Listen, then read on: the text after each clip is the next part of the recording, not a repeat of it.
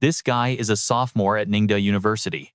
Disliking the crowded dorm life, Chen Chu decided to rent an apartment of his own off-campus.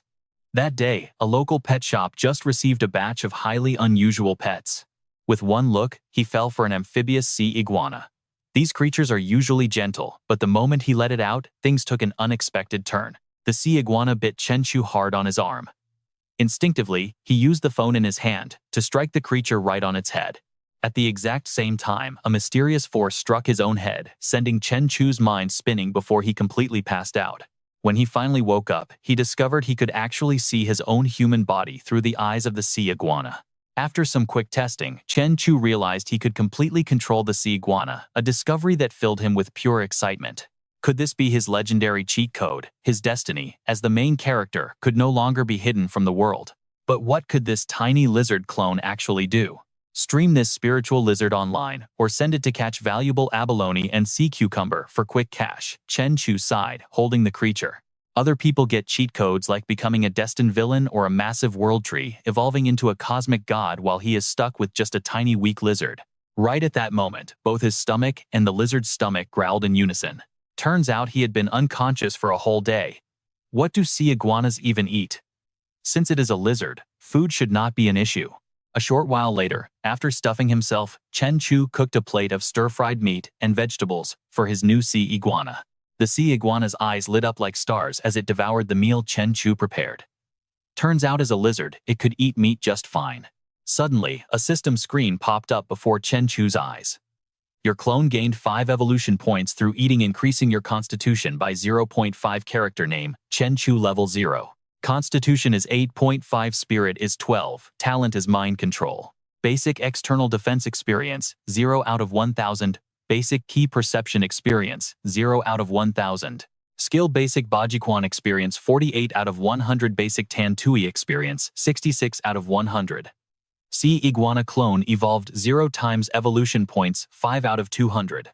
So this was his actual cheat code. In that moment, Chen Chu recalled practicing martial arts with his father as a child. Learning forms without internal power leads to nothing. The root is in the feet, released through the legs, directed by the waist, combining all bodily forces and manifesting in the fingers. While his father spoke, Chen Chu held a horse stance, completely out of breath, asking, "Dad, I am so tired, can I skip the run after this?"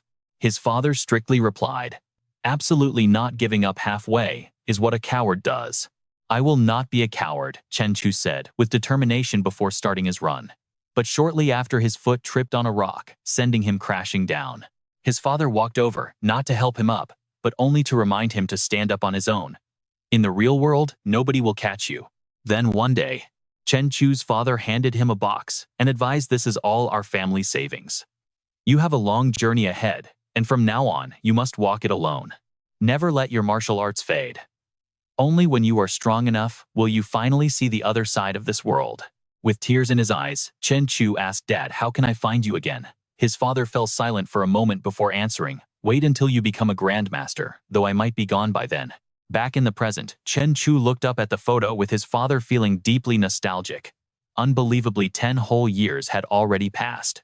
Just then, the sea iguana finished eating, and it suddenly looked slightly longer.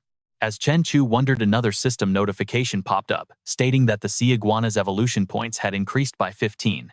Not only that, but Chen Chu also realized his own body had become noticeably more muscular. He was never in such great shape before. It turned out the evolution points the sea iguana gained were being transferred directly to his own body. Accumulating enough points would allow his first full evolution. Maybe the beast would grow into the apocalyptic behemoth of his dreams, while he himself would finally become a true martial arts Grandmaster. So the very next day, Chen Chu began feeding his sea iguana non-stop while relentlessly training his own body to boost his stats, causing all of his skill experience points to rapidly rise. Just 2 days later, Chen Chu became so strong that a single kick snapped his heavy training sandbag clean in half. Checking his status screen, seeing all his stats had skyrocketed, Chen Chu thought with satisfaction that in terms of martial arts realms, he had likely reached the peak of the Bright Realm. His father once explained that ancient martial arts are split into 3 realms: the Bright, Dark, and Transformation realms. A peak Bright Realm expert is already formidable, able to fight 10 men. The Dark Realm creates first-rate masters, who can take on 100. For legendary martial families, reaching the transformation realm means being able to defeat 1,000 opponents single-handedly. They are the legendary Grandmasters, rarely seen nowadays, while the realm above that seeing God is not bad is found only in ancient records. Back then, Chen Chu could not help but ask, "What realm are you in, Dad?" "I reached the Dark Realm for a brief period, but later on." His father's words were cut off before he could finish. "Are you also from a grand family, Dad?" Grand family. Chen Chu's father paused in surprise before replying, "I am from Luodong." Back to the main action. After a solid feeding phase, our ocean lizard finally has enough points to evolve. The clone has reached the evolution threshold and is ready to transform. Suddenly, both Chen Chu and the ocean lizard feel an agonizing pain through every single cell, sending the beast thrashing around and wrecking all the furniture inside. But the payoff is massive as its body mutates. Not only does its size explode, but sharp armor-like scales sprout all along its back. Momentarily, the evolution finishes.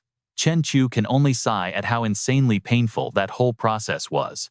Noticing the changes, Chen Chu immediately orders his clone to whip its tail, snapping a heavy sandbag clean in half. Opening up his status screen, Chen Chu is totally blown away. The clone's evolution has actually caused his main body's physical stats to double. He just wonders if this massive jump is because his base strength was too low, meaning a simple multiplier, or if his body will double every time his clone evolves. If it's the former, his starting growth rate is decent. But if it's the latter, then things are about to get absolutely terrifying. In martial arts terms, he has entered the Dark Realm, unlocking the power to project raw energy. Does this mean he has officially become a supreme martial arts master now? However, normal daily training only yields a maximum of 100 skill experience points. To keep raising his physical limit through dual enhancement, his only option is the ocean lizard. Just as he is thinking about this, Chen Chu is shocked to see the ocean lizard can also release his own physical energy. Right then, aggressive knocking suddenly echoes through the door. The buff neighbor storms in ready to teach the kid a lesson. But the moment he sees Chen Chu, the sheer pressure makes his blood run cold, forcing a swift retreat. Instantly submissive, he stammers, "Hey there, it was getting a bit loud up here, so I just came to check on things.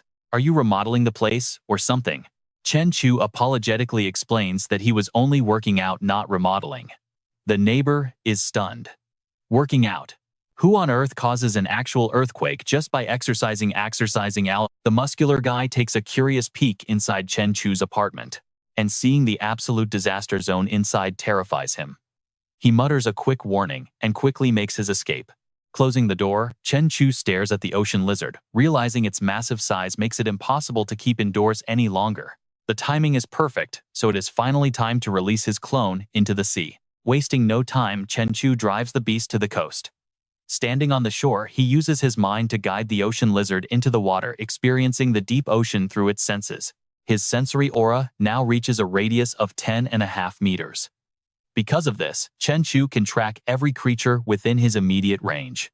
Spotting a bizarre fish with 5 eyes, Chen Chu decides to make it his clone's very first target. Your clone consumed a mutated fish, gaining 10 evolution points and boosting your physical stat by 1. As he searches for his next prey, Chen Chu notes that since evolving normal prey only yields 1 evolution point per full meal, while these strange mutated fish offer a massive 10 points. Seeing these mutated creatures combined with recent global news, it is clear the world is becoming highly unstable. With that, Chen Chu sends the ocean lizard out to hunt for more prey. Before long, the ocean lizard's empty stomach is completely satisfied. A system alert warns that the clone has capped its daily evolution points at 100. Hearing this notification, Chen Chu stops hunting to find a safe shelter for his beast. To a normal human, the deep sea at night is just dark and freezing. But to the ocean lizard, it is a glowing wonderland of vibrant colors. Although this lizard is amphibious and can stay underwater for long stretches, it lacks gills and relies on its lungs, meaning it has to resurface for air occasionally. Keeping that in mind, Chen Chu quickly locates a perfect underwater cave. This spot looks great for the ocean lizard to rest up. With that settled, Chen Chu heads home, but on the way, he spots a suspicious car parked outside an old house. An active residence in a remote forest like this is highly unusual and incredibly suspicious. Pulling over, Chen Chu hears a faint cry for help before silence abruptly takes over once again. A true martial artist conceals his presence and waits. Deciding not to linger, he drives off to plan his next move. Inside, 2 men peer through the door, letting out a sigh of relief as they watch him drive away. Near a bound girl who is being muffled by one of the thugs, a bald man approaches and kicks his partner hard. "What is wrong with you? I told you to watch her. You did not even notice her gag fell off." "Boss, it was pitch black outside. How was I supposed to see when we dragged her in?" the lackey protests. The bald leader ignores the excuse and threatens the captive girl instead. Meanwhile, Chen Chu has not actually left parking nearby to monitor the situation inside using his energy sense. Kidnapping, human trafficking. 3 men, 2 armed with knives. He needs to take them out within 1 minute before they can threaten the hostage. Without another word, Chen Chu kicked the door wide open. While the thugs stood frozen, Chen Chu took one down with a quick kick. The bald leader rushed him with a knife, only to get blasted back by Chen Chu's brutal elbow. Helping their dazed boss to the side, the last standing thug gathered his inner energy. He glared at Chen Chu, introducing himself as Ning Fu of the Yue Wang Mei style. "Luo Tong Bajiquan Chen Chu." Right after their brief introductions, Ning Fu instantly lunged forward to attack. Ning Fu opened with the first stance of the Yue Wang Mei's technique, aiming right for Chen Chu, but our main character dodged it effortlessly. Undeterred, Ning Fu quickly shifted his stance, unleashing the second form of his technique. Sweeping Chen Chu's legs to throw him off balance, Ning Fu followed up with a heavy punch straight to the face. Chen Chu immediately countered with the legendary Baji Iron Mountain shoulder strike, blasting Ning Fu backward. Shaken, Ning Fu realized he had just run into a true successor of the Luo Tong Baji style. Ning Fu gasped at the power of the legendary technique, while Chen Chu simply sighed, calling it a real pity. Ning Fu frowned, asking what was so pitiful, and Chen Chu replied that he was surprised a lowly thug could actually perform the Yue Wang Mei style. It was just a shame that a true martial arts successor had chosen a dark criminal path. Ning Fu laughed, mocking the young fighter for being naive. He claimed that in the real world, survival and wealth were all that mattered, no matter how dirty the money was. Ning Fu suddenly lunged mid-sentence, aiming straight for Chen Chu's eyes, but the young man anticipated the move, delivering a sharp kick that sent him rolling. Fighting a real martial artist was incredibly dangerous. The pressure he put out felt heavier than facing a dozen ordinary thugs at once. Unfortunately, Chen Chu still struggled to control his immense strength. Looking at the 3 beaten men, they probably would not survive. He realized he needed to find a proper way to train and control his devastating power. While lost in thought, the cries of the kidnapped girl snapped him back to reality. He quickly untied her, and the moment she was free, she hugged him tightly, sobbing uncontrollably. Whispering gentle words of comfort, Chen Chu assured her that she was finally safe now. He asked her to wait until he left, before calling the police, and requested a favor, asking her to tell the officers she never got a clear look at his face. She quickly nodded in agreement. Just 10 minutes later, police forces arrived, heavily surrounding the old hideout where she had been held captive. Guns drawn, they rushed inside to rescue the young woman, only to find that the kidnappers were actually the ones who needed saving. Hours later, Officer Guanqing delivered the investigation files directly to the deputy chief of the Security Bureau, briefing him on the bizarre case. The busted door showed a clear footprint, and judging by the snapped metal hinge, it had been kicked 3 meters away, with an impact force of at least 1,000 pounds. 2 of the kidnappers had died on impact, while the third suffered a massive brain injury and ended up in a permanent vegetative state. According to the victim Lin Ruoya, her mysterious savior wore a mask in the dark, leaving her unable to identify what he actually looked like. Looking over the files, the deputy chief could not help but feel extremely skeptical. It made no sense, as even the world's strongest heavyweight boxing champion could only register 800 pounds on a power machine. In actual combat, it was virtually impossible for a normal human to unleash that kind of raw, destructive force. Whoever this guy was, his power was superhuman, fitting right into the wave of bizarre events happening lately. As Guanqing spoke, thunder rumbled outside, signaling a massive storm approaching before our story shifts back to our main character. After saving Lin Ruoya, Chen Chu spotted a highly suspicious vessel anchored near the shore while heading back, prompting him to investigate, using his usual stealthy methods. Parking nearby, Chen Chu secretly watched the group as one of the lackeys complained to his boss about wasting a massive $1 million to buy a woman from the bald-headed tiger. Another thug agreed, grumbling that they had barely salvaged over $2 million from that sunken shipwreck after months of hard work. Annoyed by his subordinates' complaints, the boss Zhang Changsho scoffed at their incredibly narrow-minded attitude. He claimed that with her in their hands, endless money would follow, which instantly silenced the 2 greedy lackeys. Zhang Changsho then asked his smart lackey about their new dummy company, who assured him the shipping business was already fully set up and ready to go. He added that they had rented a high-end office suite in a luxury building just as requested. On top of that, an agency was currently hiring an extremely beautiful secretary and receptionist to ensure the boss was completely satisfied with his new workplace. Hearing this, a highly pleased Zhang Changshu grinned, boasting about the incredible underwater breathing superpower he had recently awakened. By easily locating deep shipwrecks to salvage priceless treasures, they would soon be swimming in endless cash, and he promised his loyal crew a life of pure luxury. Right at that moment, a sudden rustling in the nearby bushes put a highly alert Zhang Changshu on guard. "Who is there?" Stepping out from the shadows, Chen Chu openly mocked him, saying he had seen plenty of greedy creeps but never someone quite this delusional, and warned the arrogant boss that his days were numbered. Furious, Zhang Changshu drew a sharp dagger and charged directly at the young intruder. Chen Chu stood his ground, raising his leg to deliver a powerful kick that sent the boss flying the moment he got close. Ever since the boss got superpowers, his strength and speed doubled, easily taking down 5 guys at once, one shocked lackey exclaimed. Seeing this, Glasses quickly urged the others, saying this is bad run. But before they could even move, Chen Chu knocked them unconscious. With that done, Chen Chu immediately tested his mind control ability on Zhang Changshu. "What is your name, and what do you do?" Hypnotized Zhang Changshu honestly replied that his name is Zhang Changshu, owner of a large smuggling vessel. "A month ago, I gained the superpower to breathe underwater.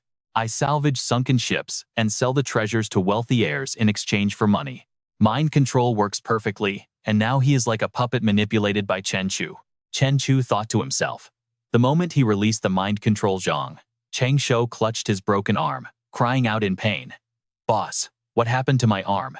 Chen Chu replied that he broke it himself during a careless fall. Nodding, Zhang Changshu agreed, and Chen Chu smiled. Mind control had clearly warped the man's inner judgment. Amused, Chen Chu ordered him to go rest on the ship first, promising to join him after waking up the other two. "Yes, boss," Zhang Changshu replied, obeying instantly. After all, Chen Chu knew his lizard avatar needed endless food to grow. With Zhang Changshu owning a boat and partnering with rich heirs, Chen Chu could use his company to fund the lizard's massive growth. With this in mind, Chen Chu turned his gaze to the two lackeys and cast his mind control over them. The mind control was incredibly effective, but while Zhang Changshu had shown some resistance, manipulating these two lackeys was completely effortless. It seemed his mind control only worked on those with weak willpowers. Controlling the two lackeys, Chen Chu made them follow him onto the ship. Seeing him, Zhang Shu turned to Zhang Changshu and asked who this newcomer was. Zhang Changshu replied that this was his boss, demanding everyone show him respect from now on. Hearing this, Zhang Shu politely greeted Chen Chu. Zhang Changshu then ordered him to prepare a transfer contract, as the boat now belonged to his boss. Once the transfer contract was signed, Chen Chu instructed Glasses to wait for him at the office tomorrow morning. Glasses spoke up with worry, suggesting that boss Zhang should head to the hospital to check his injury. 2 days later, thanks to living in the sea and eating 10 meals a day, the crested sea lizard grew chubby, making evolution inevitable. But Chen Chu did not rely on that, actively training his body and martial arts to improve his control over his combat power. The next day, Chen Chu happily walked out of Zhang Changshu's office, as the transfer procedures were officially complete. Staying inside for just 1 day, the evolution points rose past 90, and the lizard's size grew by 20 centimeters. Tomorrow, he would release his pet lizard into the deep sea. Since other mutants existed, and mysterious underwater creatures were now emerging, Chen Chu knew he had to rapidly boost his combat power.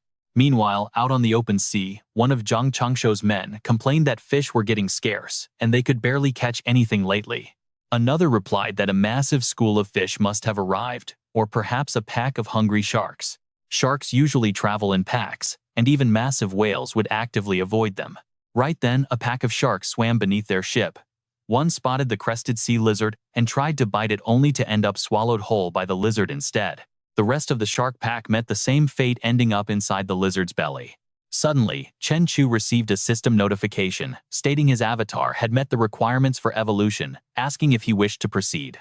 Realizing he could manually control the timing this time, Chen Chu immediately chose to evolve. Just like before, both Chen Chu and the lizard endured agonizing pain until the process ended, signaling that he had successfully broken through. His physical strength was now 13 times that of normal humans, reaching the great mastery of dark force in ancient martial arts. His physical stats did not double this time, which made sense given how weak he originally was. A new skill caught Chen Chu's eye, but he wondered what this water affinity attribute actually did. Chen Chu used his consciousness to inspect the crested sea lizard. He saw that its size had grown tremendously, and its bone density was now several times higher than before. Weighing over 4 to 5 tons, its strength had doubled. Its claws were now as tough as steel, and its explosive power had significantly increased. Cruising at 79 kilometers per hour, it could now easily outrun a massive military warship. Since it swam with almost no sound, Chen Chu figured this was the effect of its new water affinity. With the evolution complete, Chen Chu shifted his focus to business, calling Zhang Shu to ask if anyone had approached them about treasure hunting. Zhang Shu reported there were none, yet prompting Chen Chu to ask about the progress of their own investigation into shipwrecks. Zhang Shu hesitated, explaining they located several shipwrecks, but without Boss Zhang's ability to breathe underwater, they simply could not dive deep enough. Chen Chu hung up. The major shallow trade routes between ancient country Z, country H, and country R had already been thoroughly explored by others. However, the deep ocean still held countless valuable shipwrecks waiting to be salvaged. Sensing through the eyes of his lizard, 25 kilometers off the coast of the Yellow Sea, Chen Chu realized that after this evolution, he could finally breathe underwater himself. His perception had also grown immensely, allowing him to sense everything within 20 kilometers of his location. Once he finished resting, he could finally make his move. Evolving a beast clone really was the peak of life. Chen Chu pulled back his divine sense and checked the time on his phone. Almost 11 p.m. time to treat himself. Strolling down the pedestrian street, Chen Chu sighed. He loved the luxury, even if a single meal cost over 3,000. He only had 20,000 in savings, but taking over Boss Zhang's company would finally give him a taste of the rich life. Suddenly, he spotted 2 thugs closing in on a drunk blonde girl sitting helplessly on the side of the road.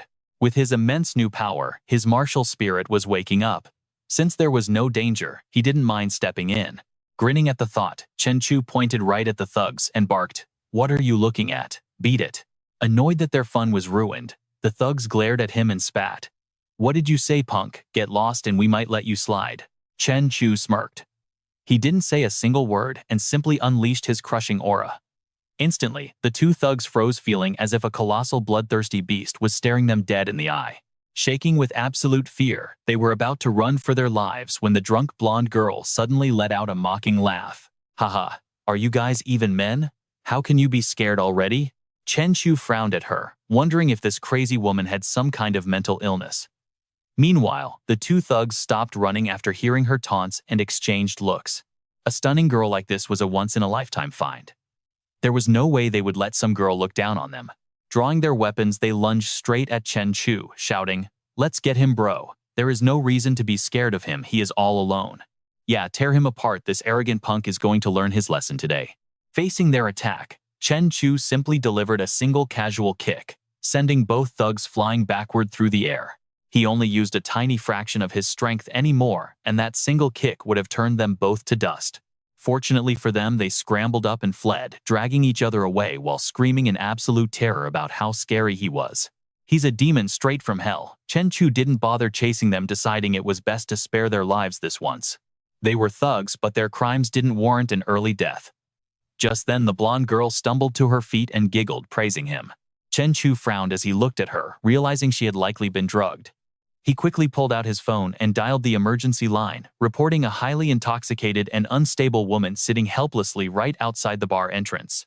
Meanwhile, the blonde girl clung to his arm, swaying as she giggled, and asked why he called the police. "Am I not pretty? Don't you want to take me home?" Within a few minutes, a police cruiser finally arrived. Chen Chu handed the girl over to the officers, briefly explained the situation, and walked away. With that distraction finally settled, it was time to control his black armored lizard clone and search for the shipwreck. As soon as he got home, Chen Chu took control of his deep-sea clone and located the shipwreck. The online intel Four Eyes found was spot on. There really was a sunken ship here. His sensory range was only 20 meters though, so he needed to keep upgrading. With a thought, Chen Chu guided his clone inside. After searching the wreckage, he stumbled upon a stash overflowing with pure gold bars. "Oh, I hit the jackpot. It's all gold bars." Thrilled, Chen Chu immediately placed a call to Four Eyes. Four Eyes steer the boat 3 kilometers east, and drop a cargo container down. Four Eyes quickly replied, "On it, boss." Hanging up, Four Eyes prepped the gear. Walking past Zhang Shu, he curiously asked, "Besides, Zhang Changshu, does anyone else under the boss actually know how to breathe underwater?" Zhang Shu snapped back, "Don't talk nonsense. Keep your nose out of the boss's secrets." Soon Chen Chu controlled his black-armored lizard clone to pack all the gold into the container Four Eyes dropped. He called Four Eyes to haul it up, and the container was slowly reeled back to the surface. A few minutes later, Four Eyes reported, "Boss, the cargo is secured. We're heading back." Meanwhile, under the sea, Chen Chu kept searching the wreckage and found a solid, heavy black object. It looked like a piece of metal. It was incredibly hard. His sharp claws could easily tear ordinary steel, but they couldn't scratch this at all. This had to be some kind of rare special alloy, definitely worth taking back for research. Grabbing the block, Chen Chu was about to swim off when a massive sea monster many times his size suddenly lunged at him. A sneak attack, not on his watch. The beast was longer and bigger, but in terms of offense and defense, it couldn't take a single hit. Chen Chu instantly whipped his black-armored lizard clone around to counterattack. Within minutes, the massive beast was dead, its carcass sinking into the abyss. Swimming away with the heavy black metal block, Chen Chu noted that the flesh of that spiky fish actually tasted pretty good. Hours later by the shore, Chen Chu repeatedly slammed his fists into a massive reef, knowing that rocks continuously washed by waves became incredibly dense and hard. Empty streets at night. The perfect time to test his raw strength. Every action has an equal reaction, but with bone density 20 times greater than normal humans and a passive damage reduction skill, his hands only felt slightly sore after that explosive impact. His insane passive recovery quickly cleared the fatigue. Thanks to his constant evolutions during this period, Chen Chu's physical stats had already broken past the 200 mark. Though untested, he estimated his punch packed at least 3,000 pounds of force, basically 1.5 tons. By channeling his external martial arts and using Bajiquan, he could easily punch straight through a human body. Drenched in sweat, Chen Chu collapsed onto the ground, realizing his home sandbags couldn't handle his power anymore, nor could he train in public parks. In this digital age, getting caught on camera and going viral would only bring unwanted attention. Exposing his superhuman abilities would instantly trigger a massive wave of trouble. Only on this completely deserted beach could he train at full power without any holding back. Absolutely incredible. In less than a minute of resting, his wounded hands had already completely healed up.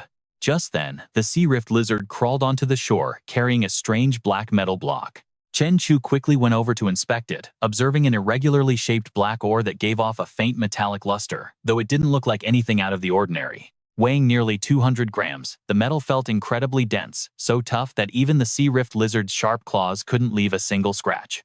It would make a perfect weapon, but with his current capabilities, forging custom gear from this material would be nearly impossible. For now, he needed to liquidate his gold stash. Boarding the boat the next morning, Chen Chu asked for the goods, and the boss confirmed everything was washed and ready. With that, Zhang Shu led Chen Chu into the captain's cabin to inspect the hull. Staring at the massive pile of gold, Zhang Shu marveled, wondering how much it was worth, since he had never seen this many gold bars. Chen Chu pointed out that since the gold bars lacked official stamps, they were privately cast and couldn't be sold as valuable antiques. An hour later, Chen Chu walked into a downtown gold shop with a heavy backpack, where the receptionist warmly welcomed him with a polite bow. When Chen Chu asked if they bought gold, she confirmed their buyback service, assuming he wanted to sell some simple rings or necklaces. But then, Chen Chu unzipped his backpack, showing her the contents, and calmly stated he wanted to liquidate everything inside. Her eyes widened in shock. Realizing the massive scale of the trade, she immediately escorted him upstairs to meet their general manager. Moments later, the receptionist introduced Chen Chu directly to the head manager of the prestigious establishment. The manager warmly shook his hand, introducing himself before politely asking for his name and the exact amount of gold he brought to sell. Chen Chu opened his backpack once more, introducing himself as Chen, while presenting the massive hoard. After a quick look, the manager politely requested a moment to verify the gold's purity, and the official appraisal results were ready shortly after. The manager immediately brought the final offer to Chen Chu. The total weight came out to 11,250 grams. Because of its private casting, they offered 400 yuan per gram, asking if he was satisfied with that deal. Chen Chu smiled and agreed.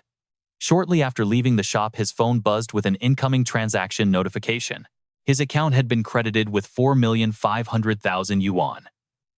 He couldn't help but reflect on how his peers were still cramming for exams, while one quick adventure made him a multimillionaire. The sheer contrast gave him a powerful sense of unreality. His first priority was buying a new ride since his old car sat too low for the rugged, bumpy coastal roads. Arriving at a luxury car dealership, Chen Chu was browsing the showroom floor with a salesman when he unexpectedly spotted his gold-digging ex-girlfriend. Xiao Qing strolled inside, clinging tightly to a smug brown-haired young man. She was indeed his unfaithful ex. He had squandered his hard-earned savings, chasing after her only for her to remain vain, greedy, and materialistic. She eventually dumped him for a wealthy second-generation heir, and right then Xiao Qing caught sight of Chen Chu. She whispered to her rich boyfriend, calling Chen Chu the pathetic simp who used to beg for her attention. Hearing this, the brown-haired guy turned and openly mocked him. Asking what a broke student was doing in a luxury dealership, his insults instantly provoked Zhang Shu into an angry shout. Chen Chu calmly held his companion back, telling him to ignore them, which only made Xiao Qing scoff in annoyance. She sneered, mocking his empty pockets, before dragging her wealthy boyfriend away to browse the high-end cars. After wandering around, she eagerly pointed to a flashy red sports car, begging her wealthy boyfriend to buy it for her. Swallowing hard, the young man stammered, promising to look into it. Secretly, he was sweating. His monthly allowance was only tens of thousands of yuan, and he had absolutely no intention of actually buying her such an expensive luxury ride. Meanwhile, Chen Chu was eyeing a heavy-duty white off-roader with high ground clearance and ample storage space, which checked every single one of his boxes. Without a second thought, Chen Chu handed his black card to the salesman, ordering him to swipe it. The salesman asks Chen Chu if he wants to swipe his card or pay the full 2,380,000 in cash. With a casual smile, Chen Chu simply answers that he will pay the entire amount up front. Nearby Xiao Qing overhears this and gasps in absolute shock, unable to believe he is actually buying that luxury car right on the spot. The brown-haired guy next to her sneers, calling it a cheap stunt to impress her. He refuses to believe Chen Chu has over $2 million just sitting in his bank account. Xiao Qing chuckles and quickly agrees. Remembering how Chen Chu survived on cheap instant noodles just to date her, she walks over with her new boyfriend. The guy mocks him, saying students should stick to window shopping instead of pretending to buy luxury rides. He sneers that, just because Xiao Qing is his ex, there is no need for such a pathetic show.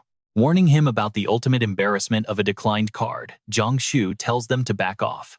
Zhang Shu challenges them, and the brown-haired guy bets that if Chen Chu actually buys it, he will call him daddy right there. Otherwise, Chen Chu must do the same. Zhang Shu instantly accepts the deal. Xiao Qing rolls her eyes, muttering about how broke guys love to play big when they do not have a single dime. Right then, the salesman rushes back with a massive grin, handing over the keys and card. The transaction went through, and the car is officially his. Chen Chu politely thanks him. Zhang Shu smirks triumphantly at the stunned couple. The brown-haired guy is completely speechless, realizing Chen Chu just dropped over $2 million like it was pocket change. Xiao Qing is left entirely frozen, wondering how her ex became so insanely rich. Zhang Shu steps forward and grabs the guy by his collar, demanding he honor the bet and call his boss daddy right now. Chen Chu tells Four Eyes not to waste his breath on people like them. Letting the guy go, Zhang Shu warns him that he is incredibly lucky the boss is merciful, otherwise he would have forced him to say it the hard way. They hop into the new supercar and drive off, leaving a desperate Xiao Qing chasing after them, screaming for Chen Chu to stop and listen to her explanations. The showroom staff whisper among themselves, laughing at how she dumped a genuine tycoon for a fake rich boy. That is human nature, only realizing the value once it is gone. Meanwhile, Chen Chu drives Zhang Shu to the most luxurious restaurant in N City, famous for its world-class service and exquisite cuisine. The moment they sit down, a waitress arrives with the menu, politely asking what they would like to order tonight. Chen Chu browses the menu and orders a $5,000 lobster, a king crab, and several other expensive high-end delicacies. Moments later, two gorgeous hostesses join their table, taking turns to pamper Chen Chu and feed him delicate bites. As he enjoys being pampered, Chen Chu realizes luxury is worth every penny. After spending so much effort feeding his giant lizard avatar, it is finally time to enjoy the fruits of being wealthy. Suddenly, Chen Chu's phone vibrates in his pocket, and he pulls it out to check the screen. The class advisor has sent a message reminding everyone that university starts in 1 week and to arrive on time. As classmates like Jian Yuanzhong and Manqing and Gu Zhishao acknowledge the message, Chen Chu locks his phone, realizing he almost forgot he is still a college junior. Once classes start, his free time will shrink. He needs to accumulate wealth quickly to evolve his lizard avatar and break through to the dark realm. The swordfish is known as the fastest swimmer, topping 90 kilometers per hour, but his lizard clone is already much faster than that. With this incredible speed, the creature easily hunts down prey, gaining another 10 evolution points for its growth. Chen Chu activates his unique talent, taking direct control of the lizard to search the deep ocean floor. Sated on delicious deep-sea fish, it is time for him to scout the waters and hunt for hidden treasures. His heightened sensory perception can scan the ocean for miles, but unfortunately, even at the deepest depths, there are no sunken shipwrecks to be found. With no luck for several days, he reflects on the mutating world, wondering if the government secretly runs a hidden supernatural organization. Since acquiring these incredible abilities, he knows he must act with absolute caution. The next morning, Chen Chu and Zhang Shu head to a high-rise in N City to inspect the business he acquired from Zhang Changshu, which he has not yet visited. Located in the most prestigious district of N City, Zhang, Changshu clearly spent a fortune designing this office space. Chen Chu and Zhang Shu step inside the high-rise heading straight to the offices of Tianlan Ocean Industry. The receptionist spots them and warmly welcomes Assistant Zhang to the office. Zhang Shu instructs Xiao Ning to gather the entire staff in the CEO's office immediately. Standing before the assembled team inside the Grand Executive Suite, Zhang Shu proudly introduces Chen Chu as their new boss and the absolute owner of the company. The staff greets him with deep respect, while several female employees stare in absolute awe, completely captivated by how incredibly young, handsome, and immensely wealthy their new boss is. Zhang Shu continues with the formal introductions, gesturing toward an elegant orange-haired woman and introducing her as Ning Naishin. Ning Naishin politely welcomes her new boss. Just then, another employee steps forward with a fresh cup of coffee. As she hands it over, Zhang Shu introduces her as his new personal secretary, Su Lenjiu. Chen Chu nodded and told her to just leave the coffee there. Reading the report, Chen Chu noted that while it was a shell company, it had everything required. Running this place cost over 100,000 monthly, meaning he needed to hunt down more shipwreck treasure. Turning to Zhang Shu, Chen Chu wrapped up the meeting, telling everyone to get to work and ordering Zhang back to guard the ship. Zhang Shu quickly agreed, calling him boss. Once everyone had left, Chen Chu grew serious, realizing that while his mind control was stable, subconscious hypnosis was never completely foolproof, so they still needed to avoid too much contact with the outside world. The system chimed, announcing that his constitution had increased by 0.7 twice in a row. Walking to the window, Chen Chu took a sip of coffee and smiled, loving how his clone could hunt while he lounged around and got stronger. Meanwhile, his monitor lizard clone was tearing into a newly caught mullet, wondering if this was actually a normal fish. Normal ones were only 2 meters, but this giant was 4 to 5 meters long, incredibly fast, and boasted teeth as hard as iron. If not for his massive external force, he probably would have been seriously injured by the beast. It seemed mutated deep-sea monsters were multiplying quickly, and this special meat clearly provided a lot more evolutionary energy. Back at the office, the system alerted him that his clone had successfully devoured the target. Gaining 90 evolution points and 9 points to his constitution, Chen Chu clenched his fists as a massive power surge rushed through him, realizing that fish was definitely not normal. He felt his muscles and bones strengthening at a rate 10 times faster than ever before. Too bad, such a massive ocean only seemed to hold a single mutated creature for now. Meanwhile, at the Skyline Marine office, one of the girls asked Su Lengyu if their handsome boss had a girlfriend yet. Su Lengyue teased, asking if she wanted to seduce him, and why Ning was acting like such a hopeless romantic. As Ning Naishin, Su Lengyue, and their dark-haired co-worker continued to gossip, Chen Chu suddenly walked over and casually asked why they had not headed home yet. Su Lengye quickly greeted him, explaining that they were just wrapping up a few final tasks. Thanks to his super hearing, Chen Chu had easily overheard their gossip while riding the elevator, but he decided to play dumb just to avoid making things awkward. Impressed by their hard work, Chen Chu smiled and offered to treat all 3 of them to a nice dinner. The girls cheered in excitement and thanked him, and later that evening, Chen Chu took them to the highly exclusive Beyond the Clouds restaurant. Ning Nation noticed his luxury ride, amazed that the boss drove a car worth over 2 million. The dark-haired girl stared at the incredibly luxurious decor, and moments later a massive feast of premium dishes was laid out right before them. The waiter approached Chen Chu politely stating that the total bill came to 499,999. Handing over his card without a second thought, Chen Chu left the stunned girls wondering if he was some wealthy second-generation heir. He spent money like water, making them realize that working for a boss like this guaranteed a bright future. Chen Chu told the girls he still had some important personal business to handle later tonight, promising to arrange a safe ride home for them after dinner, earning him even more grateful praise. By nightfall, Chen Chu headed down to the deserted shore to train, enjoying the cool sea breeze that cleared his mind. Under the dark sky, the rocky beach was completely empty. Thanks to his relentless daily training, his physical stats were now over 20 times that of normal humans, pushing his punch force beyond 2 tons. When channeling his external force, that destructive strength doubled to nearly 5 tons, but such overwhelming power became increasingly difficult to control, which was why he had to keep training tirelessly just to fully adapt to his own growing strength. Just then, Chen Chu spotted a mysterious boat silently making its way toward the shore in the distance. Finding it highly suspicious for anyone to visit this remote shore so late at night, Chen Chu quietly crept closer, hiding behind a massive boulder to observe. One man complained, asking why they still lacked trust after so many successful deals. The other replied that inspections were strict, insisting on cash on delivery. Before they both agreed, the goods were high quality, and shook hands. Realizing this was an illegal smuggling deal, Chen Chu noted they were heavily armed and decided he needed to approach with caution. Within minutes, the deal concluded, and the crew on the boat set sail with their suitcase of cash. With only 3 smugglers left on the shore, holding the contraband, their blonde leader warned his subordinate Lao Chi to stay extremely alert due to tight security. The underlings reassured him, explaining that since they used one-way communication, any issue with the contraband would never lead back to them. Right at that very moment, Chen Chu dropped silently from a tree branch, instantly chopping one guard's neck while delivering a brutal head kick to the second, dropping both of them in a flash. Terrified, the leader drew his gun to shoot, but Chen Chu closed the gap instantly, putting him down with a heavy uppercut. Standing over the unconscious thugs, purple light flashed in Chen Chu's eyes as he stared out at the sea, satisfied to have rid the world of these heartless criminals.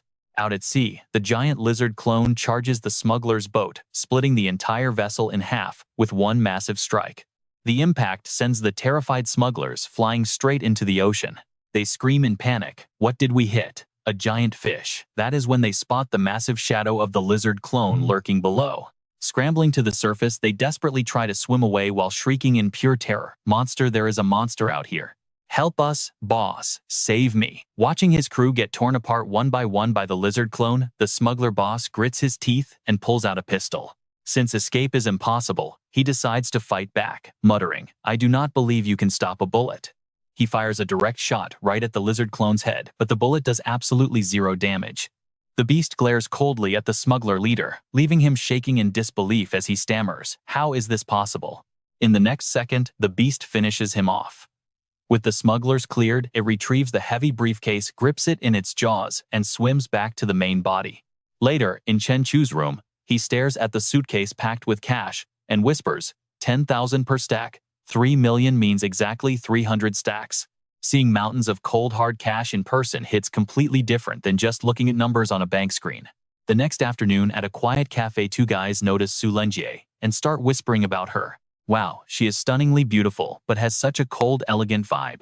Su Lenjie approaches Chen Chu's table, handing over a folder, while saying, "Boss, please sign this." Hearing this, the guys at the next table are completely shocked by how young the boss actually is. He is incredibly young. Meanwhile, Chen Chu stands up and commands, "Let's go back to the office and call a team meeting." Watching them leave, the 2 guys swallow hard, muttering, "That kid feels like an immovable mountain. His aura is absolutely terrifying." Moments later, inside the meeting room, Chen Chu points at the presentation screen, telling his staff, "Focus on every detail, and your hard work will be rewarded.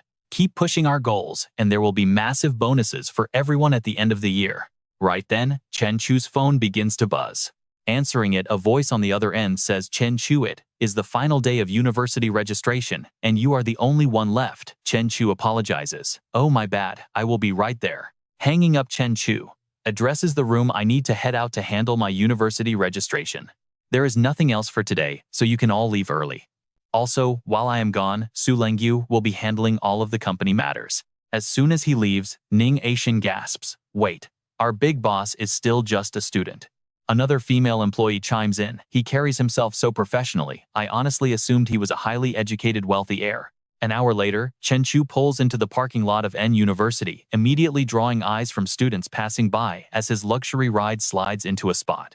Whispers quickly break out. Oh my god, is that Chen Chu? He is loaded. That car is worth over 2 million yuan. Wait, what? A ride that expensive quickly becomes the talk of the campus, triggering a viral thread pinned right at the top of the university forum. The title reads Shock on Registration Day, as tall, handsome, wealthy student rolls up in a 2 million yuan supercar. The comments explode with one asking, is that really Chen Chu? He got so hot over summer break, but who cares about looks? Driving a car that costs over 2 million means his family must be worth billions. By the way, he is a finance sophomore, not a freshman. Actually, he is starting his junior year now. His name is Chen Chu. In a female dorm, the drunk blonde girl Chen Chu had helped on the pedestrian street is also reading the comments and whispers. He looks so familiar, especially those striking deep eyes that shine like stars with such sharp intensity. A finance major, I had no idea we were in the same year.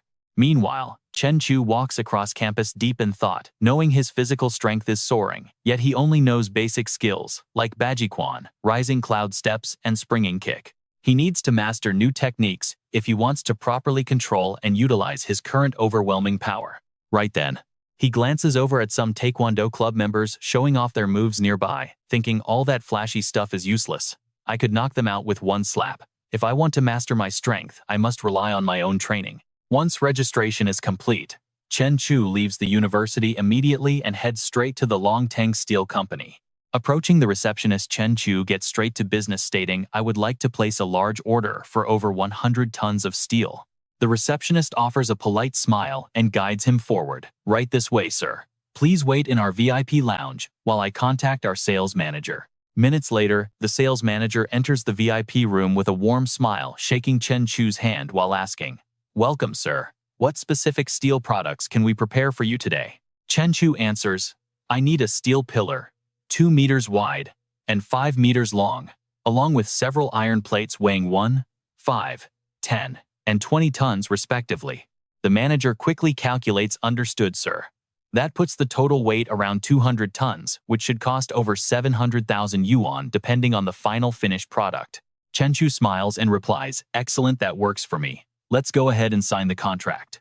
The next morning, Zhang Shu leads Chen Chu out to the rustic dock owned by Zhang Changshou, explaining, boss, this entire section of warehouses belongs to us. Chen Chu nodded and told Zhang Shu to head home first, wanting to look around the area alone. The system announced that his avatar had successfully devoured its prey, earning 8 evolution points, and boosting his physical stats by 0.8. Chen Chu realized his journey was just beginning with many realms still ahead, since he had not even reached the transformation level yet. He walked around the empty warehouse, planning to install heavy steel pillars here so he could turn this place into his private training ground. Capped at 100 evolution points daily, he had to wait a full month for his next big evolution step. Compared to his monitor lizard clone, his own physical growth was still way too slow.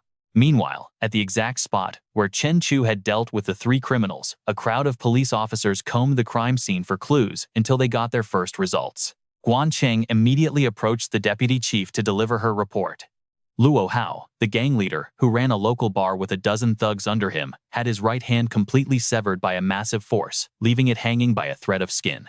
Tai Laoi died instantly from a crushed chest and ruptured organs, meaning all 3 men were wiped out in under a single minute by the exact same killer. The deputy chief muttered in shock, wondering who could possibly possess such terrifying strength and speed to execute them like this. Suddenly, the walkie-talkie at his waist crackled to life with an urgent call. An officer reported another body floating at sea. While back at the office, Chen Chu returned to his company Haiye Tianlan. Lounging comfortably on a massage chair, he listened to Su Len Yue complain about having absolutely no business, while employees sat idle, asking if they should go hand out promotional flyers. Chen Chu simply replied that business was like fishing, and eventually, the right prey would bite the hook. Hearing his relaxed attitude, Su Lenjiu could not help but look worried. Even if her boss was a rich heir, running a business like this seemed destined for bankruptcy, especially when no one would bring them money without any marketing. But just as she thought that, Ning Aixin called out from the door announcing a visitor who wanted to negotiate a massive deal. Su Lenjiu was utterly stunned, wondering if someone was truly delivering money right to their doorstep. Moments later, a young man wearing a sharp white suit walked in looking around the office to ask for Boss Zhang. Chen Chu calmly replied that Boss Zhang and his entire crew now worked directly for him. The man in white adjusted his suit jacket and smiled, introducing himself as Wang Tianhua, while praising Chen Chu for subduing the local gang leader. Welcoming Boss Wang, Chen Chu invited him to sit down, while Su Lengyu quickly offered to go prepare some hot tea for both of them. With a nod from Chen Chu, Wang Tianhua leaned in to drop a bombshell, claiming he had located a centuries-old shipwreck worth over $1 billion. Well, can you pull it off? Chen Chu immediately asked how they would split the haul, and Wang Tianhua proposed a 70-30 split, claiming even top-tier international salvage crews accepted those exact terms. Chen Chu bluntly told him to hire those teams instead, forcing a silent Wang Tianhua to quickly ask what kind of split he wanted. Chen Chu smirked, demanding a 50-50 split or he would walk away. Knowing strict salvage laws prevented him from doing it alone, Wang Tianhua realized he had to agree, but still questioned if Chen Chu could actually pull it off. Chen Chu smiled and extended his hand, stating he had plenty of guys like Boss Zhang, and invited Wang Tianhua along to witness the operation. Wang Tianhua shook his hand with a grin, agreeing to the 50-50 split and wishing for a successful partnership. Chen Chu returned the sentiment. Meanwhile, back at police headquarters, the deputy chief stared at the massive claw marks, wondering what kind of monster could leave such damage. It had to be an abnormal beast. Determined to find answers, the deputy chief sat down to draft a highly confidential report and sent it through their secure internal network. Meanwhile, Chen Chu returned to the harbor to receive his massive steel order, leaving a curious Su Lenjue following behind to ask what these giant pillars were actually for. He joked that planting these sea-calming pillars at the harbor would keep the legendary dragon kings of the deep waters completely in check. Su Lenjie was deeply impressed by his wisdom, while Chen Chu simply pulled out his phone to check his remaining bank account balance. Seeing just 321,800 yuan left, he sighed at how fast money disappeared when funding his training. Since night had already fallen, Chen Chu offered to drive Su Lenjue back to her apartment. At her gate, she stepped out of the car and shyly invited him up for a drink, but he politely declined, stating he still had work to finish. Slightly disappointed, she watched his car fade into the distance, instantly blushing furiously over how incredibly bold she had just been. She had practically invited him up when her laundry was still hanging out in plain sight. Meanwhile, Chen Chu focused on his driving, remembering how he accidentally broke his chopsticks at dinner, and realizing he desperately needed to master control over his insane physical strength. Later that night, he headed back to the deserted beach to train. Exhausted from the workout, he closed his eyes to tap into his energy flow, determined to gain flawless control over his explosive power. His external chi perception can now span 30 kilometers, allowing him to sense even the rustle of wind and grass around him. 3 days later, after some intense cultivation, Chen Chu's chi perception experience increased by 15. And with this massive boost, his overall strength could easily multiply several times over. Meanwhile, deep beneath the ocean, his lizard avatar was making the most of its time hunting while swimming right alongside Wang Tianhua's boat. Seeing the boat slow down, Chen Chu realized they were nearing the shipwreck, so his main body immediately placed a call to Wang Tianhua. "President Wang, the rest of my team has arrived. When do we move?" Wang Tianhua replied, "That was fast. Let me prepare a bit, and we will start tonight." Chen Chu simply said, "Got it." That night, Wang Tianhua called Chen Chu, saying, "Brother, I do not see the rest of your team out here at all." Chen Chu replied, "They are already underwater. Just tell me the coordinates." Wang Tianhua gasped, "Really? That is impressive. 200 meters to the left of my boat at a depth of 700 to 800 meters. Hearing this, his lizard avatar dove straight down to the coordinates, thinking that even with its beastly physique, this intense water pressure felt quite uncomfortable. Yet there seemed to be absolutely nothing there. So his main body reported back to Wang Tianhua, noting that at 800 meters deep, there was nothing within 200 meters. Wang Tianhua stammered, "You checked it all that fast? That efficiency is insane." He found it hard to believe, thinking it has only been 20 minutes. Yet they checked 700 to 800 meters deep already. How is that possible? Just then, his subordinate stepped up and reported, "Boss, after hundreds of years underwater, the shipwreck's location has shifted. It is now roughly 1,000 meters to the east." Upon hearing this, Wang Tianhua immediately called to inform Chen Chu, "My bad, brother, it is actually 1,000 meters to the east. Go check there." The lizard avatar headed over right away, and using its chi perception, it actually located a massive shipwreck. Shortly after all, the valuable items were successfully brought up to the boat.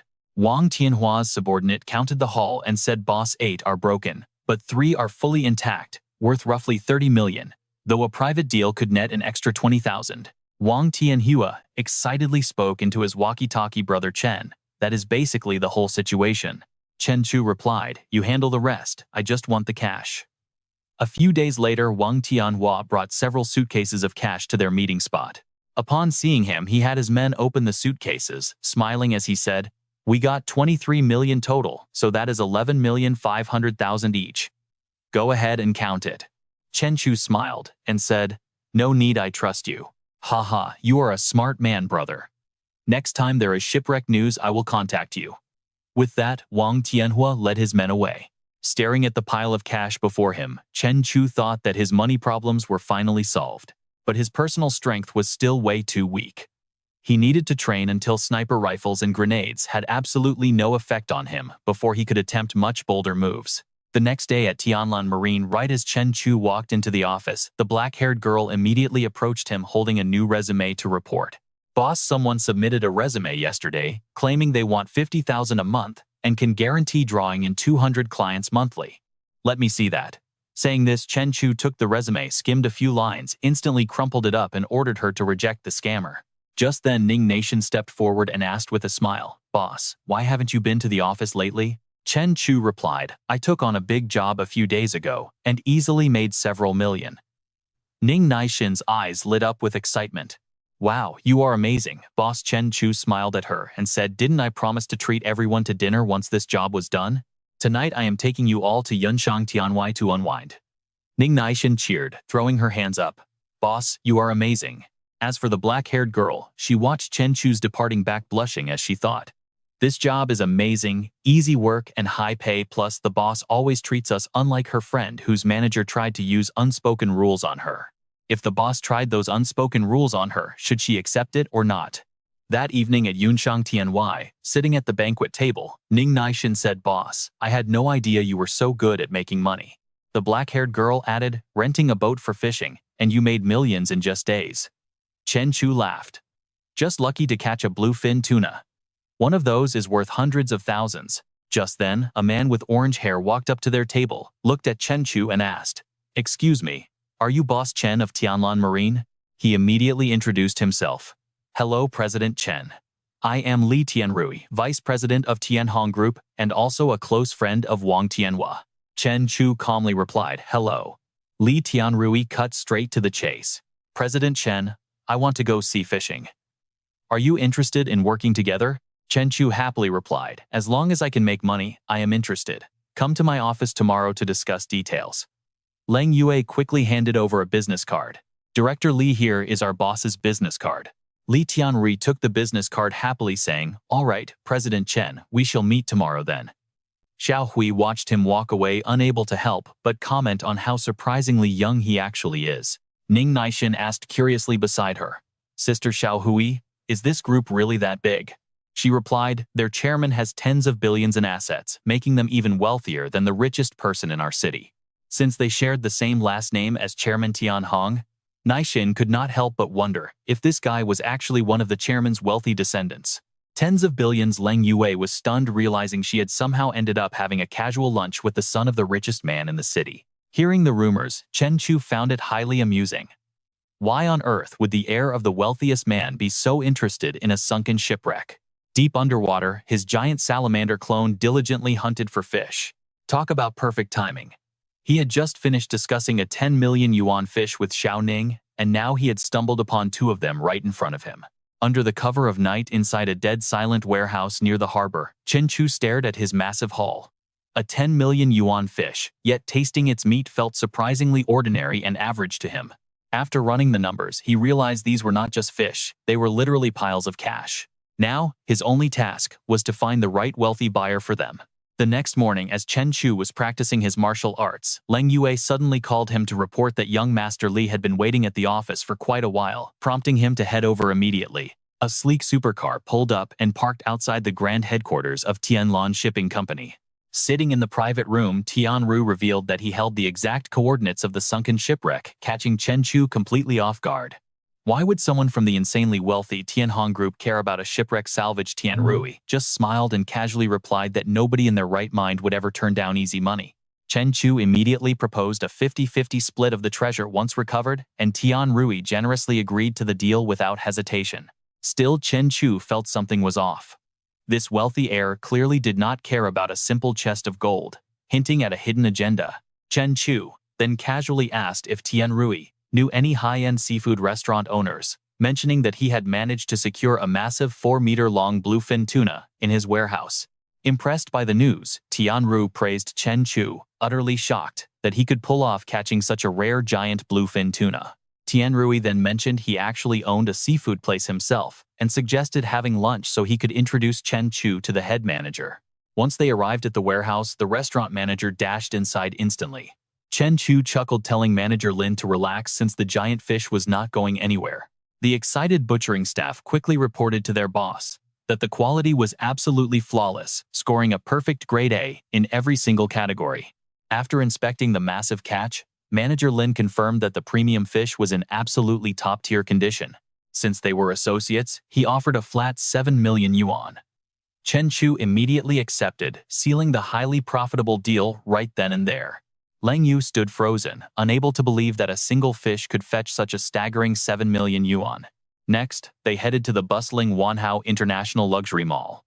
Flush with cash, Chen Chu told his stunned assistant that since they had made a killing today, they should enjoy some casual shopping. Leng Yue looked around in a daze, knowing this grand mall was the ultimate hub for the most expensive luxury brands. It was a playground for the ultra-wealthy, making her realize just how effortlessly her boss raked in cash.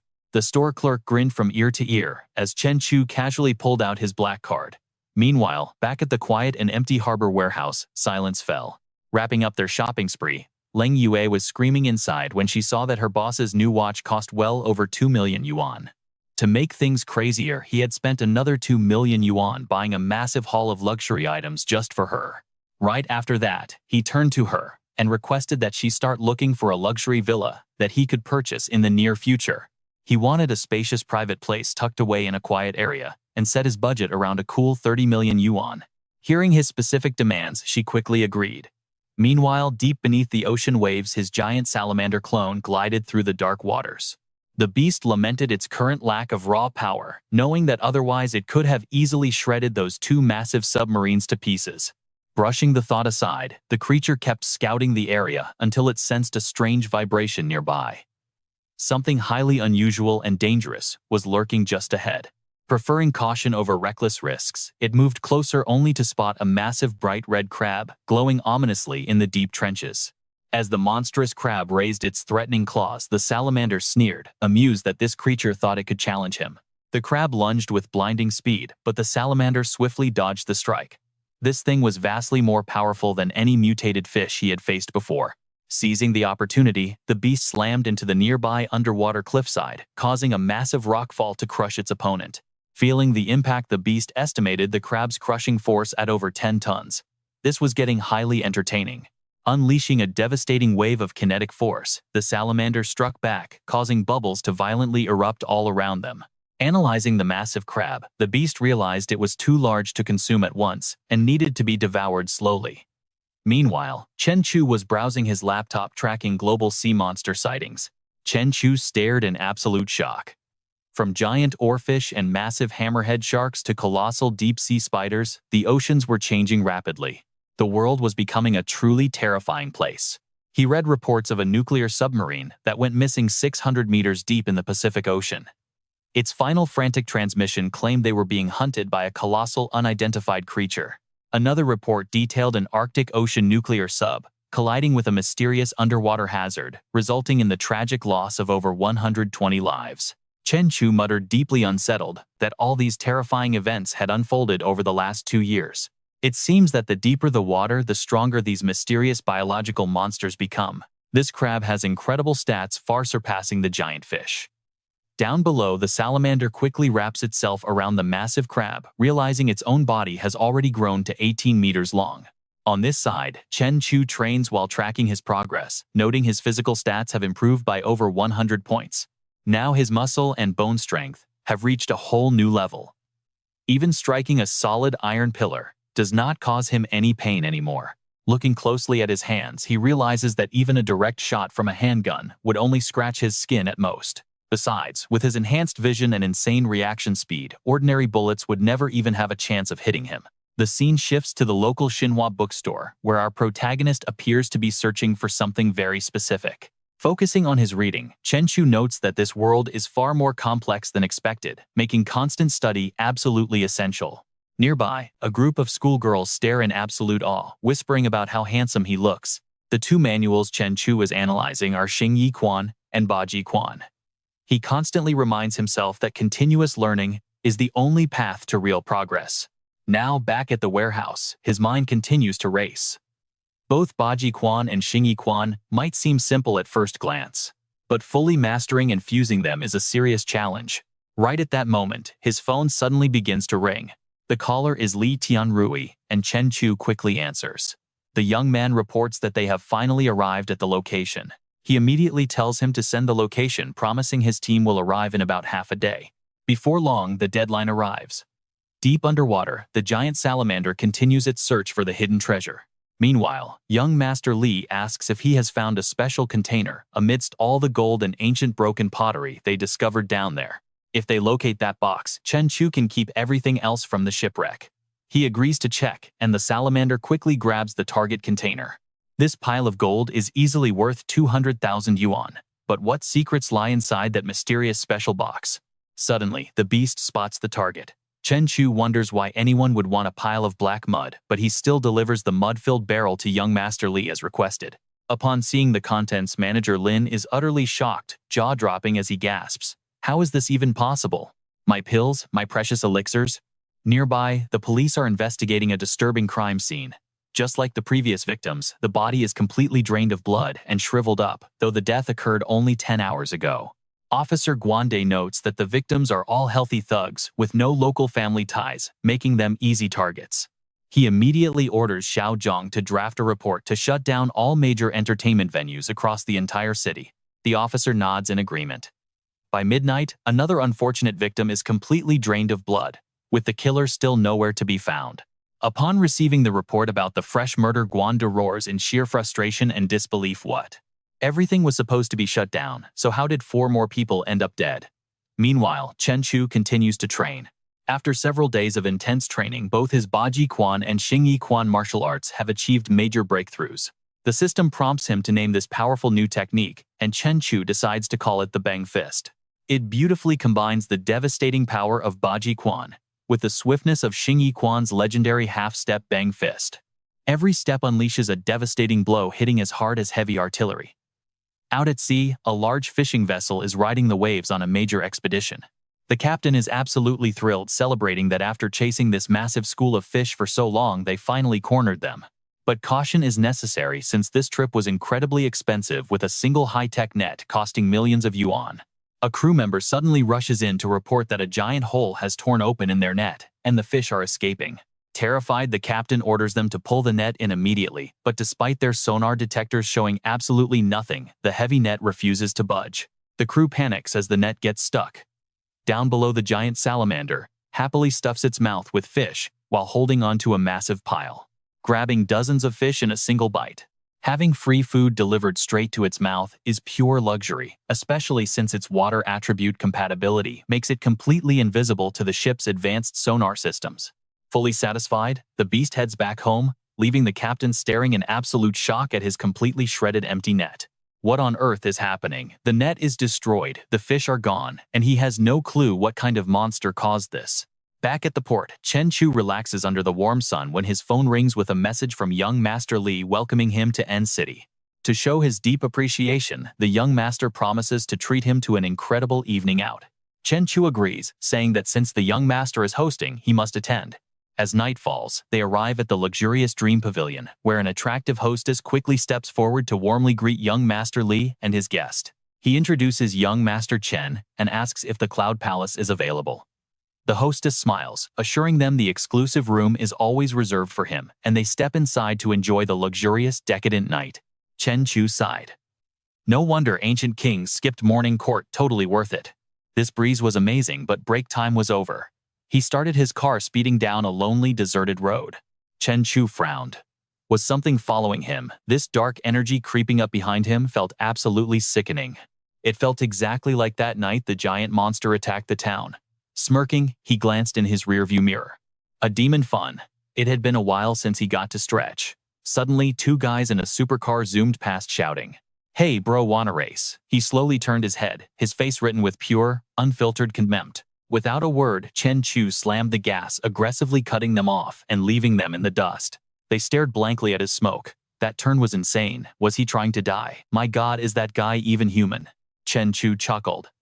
At this speed, even a Porsche would eat his dust. How was that freakish thing still keeping pace? This monster was definitely no joke. A moment later, Chen Chu pulled over, stopping right by the deserted beach. "Come on out, I don't bite," Chen Chu called. Instantly, a completely naked girl cautiously peeked her head out. "You're quite funny, handsome.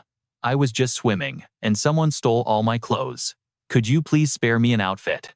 Chen Chu didn't buy it for a second. "You want clothes? Let me deliver them to you right now." He threw a devastating punch straight through the tree where she stood, but she instantly shifted her form, barely dodging his sneak attack. The beautiful girl instantly morphed into a hideous demon, her bloodlust flaring. She wanted nothing more than to feast on him. Chen Chu frowned. "What the hell are you?" she smirked. "I'm human too, just a far more perfect version." "My name is Yin Xiao," she hissed, flicking her long tongue. "Eating you is like devouring hundreds of high-quality humans at once. It's enough to complete my first evolution." Knowing exactly what she was, Chen Chu wasted no time and leaped straight at her. He dashed forward like lightning. "Eat me, let's see if you even have the teeth for it." Yin Xiao gasped at his insane speed. The next second, a massive explosion erupted, violently shaking the entire area. Sprawled on the dirt, Yin Xiao stared in absolute disbelief.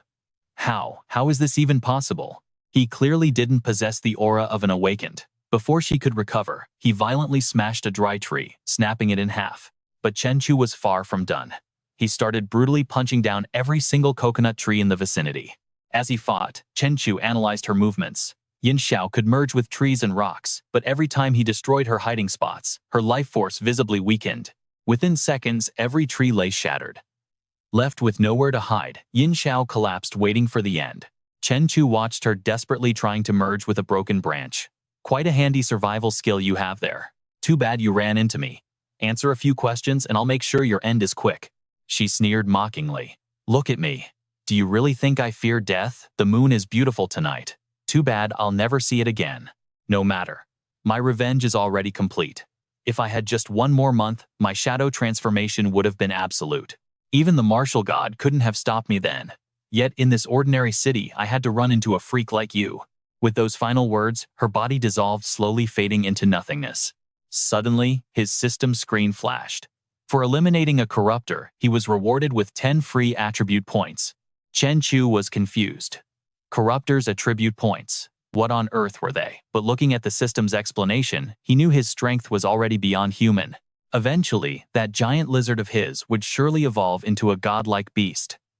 Suddenly, Chen Chu couldn't help but grin. He beamed, picturing a colossal red-eyed beast capable of breathing pure fire. He desperately wanted to see his own real-life Godzilla. Back at the warehouse, everything was dead silent. Not a single sound disturbed the night.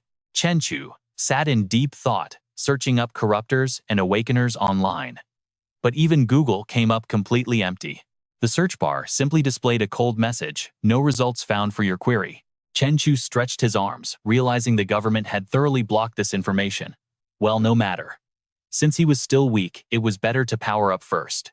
If he could push his constitution past 10,000, the system would unlock a whole treasure trove of new features. Right then, a prompt forced him to choose an attribute to upgrade. Since his physical body was not ready yet, he could only enhance a basic element. Without wasting any time, Chen Chu selected the lightning element. The system quickly confirmed his choice. By spending his points on an extraordinary ability, he successfully acquired lightning mastery. Fascinated, Chen Chu watched a tiny spark of lightning crackle between his fingertips. A pint-sized version of lightning power.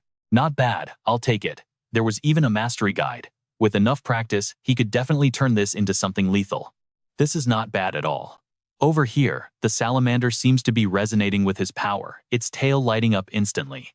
The salamander clashes furiously with another monster, both charging head-on. But of course, the salamander is still on a whole different level. As it eats, it realizes this is another mutated sea beast easily as formidable as that giant spider from before. The salamander rolls its eyes, noticing this lizard can also control lightning, maybe even stronger than its own. At City N Airport, Guande arrives early to welcome his guests. As soon as they land, he rushes over asking if they are the agents from the Special Ops Bureau. He introduces himself as Guande, tasked with welcoming them both. The other man steps forward, introducing himself as Huang Junfeng, and asks for Guande's full cooperation during this investigation. The second guest introduces himself as Nangang Jian, the lead investigator of Case 907, demanding to see the body immediately. Soon they head to the lab where a dry skeletal corpse lies on the table. Guande explains that this person died last night, the only victim whose body was actually recovered. But over the past 4 days, 4 people have been mysteriously dying at this exact hour every single night. Junfeng quickly channels his inner energy into the corpse's head, causing a blue female-shaped light to manifest before them. Recognizing the figure, Nangang Jian closely studies the woman's face. After a long, quiet moment of sensing her presence, he states bluntly that her soul is completely extinguished. Junfeng is completely shocked by this, unable to believe she is already dead. Back at the warehouse, Chen Chu trains while reflecting on his situation. His power is growing far too fast, making it nearly impossible to control. He does not even dare visit Ning Naishan's home, fearing he might accidentally crush her sofa. He remembers her invitation asking if he wanted to go upstairs for some tea. But Chen Chu had quickly declined, saying he was busy with other matters. Back in reality, he keeps agonizing over it, feeling completely unable to get close to her. What if he accidentally breaks her bones with his sheer, uncontrolled strength? The next day, the quick-thinking clerk catches on, instantly swiftly unplugging the power cord before loudly announcing to Chen Chu that their security cameras are unfortunately completely broken. Paying in full gets him over 1 million worth of complimentary luxury furniture. Hearing this, Chen Chu simply states his final offer of 34,025,550. If they agree, he will buy it. But as he pulls out his phone to pay, a panicked voice suddenly screams out, "Help boss, there is a monster." Meanwhile, Nangang, Jian, and Huang Junfeng stand on a high vantage point looking down at the city. Huang Junfeng reports that there has been no unusual activity since last night, suggesting the infected target is indeed dead. Still, it is highly unusual since it was in an intangible state, making it incapable of killing, while normal humans could not harm it either. He wonders why they cannot stay longer to investigate further, and perhaps enjoy the sights of this bustling city while they are here. Nangang Jian advises him to focus on training instead, warning that once the apocalypse arrives he will be nothing but cannon fodder. Hearing this, Junfeng is completely shocked, refusing to believe the apocalypse is coming. Nangang Jian explains that the professor predicts the upcoming spatial fluctuations will be 10 times more severe than those from 20 years ago. Their top priority is to boost their overall strength and prepare for that day. Only then can they repay the country for the immense resources spent training them. Meanwhile, the salamander strikes actual gold, finally finding something truly valuable. Sadly, the mud it scooped up was too rough, shattering a lot of priceless porcelain. What a tragedy. Once the salamander brings the treasure home, Chen Chu quickly lists the antique pieces on an online marketplace. Chen Chu is thrilled knowing he is about to get rich. These Song Dynasty relics could easily fetch millions, maybe even tens of millions. Unfortunately, many pieces were accidentally damaged, costing him an estimated fortune of over 100 million. Suddenly, a loud scream cuts through his thoughts, demanding to know what someone is touching and why they are groping around. The shameless man snaps back, asking if she actually saw anything and warning her to stop talking nonsense. With a smirk, he sneers, asking if she wants him to touch her again just to make sure. Hearing this, a nearby customer simply cannot hold back. How can anyone be so utterly shameless? The customer shouts that they saw everything, but the creep simply challenges them to step up and throw a punch. Chen Chu immediately steps in, finding it amusing that he has never met someone so incredibly arrogant in his entire life. The man laughs, telling Chen Chu that he has met one today, mocking him to throw a punch if he is unhappy. He sneers at Chen Chu, daring him to fight, acting like another loudmouth tough guy who can only run his mouth. Finally losing his patience, Chen Chu cracks his knuckles and asks the store clerk if they have security cameras. The quick-thinking clerk catches on, instantly swiftly unplugging the power cord before loudly announcing to Chen Chu that their security cameras are unfortunately completely broken. Hearing this, a smug grin spreads across Chen Chu's face while the creep's expression instantly pales with sheer terror. Within moments, Chen Chu beats the creep's face into a swollen mess, leaving the pervert foaming at the mouth on the floor. He then disgustedly waves his hand as if washing off dirt. Chen Chu grins widely, wondering aloud why some people nowadays are so desperate to get beaten up. Ridiculous, isn't it? Let's check out a quiet house sitting right near the riverbank. Staring at the crackling lightning in his hand, Chen Chu realizes a human lifespan of 100 years is nothing but a brief spark compared to a billion-year-old star. Right then, Chen Chu resolves that he will eventually break past the mortal limits of life and death. The next day, Chen Chu instructs Lang Yue to study accounting, telling her she will soon be taking over all the financial books for their company. With her salary doubled, Lang Yue is absolutely thrilled and agrees to the deal without any hesitation.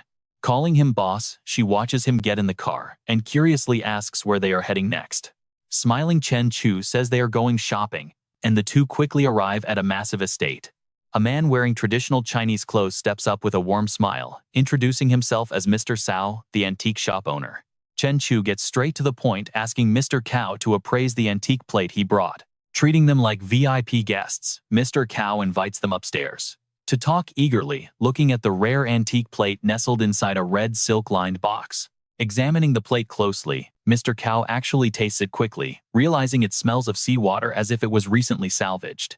He tells Chen Chu that while the antique is genuine, it actually belongs to a matching pair. Since he only has one, its value is significantly lower, which instantly causes Chen Chu's face to darken with disappointment. When he salvaged the piece, it was surrounded by shattered fragments, leaving this as the only surviving survivor. Showing deep regret, the shop owner offers a maximum of 4,500,000 yuan since it is missing its partner. Pulling the box back, Chen Chu politely declines, saying he needs to think it over before quickly walking out. Back on the street, Lang Yue points out that after visiting several shops, Boss Cao seemed to offer the most reasonable deal. Chen Chu questions if it was actually reasonable, or if they should just take the highest offer and be done with it. Looking back, Chen Chu recalls a shifty look in the man's eyes, sensing that Boss Cao is definitely hiding something. The scene shifts to a lavish villa where you and I meet a powerful man demanding clues about the shipwreck. Handing over the porcelain with a bootlicking smile, Mr. Cao points out the official seal, proving it belongs to the lost cargo. He adds that a young kid brought it in, meaning he definitely knows the exact location of the wreck. The boss immediately orders his contact Hu Li to dig up every single piece of information on this kid within 30 minutes. Mr. Cao quickly gets to work, and within just a few minutes, his phone lights up with a brand new notification. Reading the file, he reveals a regular college student who suddenly bought a 3 million yuan luxury car and even traveled abroad with Li Tianrui. He asks if they should cooperate with whoever is backing the young kid. The man Duhong gives a devious smile and scoffs at the word cooperate quickly, sending Mr. Cao back to close the deal with Chen Chu. Handing over a form, Mr. Cao happily asks him to fill in his details, claiming it is required for future auctions. Chen Chu casually agrees and signs it. Lying in bed that night, Chen Chu reflects on how easily the deal went down, yet he cannot shake the lingering suspicion that Boss Cao is plotting something very dangerous behind his back. By the next morning, Chen Chu is riding the elevator down. Believing he was just overthinking since nothing happened overnight, Chen Chu shrugs off his worries and decides to head straight to school. He marvels at his own body, realizing that digesting the sea python boosted his muscle density 50 to 60 times beyond normal human limits, making him wonder if he could stop bullets. But waiting right outside the elevator doors is a suspicious figure clad entirely in black. The moment Chen Chu steps out, the stranger grabs him, ordering him to shut up and move quietly. To make his threat clear, the attacker presses the barrel of a gun directly into Chen Chu's back. He is shoved into a luxury sedan outfitted with heavily tinted security glass, preventing anyone from seeing inside. Pretending to be terrified, Chen Chu asks his kidnappers where they are taking him, and insists he never crossed them, but the driver coldly snaps that he is meeting someone and needs to stay quiet. Arriving at their destination, the gunman shoves Chen Chu inside, while another henchman proudly reports to their boss that the target has been secured. Sneering, the scarred leader mocks Chen Chu, wanting to see what kind of guy kept him waiting all night, instantly dropping the scared act. Chen Chu stands tall and mockingly asks why there are only a few of them here. The scarred leader is baffled, wondering how a kid who was trembling in fear seconds ago could suddenly act this calm. Something feels incredibly off about the kid's terrifyingly calm tone. Snapping out of it, the scarred boss leaps up and furiously orders his men to take him out, prompting one goon to immediately lunge forward with his gun aimed. But Chen Chu leaps into action, launching a devastating kick directly into the boss's face, sending a spray of blood everywhere. That handgun flies high into the air before dropping perfectly straight down, landing right into the waiting palm of Chen Chu. Startled, the thugs bark in panic. "Kid, put the weapon down. Are you deaf? Boss said to drop the gun right now." Scarface sneers at him. "You only have one gun while I am packing two. Besides, your little toy only has a single bullet left. Kid, you are completely surrounded." But Chen Chu simply scoffs back, asking, "Are you guys seriously still blind to what is happening here? You have got it backward. It is just me surrounding all of you. Now tell me who is pulling your strings. Tell me and I will make your end quick." Instantly, a massive gunshot rings out, shattering the quiet. He has finally made his move. Seeing their boss take a direct bullet to the head and collapse, a terrified underling screams out in absolute shock. "Boss." The remaining thugs quickly rally, shouting to each other, "He is empty now. Go tear him apart." Focusing his mind, Chen Chu tosses the empty gun aside and channels his inner energy.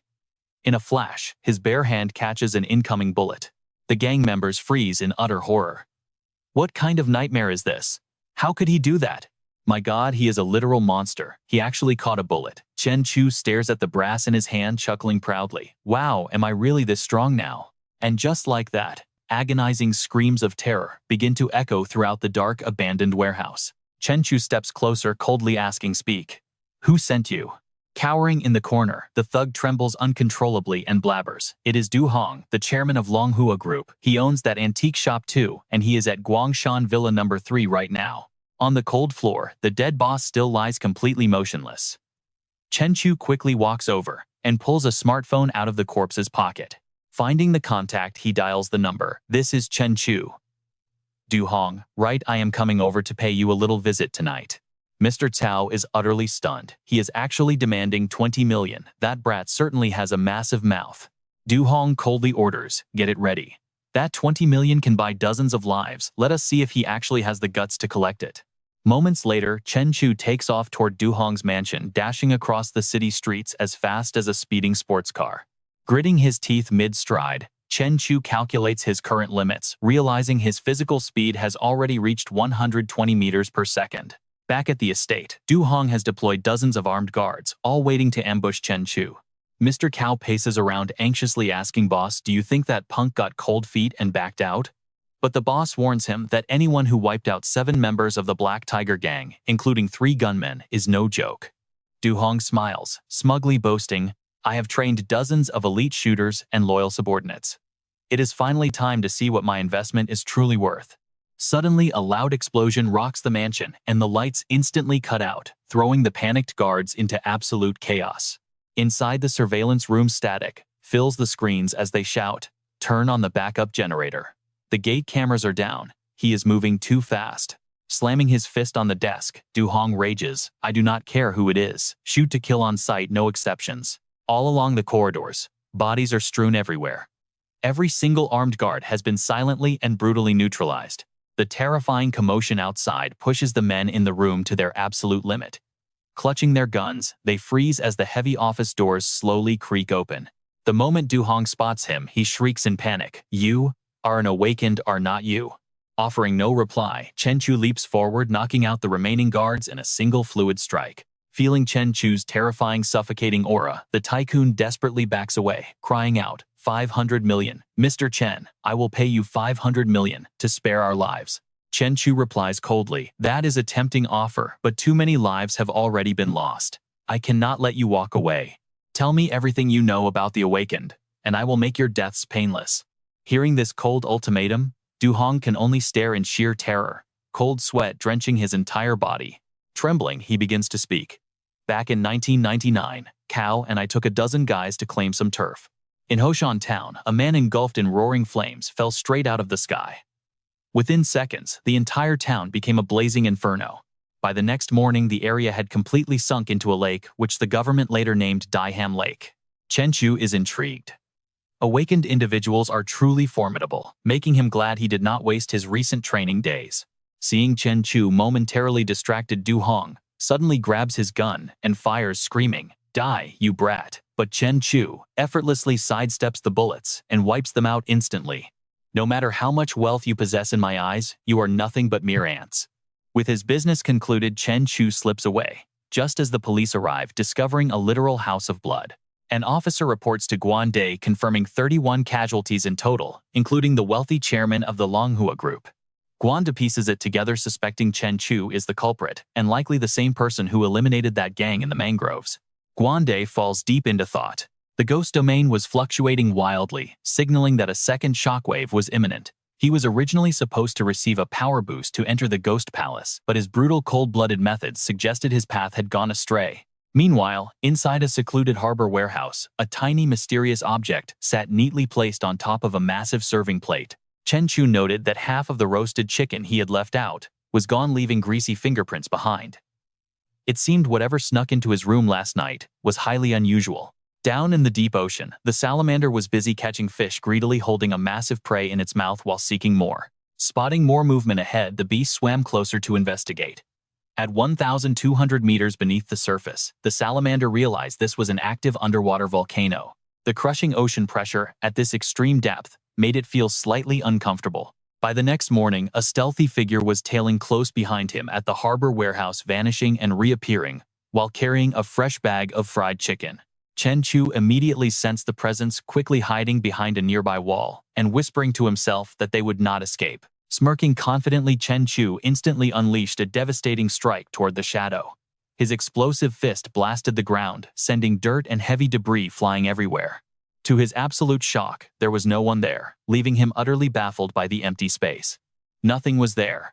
How could they just vanish into complete silence? What kind of ability was this? A spatial rift? An otherworldly portal? Or something else entirely? At that exact moment, the game system blared with a warning. System alert, his body was being heavily corroded by a source of corrupted energy. Fortunately, his powerful physique granted temporary immunity, though his physical resistance would completely break down after 5 hours. Stunned, Chen Chu took a step forward into the spatial rift, immediately finding himself inside an entirely different world. Right near the entrance portal, Chen Chu spotted a skeletal, emaciated figure standing there. The moment it saw him, its eyes lit up with hunger, and it immediately lunged forward to devour him. He immediately raised his fist to strike, but he could not help but wonder. Was it a zombie, or some other kind of monster? As it lunged, his powerful counterpunch hit the creature dead on, instantly blowing it to pieces. On the wall right above the entrance, a sign read, "Welcome to Hushan Town."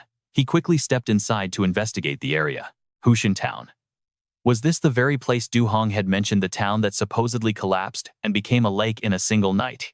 It turned out Hushan Town was not destroyed, but rather dragged into a completely different world. Shaking it off, he decided to head back first. This place was both mysterious and highly dangerous. Because he was so focused on examining his surroundings, he did not notice a young girl watching him intently from a tree. Holding a chicken in her hands, her face darkened as she viciously ripped off and swallowed a massive bite of meat. Chen Chu allocated his 2 attribute points, channeling them entirely into reinforcing his lightning abilities. Attribute points upgraded lightning manipulation power, increased experience points +20, and mental energy +2. According to the information he uncovered, Hushan Town was flooded, leaving 180 people missing and forcing 30,000 to evacuate. Chen Chu quickly calculated the odds. What happened to those 30,000 people who vanished? If they all turned into zombies, just think of how many attributes he could reap. He immediately dialed his phone to ask, "Hello, Brother Lee, it is me. Please help me look up where the citizens who evacuated Hushan Town 20 years ago are currently living." A voice responded from the other end of the line. "Hushan Town, got it. I will get that information to you by tomorrow." The next day, he contacted the facility management to build a small reinforced steel room and craft a giant decorative broadsword. A blade, 2 meters long, thick, heavy, durable, and sharp. The craftsman could only sigh in frustration. He warned Boss Chen that sharpening the massive blade would be tough, since such weapons were strictly regulated by the government. Chen Chu laughed it off, asking Manager Lee if anyone would actually use a 2-meter blade weighing 100 pounds to kill someone. The manager broke into a nervous sweat. Chen Chu calculated his plans carefully, knowing that those zombies were highly infectious mutating creatures. Besides the massive sword and reinforced room, he also needed to purchase a set of heavy steel armor. Later, he quickly met Li Tianrui at the seafood hotel. He reported that the information regarding the survivors from Hushan Town was extremely chaotic. While the government claimed everyone was resettled, his private investigation revealed that there was absolutely no record of them anywhere. On his way back, Chen Chu smiled smugly. It was exactly as he thought. Those 30,000 people were all buried in that alternate world. Deep beneath the ocean surface, the salamander continued to hunt fish. It was secretly thrilled. Today was a great day, having caught over 40 fish. It only needed 300 more evolution points to complete its Stage 3 evolution. Cut to a breathtakingly luxurious villa, boasting a massive estate with grand and magnificent architecture. The broker quickly introduced the owner of the villa, Miss Lin Qing, praising Boss Chen for having such excellent taste. Chen Chu presented the payment, suggesting they proceed with the paperwork once Miss Lin finished counting. Qing A stood frozen in absolute disbelief at the sight of 20 million in cold cash. At that moment, the final evolution points were registered. Hunting at 1,500 meters deep, the salamander began to evolve. It curled itself into a tight ball, enveloped in a blazing sphere of fire.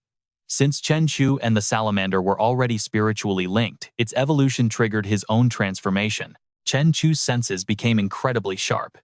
Even from hundreds of meters away, he could clearly hear the faint sound of ants carrying food. Chen Chu kept listening, picking up the sound of a guard 300 meters away, grumbling about his life. Chen Chu's strength and speed had completely doubled, yet he managed to control this sudden power with total ease. His level surged to the Earth rank, pushing his physical stamina to 1,000 and his mental power to 200. The system chimed, unlocking a water affinity talent alongside thunder control and his devastating thunderfire breath. He figured this new power came from devouring those mutated tigerfish. Looking through the salamander clone's memories, Chen Chu realized its body was now a massive 40 meters long. This was no longer just a giant lizard. This was straight-up Godzilla. Still, its internal energy remained too low, making that thunderfire breath pretty weak for now. Staring down at those glowing red eyes, the salamander instantly spotted a massive beast lurking right beneath it. The salamander pried the beast's jaws open to inspect them. One bite from this thing could crush an aircraft carrier deck. Not bad strength. The beast ripped its prey apart, though in its eyes, that power was still just decent. Clutching its fresh prize, the salamander quickly swam away. Eating these tigerfish yielded over 2,000 evolution points alongside intense heat energy. This deep cave was clearly the nesting ground of these massive predators. Approaching a nearby cavern, the salamander spotted something so terrifying, it instantly dropped the prey from its jaws. Staring at the bizarre sight ahead, a sudden chilling dread washed over the creature. It was an inexplicable feeling of pure terror. Something powerful was hidden inside that massive skull, causing the energy within the salamander's own body to violently boil.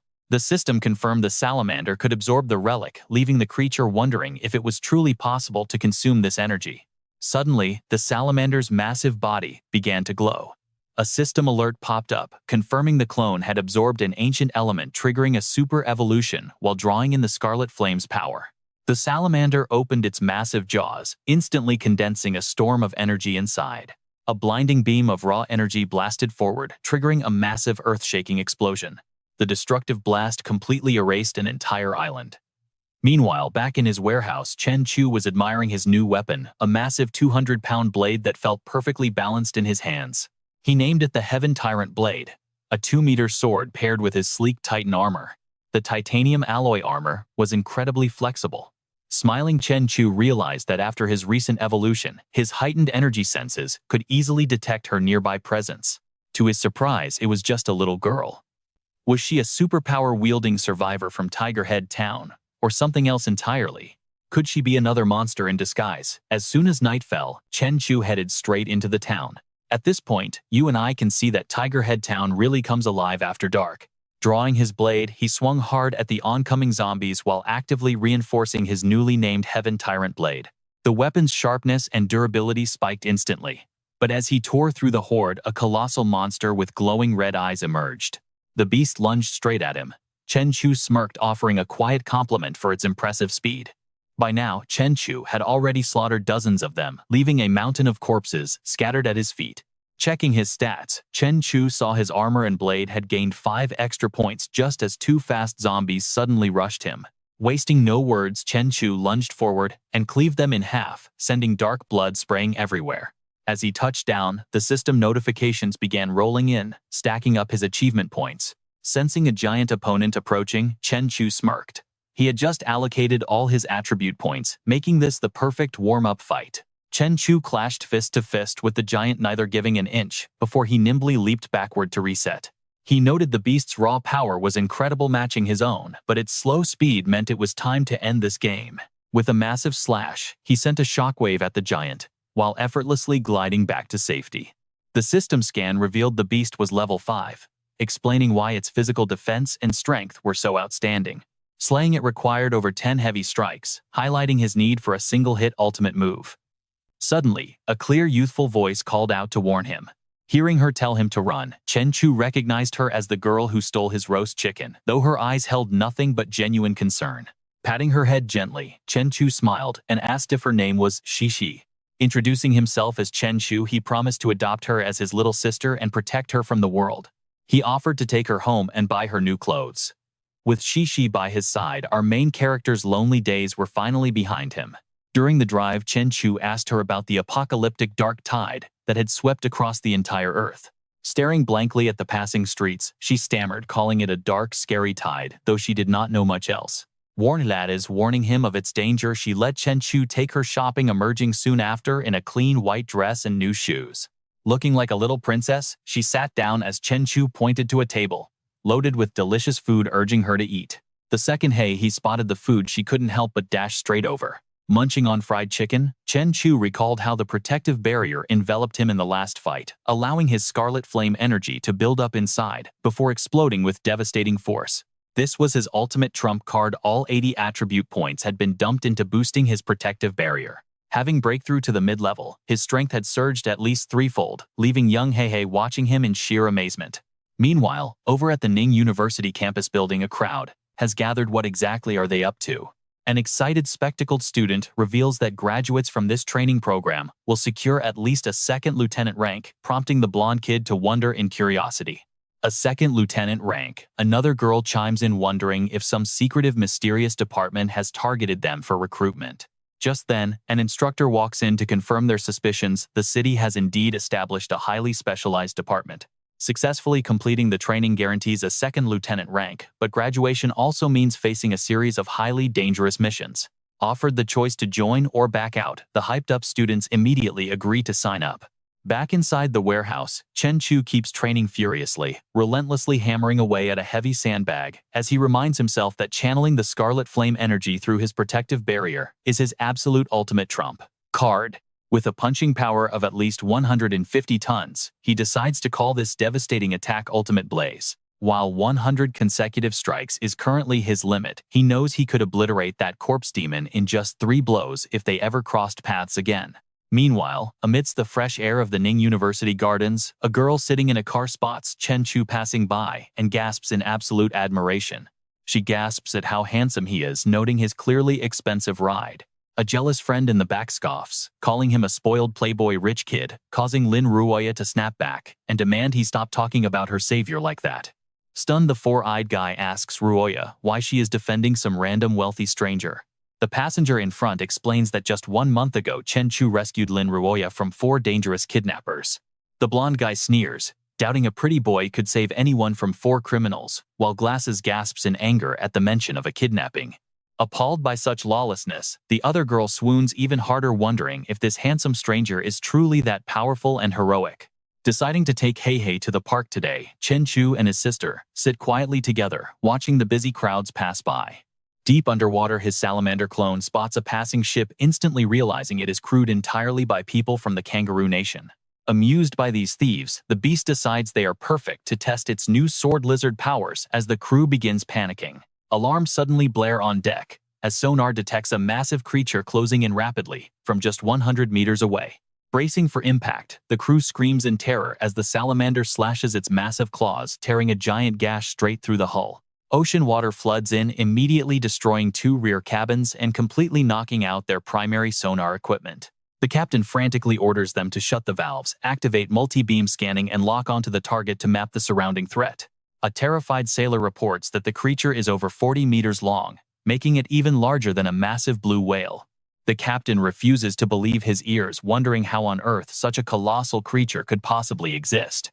Knowing blue whales cap out at 30 meters, he screams to seal the bulkheads and order an immediate emergency ascent. With the vessel heavily flooded and the relentless attack continuing, the captain orders torpedoes fired as they push the engines to surface. Watching the entire ship descend into absolute chaos, the giant salamander feels quite amused by their desperate panic. Swimming away at a blistering 200 kilometers per hour, the torpedoes can't even touch it. This little game has only just begun. From a distance, the massive ship blindly veers forward, completely disabled and drifting out of control. The giant salamander wraps its massive body around the vessel, dragging it into the path of the incoming torpedoes. In a blinding explosion, the ship is vaporized, leaving no survivors. Watching the flames, the salamander notes that even a distant torpedo blast still feels a bit uncomfortable to endure.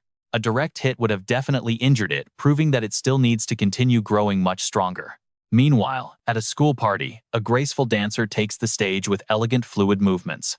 An excited spectator eagerly points out that she is a foreign language freshman and one of the 4 top beauties at Chen Chu University.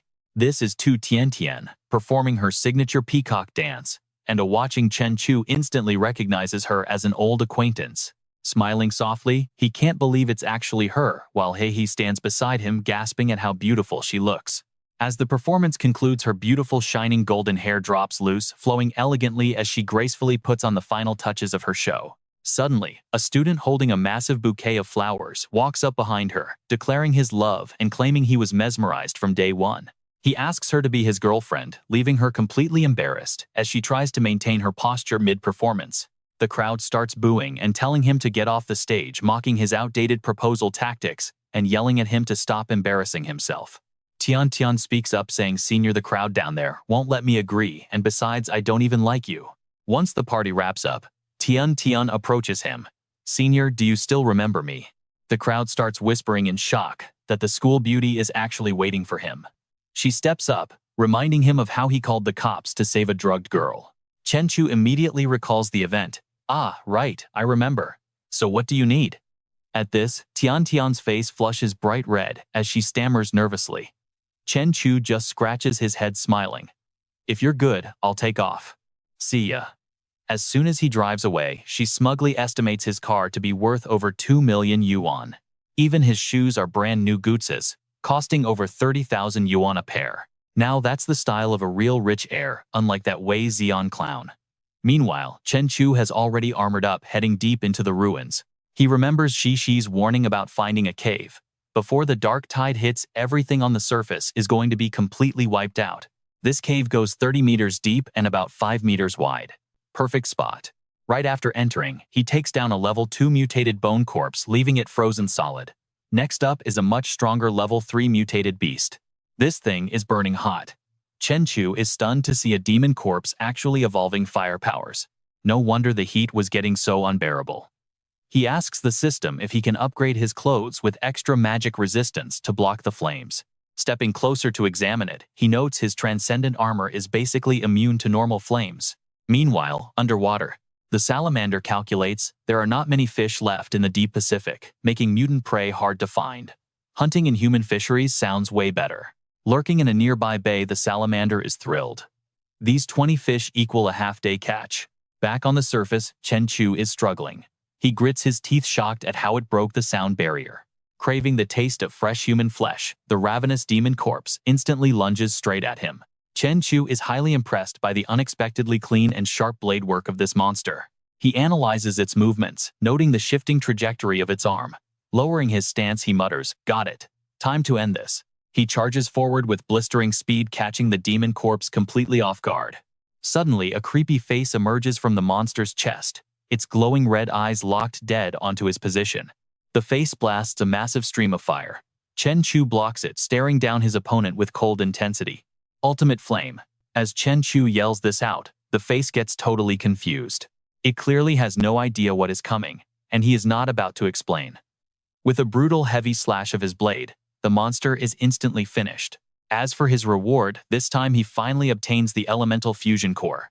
A heart-shaped glow lights up his weapon as the heavenly tyrant blade successfully fuses with the demonic material. Chen Chu immediately tests out his upgraded weapon, unleashing a massive, devastating sweep through the air. He is absolutely thrilled with the result, realizing it can convert blazing fire and lightning into destructive blade chi.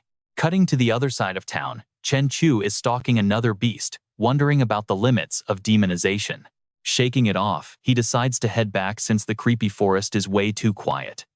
Back at the warehouse, Shi runs out to greet him. "Brother Chen Chu, let me close the door." He is stunned. How can Shi close an invisible door? It must be some sort of spatial power. She is much more mysterious than he realized, so locking it up keeps any monsters from escaping while he is gone. Right then, the system offers him a pocket storage space for 10 attribute points, and he snaps it up without hesitation. Holding the heavy spear, he is amazed that the system knows exactly what he needs. Just as he was about to complain about lugging this giant weapon around a convenient storage space, drops right into his lap. Deep underwater, the salamander swims along, realizing its body grew over 1.5 meters in just 3 hours, earning 500 evolution points. Human fisheries are amazing. Up on the boat, local fishermen are completely baffled by the dead tuna floating up. "Yamada-kun, check out this tuna. What is going on here? Is it a lack of oxygen?" Seeing the bloody corpse float up, they panic. Oh no, there is blood. Something is attacking the tuna. Without warning, the salamander thrashes its giant tail, completely destroying everything in the water. Back at the villa, Chen Chu counts over 100 attribute points left, ready to upgrade his overall stats. Testing his upgraded senses, his perception range explodes from 100 meters to a whole kilometer, while Moonstep now lets him temporarily glide through the air. Returning to safety, Chen Chu gently brushes Shi's hair. At this moment, a news report announces that a terrifying black fog has appeared in Tesla, a city in northern Europe. It spans hundreds of kilometers and has already caused more than 50 people to go missing. Hearing this, Chen Chu cannot stop thinking. This terrifying black fog sounds almost identical to the black tide back in Hoshin Town. It seems like this peaceful world of theirs is not going to last much longer. Meanwhile, near Okumachi Island, a massive ship slices through the ocean. A beastman steps forward, asking Sugimoto if Professor Kant has made any progress with his research. Sugimoto glances back and answers that the professor has successfully extracted a super gene from the giant beast. What is more, they have found a way to resurrect the monster. The beastman cannot help but wonder at super gene. Does this mean superhumans can now be mass-produced? The doctor replies that it is even better because giant beasts will also be under their complete control. Just then, 2 crew members quickly run up and report that the micronuclear energy conversion has been successfully completed. The other man orders them to deliver it to the site immediately. Deep inside, they are keeping a massive beast locked in a glass chamber with a giant sword impaling its chest. Right after that, a technician quickly reports that the electric collar is fully installed and nuclear power is successfully connected. The professor smiles in satisfaction. Once nuclear energy floods the creature's body, this titanic beast will finally wake up. It is smart enough to know that the collar will kill it, so it will submit and obey their every command. Sugimoto flatters him, calling Professor Kant a brilliant genius who has completely surpassed even Einstein himself. Staring at his creation, which is still motionless inside the chamber, the professor laughs, celebrating that the beast is about to awaken. The salamander watches all of this unfold and thinks with pure contempt, these fools want to resurrect that monster. They have a death wish. Deciding to put an end to their mad experiment, the salamander stops hiding and reveals itself to everyone. The moment Kant spots the salamander, he panics and screams, "It is a giant beast. Stop it or we are all going to die." "Fire at will," Kant yells, in terror, urging Sugimoto to hurry and retreat to the submarine immediately. The security team rains bullets down on the beast, and one even throws a bomb, while the terrified doctor desperately tries to escape. But those heavy attacks do absolutely nothing to the salamander. It just stands there completely unfazed. Without warning, the salamander begins to smash everything in sight, sending Sugimoto into a state of total shock. Its menacing face emerges through the thick smoke, glaring down at the humans. Despite their frantic struggle, they have not even managed to scratch a single one of its scales. The guards are completely stunned. They used 24mm armor-piercing rounds and even rockets, yet nothing worked. This kind of heavy weaponry is normally enough to start a small-scale war. The salamander sneers in its mind, so this is all the strength these superhumans have. Then it opens its massive jaws and roars.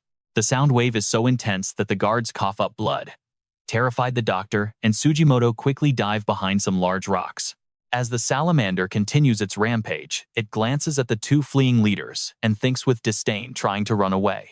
Just then, a massive explosion echoes nearby, causing the salamander to frown and investigate. Inside the shattered glass chamber, the dormant beast has finally started to move. Feeling the immense power, the salamander is shocked to see it actually awake. Its aura is absolutely terrifying. It tells itself to keep its distance first, then strike to kill. Without wasting a second, the salamander channels its inner energy, opens its mouth, and fires a devastating blast. Caught off guard, the beast panics, thinking, "I just revived, and my body is still weak. Please do not do this." A system notification pops up, announcing that damaged ancient genes have been detected, and asks if it wants to absorb them. Damaged? Fine, absorb them. Meanwhile, sitting in a cafe with Shishi, Chen Chu ponders this with a grim expression. How could absorbing damaged genes make him grow stronger by doing nothing? Nearby, the little girl innocently devours her food, calling it delicious. Suddenly, Chen Chu's phone starts ringing. He looks down to see a text from Qian Qian asking if he is free tomorrow. She invites him to dinner, and Chen Chu immediately agrees, replying that he will pick her up at 11 o'clock tomorrow. Inside a spatial portal, Chen Chu dodges and leaps, amazed that even an armored tank could easily be shredded to pieces by these razor-sharp blades. Just like that, he successfully slays the level 4 demon beast, slicing its giant body clean in half. Chen Chu cannot help but feel underwhelmed, wondering why it was only level 4 when it felt like a level 5. Suddenly, a strange energy wave ripples through his mind, and Chen Chu realizes he can sense it. Right on cue, another massive monster begins slithering directly toward him. Showing zero hesitation, Chen Chu charges straight forward and unleashes a devastating heavy blow. Surprised that the beast can actually damage his transcendent-grade demonic armor, Chen Chu spends 50 attribute points to reinforce it. With that, the colossal worm is blasted high into the sky, leaving a massive, fiery explosion in his wake. Chen Chu lunges forward to attack it head-on, but the monster suddenly generates a protective barrier around itself. He quickly realizes the beast possesses an energy shield. Without hesitating, he grips his blade with absolute fury and unleashes a massive slash, violently ripping its body clean in half. Jue Yan, you have slain a level 6 magical beast and earned 200 attribute points. Satisfied, Chen Chu allocates 100 points to boost his protective barrier and another 100 to Crimson Flame, raising his blade's fire temperature from 3,000 to 10,000 degrees. Looking into the distance, he notes his blade energy strike range now reaches 30 meters. That dragonfly monster from earlier only took one slash to put down. Back home, he carefully calculates his setup. He has boosted his protective barrier, has Ju Yan for close combat, Crimson Flame Blade energy for long-range, Chi Sense for perception, along with his demon armor and Overlord Blade enchantment. Channeling his inner energy, Chen Chu focuses his training on the Ice Fist cloud-stepping footwork and mastering lightning control. 2 days later, you and I see the campus buzzing with gossip. Isn't that the gorgeous beauty Situ Qianqian? Even the campus beauty can't resist the temptation of luxury cars. Huh. When did the atmosphere here at Ning University become so shallow and superficial? Below, Chen Chen smiles sweetly, asking him what he wants to eat, since it is her treat. Chen Chu suggests getting seafood. The pair arrives at the restaurant, where he promptly orders a 4-pound wild lobster, along with 2 servings of French bellon oysters. Qianqian is internally panicking. This quick order already exceeds 70,000 when her entire budget was only 10,000. Her 3-month living allowance is completely wiped out. She stammers nervously, admitting she only brought 10,000. She asks to borrow the rest and promises to pay him back.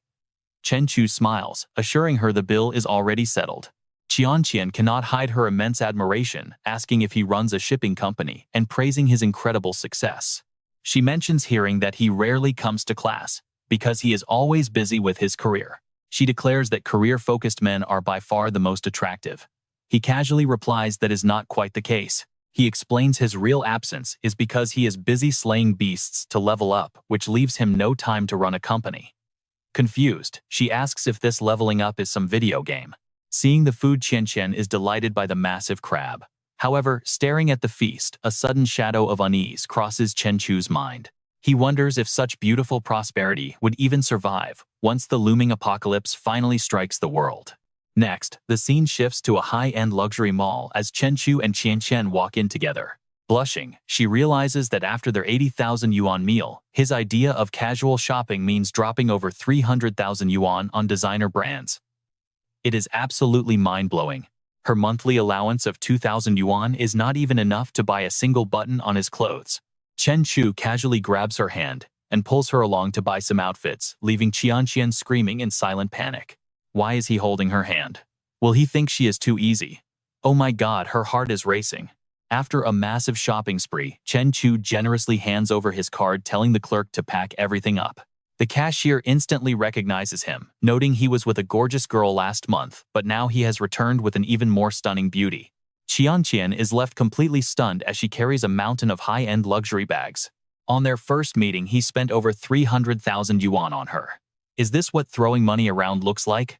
Staring at Chen Chu, she gets flustered, wondering if his next move is to take her to a hotel.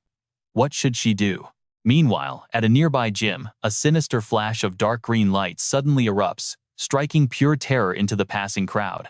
Chen Chu instantly shuts his eyes, detecting the anomaly through ultrasonic brainwave vibrations. Before she can finish her thoughts, he abruptly tells her he has an urgent matter and must drop her back at school. Dazed, she wonders if he actually has no interest in her. Or perhaps he simply wants to take things slow. Is she just overthinking things? Chen Chu has absolutely no time to focus on girls right now. He calculates that a highly bizarre spatial rift has opened up very close to them. Guided by his sharp instincts, Chen Chu arrives at the gym shortly after. The interior is already stained crimson with blood. Chen Chu looks grim, realizing contaminated energy has actually managed to leak into the real world. Immediately, he pursues the threat for a while, until they finally come face to face. The dark beast snarls in irritation, cursing that it was found. It demands that he prepare to die. With that, the beast lunges forward to attack. Chen Chu instantly counters with a powerful kick, causing its body to explode. The system immediately chimes, announcing that he has slain a low-tier contaminated beast and earned 5 attribute points. Chen Chu muses that it was indeed just a contaminated creature rather than a demonized one, similar to Yin Xiao. The monster's corpse lies scattered across the floor. Upon discovering the scene, the police quickly arrive to secure and investigate.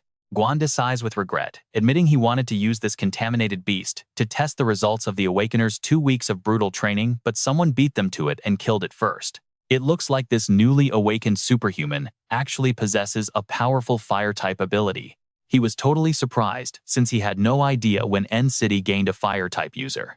Meanwhile, Chen Chu sat at home watching the news, where they reported hundreds of dimensional rifts suddenly tearing open across the entire globe. Unfortunately, the broadcast confirmed that the long-feared apocalypse was now reality, leaving Chen Chu to realize that the 99-year doomsday had officially arrived. Over the past 20 years, the death toll on this apocalyptic battlefield had reached over 500,000 people. More than 20 years of fragile peace had been built entirely on the blood of brave soldiers. And now humanity had entered a global evolution era where absolutely anyone could awaken superhuman abilities. Staring at his phone, he realized these public documents were just basic summaries lacking any real comprehensive depth. If he wanted to access deeper secrets about the apocalypse, he would have to officially register with the City Special Bureau first. Meanwhile, deep underwater, his salamander avatar was battling a colossal mutated fish when its body was suddenly dragged down by the creature, actually turning the surrounding seawater into crushing heavy water to pin it down. However, against the powerful beast, that trick was completely useless. Charging forward without hesitation, the giant salamander unleashed a savage strike on the massive sea beast, leaving the mutated whale to thrash around in absolute agony. The creature hungrily realized that devouring this entire massive beast would net at least 10,000 evolution points. Over the local Special Bureau branch, the entire staff was buzzing with excitement.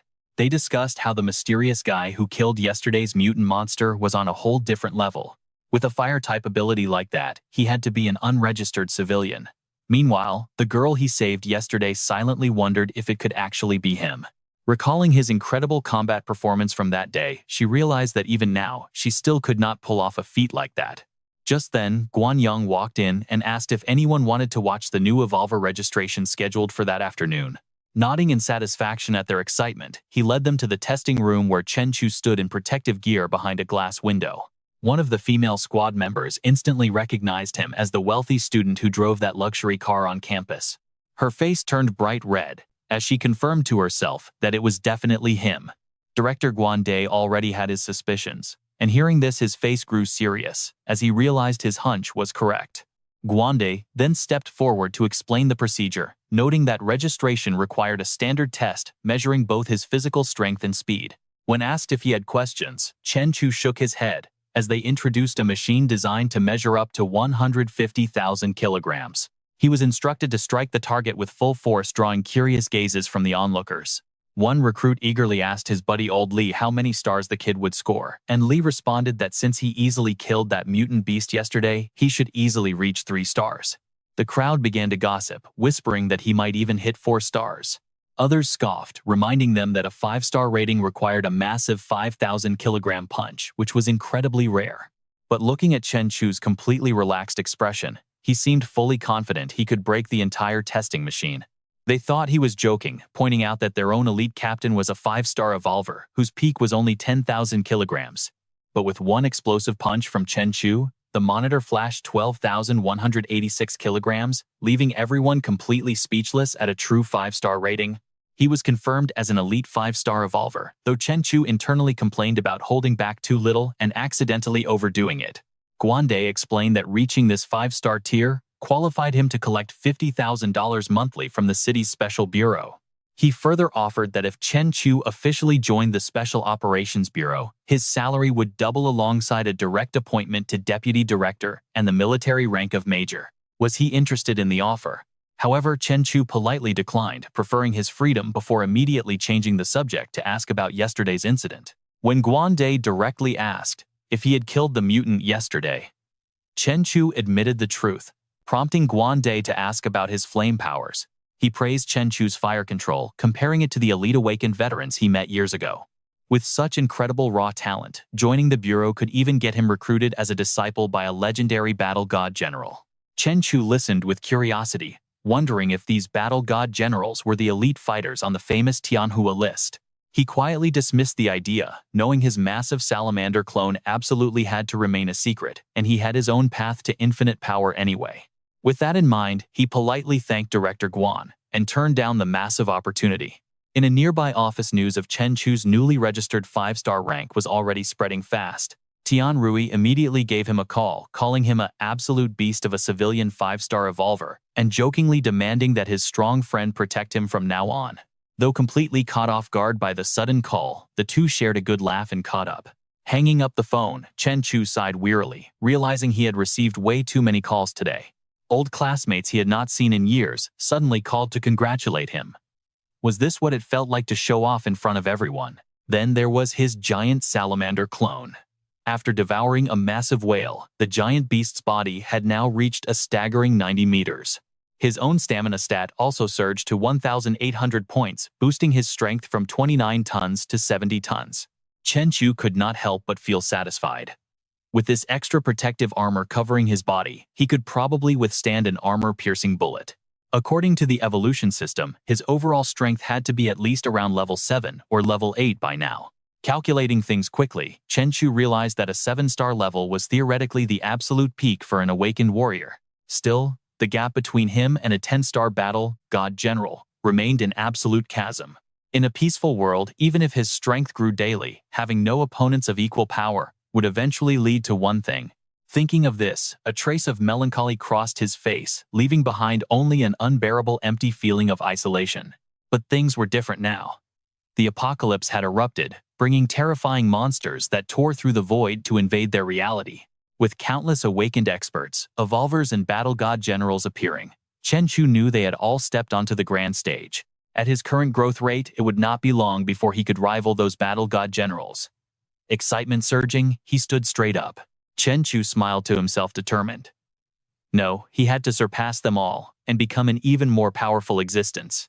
Right then his phone suddenly started ringing loudly. In the employee chat group, everyone now knew Chen Chu was an evolver, and the girls could not stop buzzing with admiration. The innocent remarks from the 3 girls made Chen Chu chuckle. Reading the messages, he enjoyed a happy moment before playfully putting on a serious tone to reply, telling them not to slack off and to work hard. Each girl had a different reaction, but Leng Yue immediately replied saying understood boss. Sitting straight at her desk, she sent a clear reply to let him know she was on it. Seeing his text, Ling Yue gave a playful, lazy grin and replied that she would get right to work. Meanwhile, over at the dock warehouse, Chen Chu had already arrived. Chen Chu reached out, and his massive blade instantly materialized in his hand. Dragging the blade across the floor, he noticed a tiny figure watching him. Smiling, Chen Chu spoke softly, telling Xiao Si that they were back. The little girl stepped forward, babbling as she activated her power, and instantly a mysterious door creaked open before them. Shi looked at Chen Chu. Standing by the open portal, she seemed completely different from when she first joined him. Sensing potential danger, he gently warned her to stay put and wait while he went inside to investigate. The obedient little girl quietly stepped aside, clearing the path for her big brother to pass. Standing right in front of the door, Chen Chu felt his footstep on something unusual. Stepping inside, Chen Chu instantly pinched his nose immediately, raising his guard as he realized the scent here was completely wrong. Looking at the strange landscape ahead, he wondered if every single opening of this doorway led to an entirely different location. Glancing at Xiao Shi, he calculated that to stabilize the world behind this portal, he would have to keep the young girl maintaining the open gateway. But a worrying thought struck him. If they did that, what if an even more terrifying monster detected the doorway and forced its way through? He clearly recalled that blue-eyed beast from before. It had traced his disappearance to pinpoint the exit's location, and had even dispatched fire demons to hunt him down. However, if the gate closed, the next opening would drop him into a completely random world, forcing him to start exploring all over again. Thinking of this, he let out a dry chuckle. So it was basically a totally randomized dungeon run.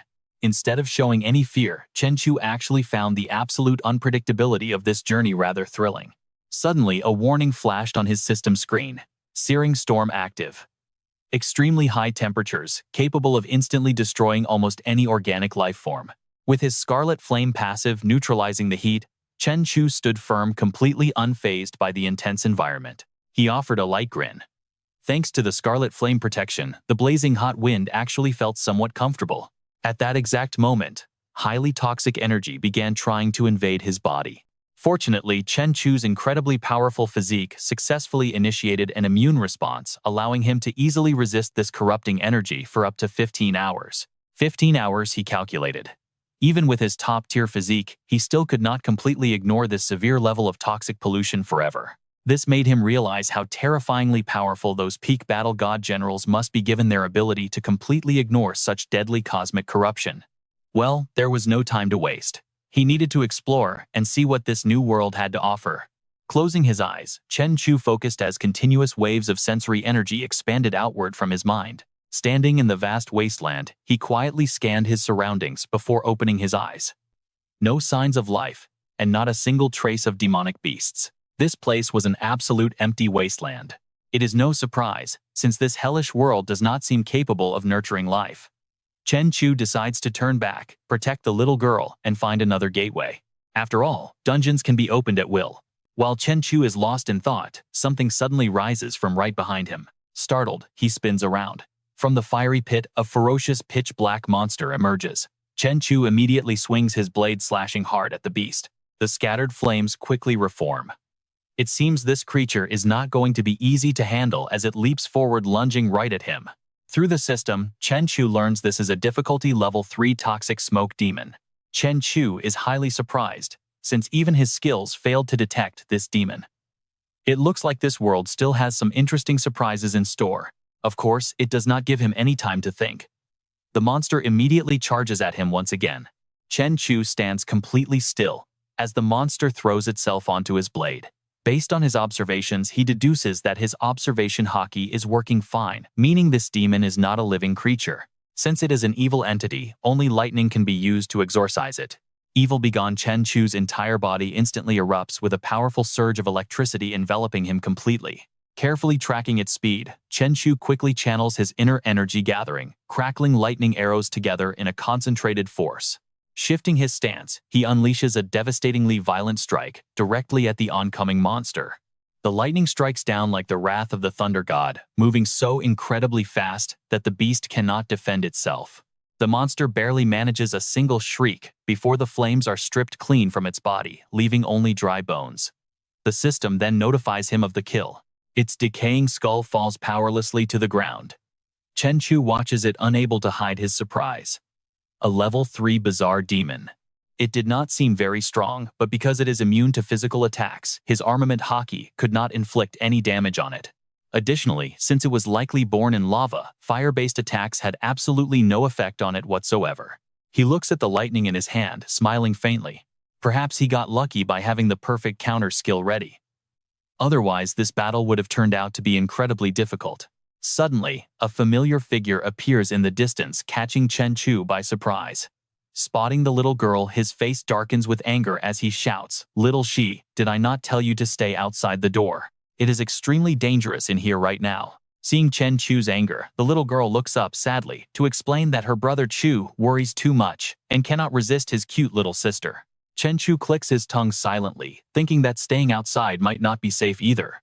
He steps forward, pats she on her head, and whispers, "How about this, follow behind me? Keep your distance and do not get close, understand?" The little girl instantly brightens up obediently, nodding before concealing her presence. Chen Chu continues moving forward, keeping a sharp eye on his surroundings with high alertness. According to his sharpened senses, there seems to be something lurking further ahead. Suddenly, the volcano beneath where Chen Chu is standing violently erupts, startling him. Without wasting a single second, he immediately leaps into the air and flies away. Fortunately, thanks to his swift reflexes, he escaped just as his previous spot was completely engulfed in flames. Chen Chu glides like a bird across the steep, craggy cliffs, while the raging fire below spreads rapidly, consuming everything in its path. Although he is temporarily out of danger, Chen Chu remains uneasy, leaping higher to find safer ground until he finally secures a place to land. Chen Chu lands on the highest cliff to get a clear panoramic view. The fire has not reached this spot, yet leaving him absolutely stunned by the sight before him. Instead of a building, this place looks more like some kind of massive seal or a prison. It is even capable of completely concealing the overwhelming aura of a powerful archdemon. He approaches the heavy chains. It turns out, the true reward of this world is Flamewing Vanfell, a genuine dragon. The red dragon is covered in pitch-black scales, helplessly bound to the spot. He looks down at it with immense pride. He cannot even begin to imagine how his red flame lightning and Haki will explode with devastating power after being boosted by countless attribute points. The dragon slowly rises, remaining incredibly arrogant despite the heavy chains binding it. "Foolish human, do you truly think you can challenge me? How utterly ridiculous. This is a world that belongs entirely to me, intruder. Since you have stood before me, I shall show mercy and give you two choices." It glares intensely at him as it speaks. "Here are your choices. First, I can bury you completely right here, and naturally not even your ashes will remain. As for the second option, I am happy to welcome new servants into my grand ranks. All you must do is kneel and praise the glorious name of Flamewing Vanfell." Instead of obeying, he sneers. "Who are you? I have no interest in knowing. However, I am highly interested in dragon bones," Chen Chu says with an incredibly nonchalant expression. It has never seen a human stand so arrogantly before it. The dragon roars in pure rage. How insolent. At that moment, fiery humanoids leap out from the molten lava below. Chen Chu cannot help but find this amusing. Chen Chu scoffed at the poison smoke demon, expecting some high-tier monster. He wondered if transforming into this pathetic creature was the ultimate price of agreeing to become the dragon's servant. Furious, the black dragon immediately ordered his minions to slaughter Chen Chu and drag his corpse into the lava. On command, the fire minions charged at Chen Chu all at once. But instead of panicking, he just stared at them and burst into a loud mocking laugh. Suddenly, a surge of power erupted from Chen Chu's body, manifesting as long glowing tendrils. Crackling with heavy electricity, these energy ropes tightly bound the targets. The moment the fire minions were wrapped, they instantly exploded into pieces. The dragon watched in absolute shock, utterly confused by what had just happened. The dragon wondered how all its servants could be wiped out so quickly. Meanwhile, Chen Chu gathered his energy casually, thinking that keeping a giant black dragon as a pet would actually be pretty fun. Turning around slowly, Chen Chu smirked and asked the beast why it did not just become his servant instead. The dragon stared at Chen Chu like he was some bizarre creature before roaring in pure rage, calling him a fool. Instantly, the ground beneath Chen Chu began to crack and shatter. Unfazed, the young warrior quickly summoned his primary weapon, a massive sword. Gripping the hilt, tightly glowing red veins pulsed from his chest and surged all the way down the blade. As molten lava erupted around them, the real battle finally began. Despite facing such a colossal and terrifying opponent, Chen Chu did not show even a single hint of fear or anxiety. Instead, he flashed a confident grin before unleashing a devastating and powerful sword strike aimed directly at the giant beast. Since the dragon was bound by heavy chains, its movements were severely limited. The slash struck its neck, leaving a deep gash that made the dragon howl in agony. Golden fiery blood began leaking from the wound like glowing lava. Furious, the beast exhaled heavily, roaring that it would drag the foolish human straight down to hell. The dragon gathered its energy and took a deep breath, laughing mockingly at Chen Chu, before unleashing a massive torrent of fire directly at him. This was legendary hellfire, a devastating flame far hotter and more destructive than normal volcanic lava. Chen Chu quickly raised his sword, activating his red flame physique to absorb the heat. It seemed this defensive strategy worked perfectly. A glowing protective barrier materialized around Chen Chu, keeping the raging hot flames completely at bay. Watching the flames fail to harm him, Chen Chu smugly declared that the dragon's attack was nothing special. Enraged, the dragon opened its massive jaws and sucked up the molten fire from the lava river, below, roaring at Chen Chu to burn and turn into absolute ashes. An apocalyptic wave of fire shot straight toward Chen Chu, prompting the dragon to laugh out loud in pure excitement. Looking down, the beast bragged that in its realm, absolutely no one could survive its deadly hellfire for even a single second. It looked like Chen Chu was completely obliterated, but a calm voice suddenly echoed from within the thick smoke. Gently ruffling his hair, Chen Chu mockingly yelled from the smoke that he had expected something truly powerful, but this felt just like a giant hairdryer. The beast was completely stunned, wondering how this was even possible. Refusing to let him celebrate, the dragon immediately began gathering more energy. Naturally, Chen Chu had no intention of just standing there like a sitting duck. Channeling his energy, Chen Chu leaped high into the air. As the dragon opened its mouth, he aimed a brutal kick straight at its giant jaw. The moment another wave of fire erupted, he twisted his body mid-air to dodge. Landing safely nearby, Chen Chu explained that with his ultimate fire manipulation abilities, combined with the energy field of his Emperor Demon armor, his fire resistance was completely maxed out. The mere heat of a dragon's breath was nothing he even needed to worry about. The black dragon was stunned to see someone completely immune to its breath, admitting that this human was actually getting interesting.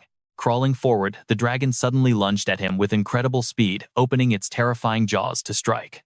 The beast roared, wondering how he would survive being ripped apart by its razor-sharp teeth before snapping its jaws shut with immense force. It was clear that the relentless monster had no intention of stopping until it successfully took his life. Moving like lightning, Chen Chu easily dodged the deadly bite and leaped directly onto the back of the dragon's neck, leaving the giant beast completely unable to react. A calculating look flashed in Chen Chu's eyes as he laughed triumphantly in his mind, knowing he had the upper hand.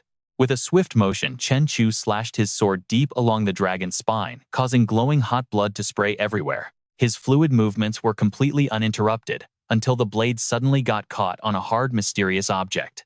Taken by surprise, the young warrior hesitated for a brief second to inspect what was hidden beneath the scales. Suddenly, massive flames erupted from the deep wounds on the dragon's back.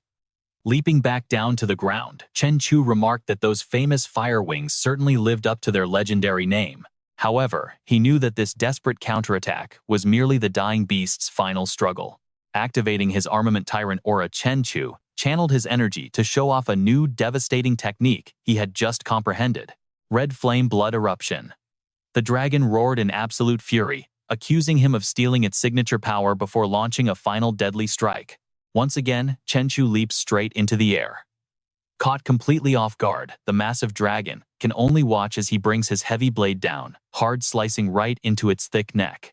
Chen Chu's blade is unbelievably sharp, shearing clean through the dragon's neck and severing its head in a single flawless strike. At long last, he successfully slayed the level 5 dragon beast, racking up a massive haul of system points in the process.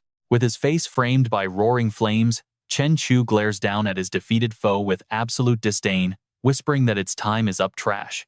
Little Cece wanders around the giant beast's corpse, unable to resist getting up close and personal to satisfy her intense curiosity. Sitting right before the giant's severed head, the little girl gasps that the powerful fire dragon is actually dead. Closing his eyes to focus, Chen Chu realizes that thanks to his 4,000 physical attribute, points burning just 10% of his blood energy, unleashes such a terrifying wave of power. Fortunately, his body's insane recovery rate is just barely able to keep up with this extreme level of physical drain. He decides to call this overwhelming state the first form of blood burst. Approaching the corpse, Chen Chu calculates the value of the dragon's scales, teeth, and flesh, knowing even its boiling lava-like blood is a top-tier supernatural material. Selling just this massive head to the government would easily net him at least $100 million. But there's a catch. How on earth is he going to explain where he got a level 5 dragon head? If he claims to have killed it alone, it would instantly expose his hidden level 6 or even level 7 power. Lifting his playful sister down, he tells Cece to watch her step. As for the dragon corpse, he decides to store it away for now, thinking dragon meat might actually taste amazing. Because of this, Chen Chu spends 200 attribute points to unlock storage space, and the massive dragon instantly vanishes. With the dragon head safely stored away, Chen Chu can't help but feel highly satisfied. He drops 400 attribute points into his perception skill, seeking X-ray vision powerful enough to see hidden intel. Cece watches nervously as he evolves. Spending another 400 points on armed aura, a powerful energy begins to course through his entire body. Chen Chu smiles with deep satisfaction as pure raw power flows through every single fiber of his being. Slowly landing after his evolution, he is shocked to find he has awakened the Conqueror's aura staring down at his glowing hand. This legendary Conqueror's aura strikes absolute instinctive terror into the hearts of anyone who feels it. It is an overwhelming power that can make people tremble and freeze in place with just a single glance. But thinking about it, Chen Chu sighs in slight frustration. He tests the power, realizing it would be perfect for clearing out weak minions, though it quickly fades away. Meanwhile, far out in the vast open ocean, a deep-sea fishing vessel from Country L is hauling in its massive nets, the crew practically bursting with excitement. They cheer as the nets rise, but instead of a massive haul, there are only a few tiny fish and crabs inside. The disappointed crew members scratch their heads, wondering why the catch is so incredibly poor today. One sailor grumbles that they should just be glad the fish aren't dead, but suddenly another crew member stammers in absolute shock. He points, frantically asking what that massive shape is rising from deep beneath the ocean's surface. Suddenly, a massive crackle of electricity erupts from the rising water, sending a jolt of panic through the entire crew. Bolts of lightning rain down from nowhere, striking the water and blasting countless fish high into the air. The fishermen cheer wildly at the endless feast of fish, having never seen anything like it. Unbeknownst to them, the giant salamander below is paying them back after a good meal.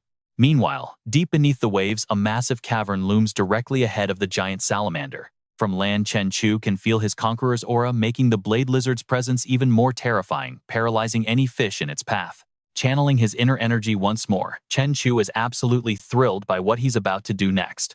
By fusing red flame and thunder, he can actually fly, fulfilling a deep primal human desire to conquer the open skies. He realizes that by manipulating this thunderfire energy, he can soar through the heavens and completely break free from gravity's hold. Within seconds, Chen Chu shoots straight up into the clouds, looking exactly like an immortal deity straight out of a myth. But suddenly something catches his eye, causing him to freeze mid-air. His sharp intuition tells him there are still so many unexplored corners left in this vast world. He doubts even Firewing, the supposed master of this realm, truly knew everything that existed within these boundaries. After all, Firewing was merely a demon dragon imprisoned here, meaning far more powerful beings definitely exist out there. Who could possibly be strong enough to imprison a dragon? Driven to find out, Chen Chu flies for hours, eventually arriving at the ancient ruins of a long-lost giant kingdom. The crumbling stone walls here are crudely carved, heavily fractured by the relentless passage of countless centuries. The mysterious patterns etched into the stone bear a striking abstract resemblance to those found on ancient pyramids. Chen Chu wonders if a massive dragon civilization once existed here. If so, what kind of entity could possibly make such colossal dragons bow down in worship? He frowns deeply at the thought, questioning whether it was a dragon god, or perhaps even a true god. Staring at the stone door ahead, Chen Chu feels a heavy sense of danger looming inside. Yet he knows that to reap the greatest rewards, he has to brave the deepest perils. Wasting no time, Chen Chu charges forward, dashing inside at absolute maximum speed. Even with danger ahead, his overwhelming curiosity is simply too strong to resist. Once inside, Chen Chu is completely stunned. It seems even the mighty Firewing would look like a weak amateur compared to this. Suddenly, system screens flash rapidly, flooding him with urgent non-stop alerts. The level of corruption here is surging rapidly. Chen Chu realizes his gut instinct was spot on. Something is deeply wrong with this Grand Hall, which is already exerting a terrifying corruptive force, even before showing its true monstrous form. He immediately yells out into the darkness, "Stop hiding in the shadows, I know you are in here." A loud echo bounces back, mimicking his own voice perfectly. "Stop hiding in the shadows, I know you are in here." The chilling response startles Chen Chu. As he stands there, dazed, a sudden blinding beam of light shoots out from nowhere straight towards him. On high alert, he manages to keep his composure and demands, "Who is there?" Instantly, a massive muscular body boasting 4 arms emerges from the gloom, coldly answering Chen Chu. The sovereign awakens. Right after that, the grotesque creature begins shedding its pale outer layer of white skin. A dark, sinister face is revealed, marked with a single red line that starts twisting and shifting into what looks like a creepy, mocking smile. And that is exactly what it is doing. Staring at the bizarre, grotesque beast, Chen Chu tenses up as it suddenly extends a strange arm toward him. Even weirder, the creature's hand seems to have no fingers at all, just a blunt, fleshy limb. Its face contorts with sudden rage as it spits out a single word: eternity. Chen Chu's eyes widen in shock at the sheer pressure of this aura. Acting fast, he drives his heavy blade deep into the ground to anchor himself. A loud boom echoes as the violent impact shatters the stone floor. From the beast's hand, a massive torrent of dark, malicious energy pours straight toward him. But Chen Chu manages to summon a glowing barrier, just in time to block it. Bracing against the pressure, he realizes this so-called sovereign cannot possibly be just a Tier 6 monster. Holding his ground, a sudden realization hits Chen Chu. Something is seriously wrong with this power dynamic. This beast is definitely not standard. It has to be a Tier 7 demon. Growing even more furious, the demon clenches its fist tightly, growling out broken words, demanding submission and devil's worship. Immediately, the ground beneath Chen Chu's feet collapses, forming a massive gaping crater. Infuriated, Chen Chu grits his teeth and glares back. "You want me to kneel? You must be begging for death." With that, he throws his head back, unleashing a primal, furious roar. His sheer spiritual pressure sends debris and dust blasting into the air all around them. A massive shockwave erupts, a deafening blast that shakes the entire cavern to its very foundations. Suddenly, blazing patterns of fire begin to engrave themselves across Chen Chu's body. He lets out a faint smirk, feeling a sudden surge of extra energy and power fueling his veins. Looking absolutely terrifying, Chen Chu roars first blood-burst form, yet the demon just stands there in silence, watching him with total indifference as if he does not care at all. Looking down on Chen Chu, the creature sneers with pure contempt, calling him a mere ant. The moment those words leave its mouth, the shattered stone fragments shoot back like sharp, deadly arrows, flying straight toward him. Leaping into the air, Chen Chu swings his blade effortlessly, deflecting the incoming rocks with ease. But they keep coming in wave after wave like a relentless, massive storm of stone. He is forced to push his blade to its absolute limits. Spinning his sword like a defensive fan, he effortlessly blocks dozens of strikes in the blink of an eye. At the same time, a massive explosion rips through the far cliffside. That was the sheer force of his slash. The monster cannot even track him, because his speed is just too blindingly fast. 2 of its arms are sliced off instantly, but it does not stop there. Its entire torso is cut clean in half. As Chen Chu lands, the beast's body vanishes. But suddenly a hand reaches out from right behind his head, catching him completely off guard. He is still alive. Unlike the previous beasts, this one boasts a far more terrifying power. Looking down at Chen Chu, he sneers. It is over. Immediately, a colossal explosion erupts, shaking the entire inner tower to its very core. Standing calmly in the rising dust, the demon smugly assumes he has won. But the battle is far from over, and the smug look on his face quickly turns to shock. Out from the heavy smoke emerges Chen Chu's furious face and terrifying, death-glaring eyes. Gritting his teeth, Chen Chu unleashes an angry roar, calling out his second blood-burst form. Terrified, the monster scrambles backward, desperately trying to put some distance between them. Instantly, those other 4 arms trembled as they channeled energy, preparing to strike Chen Chu once again. But there was no way he would let him. Chen Chu immediately unleashed another massive slash, making the entire place shake. His face and eyes completely changed in an instant, and a smug grin immediately spread across Chen Chu's lips. Before the monster could even react, the sharp blade sliced deep into its body once again. But the monster suddenly vanished. The target Chen Chu had just slashed was nothing but an afterimage clone. Before the beast could celebrate, Chen Chu's blade plunged straight into its chest, leaving the monster completely stunned and dazed. Stricken down before it could even comprehend, Chen Chu sneered that against his blood-burst form, slow speed only meant certain death.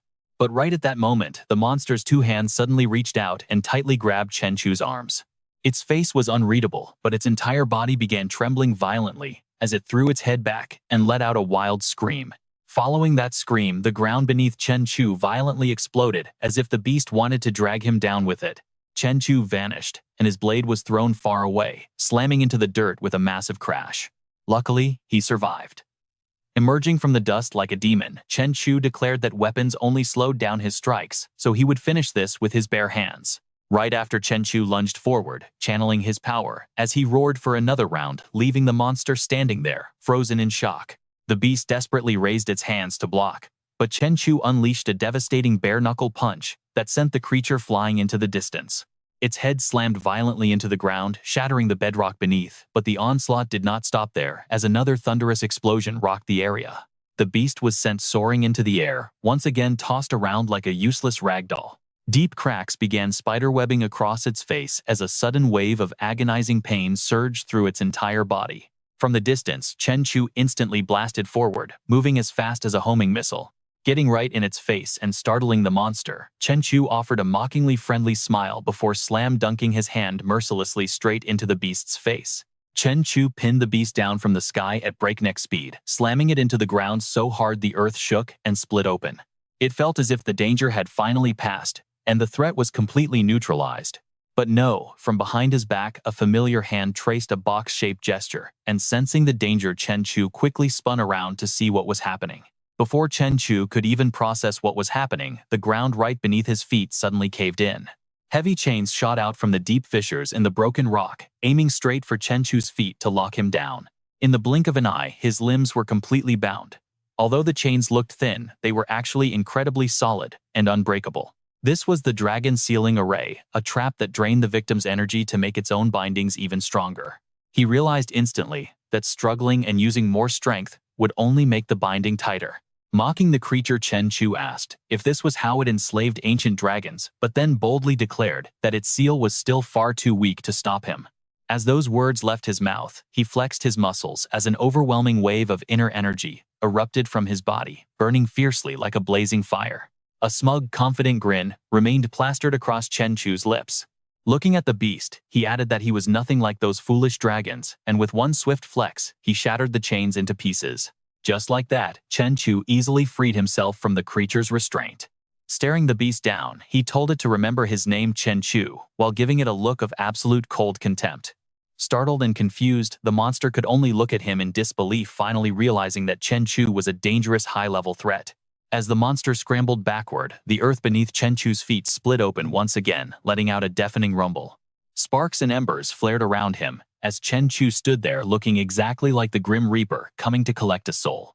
A massive surge of raw energy concentrated in his legs, his inner power churning and rising by the second.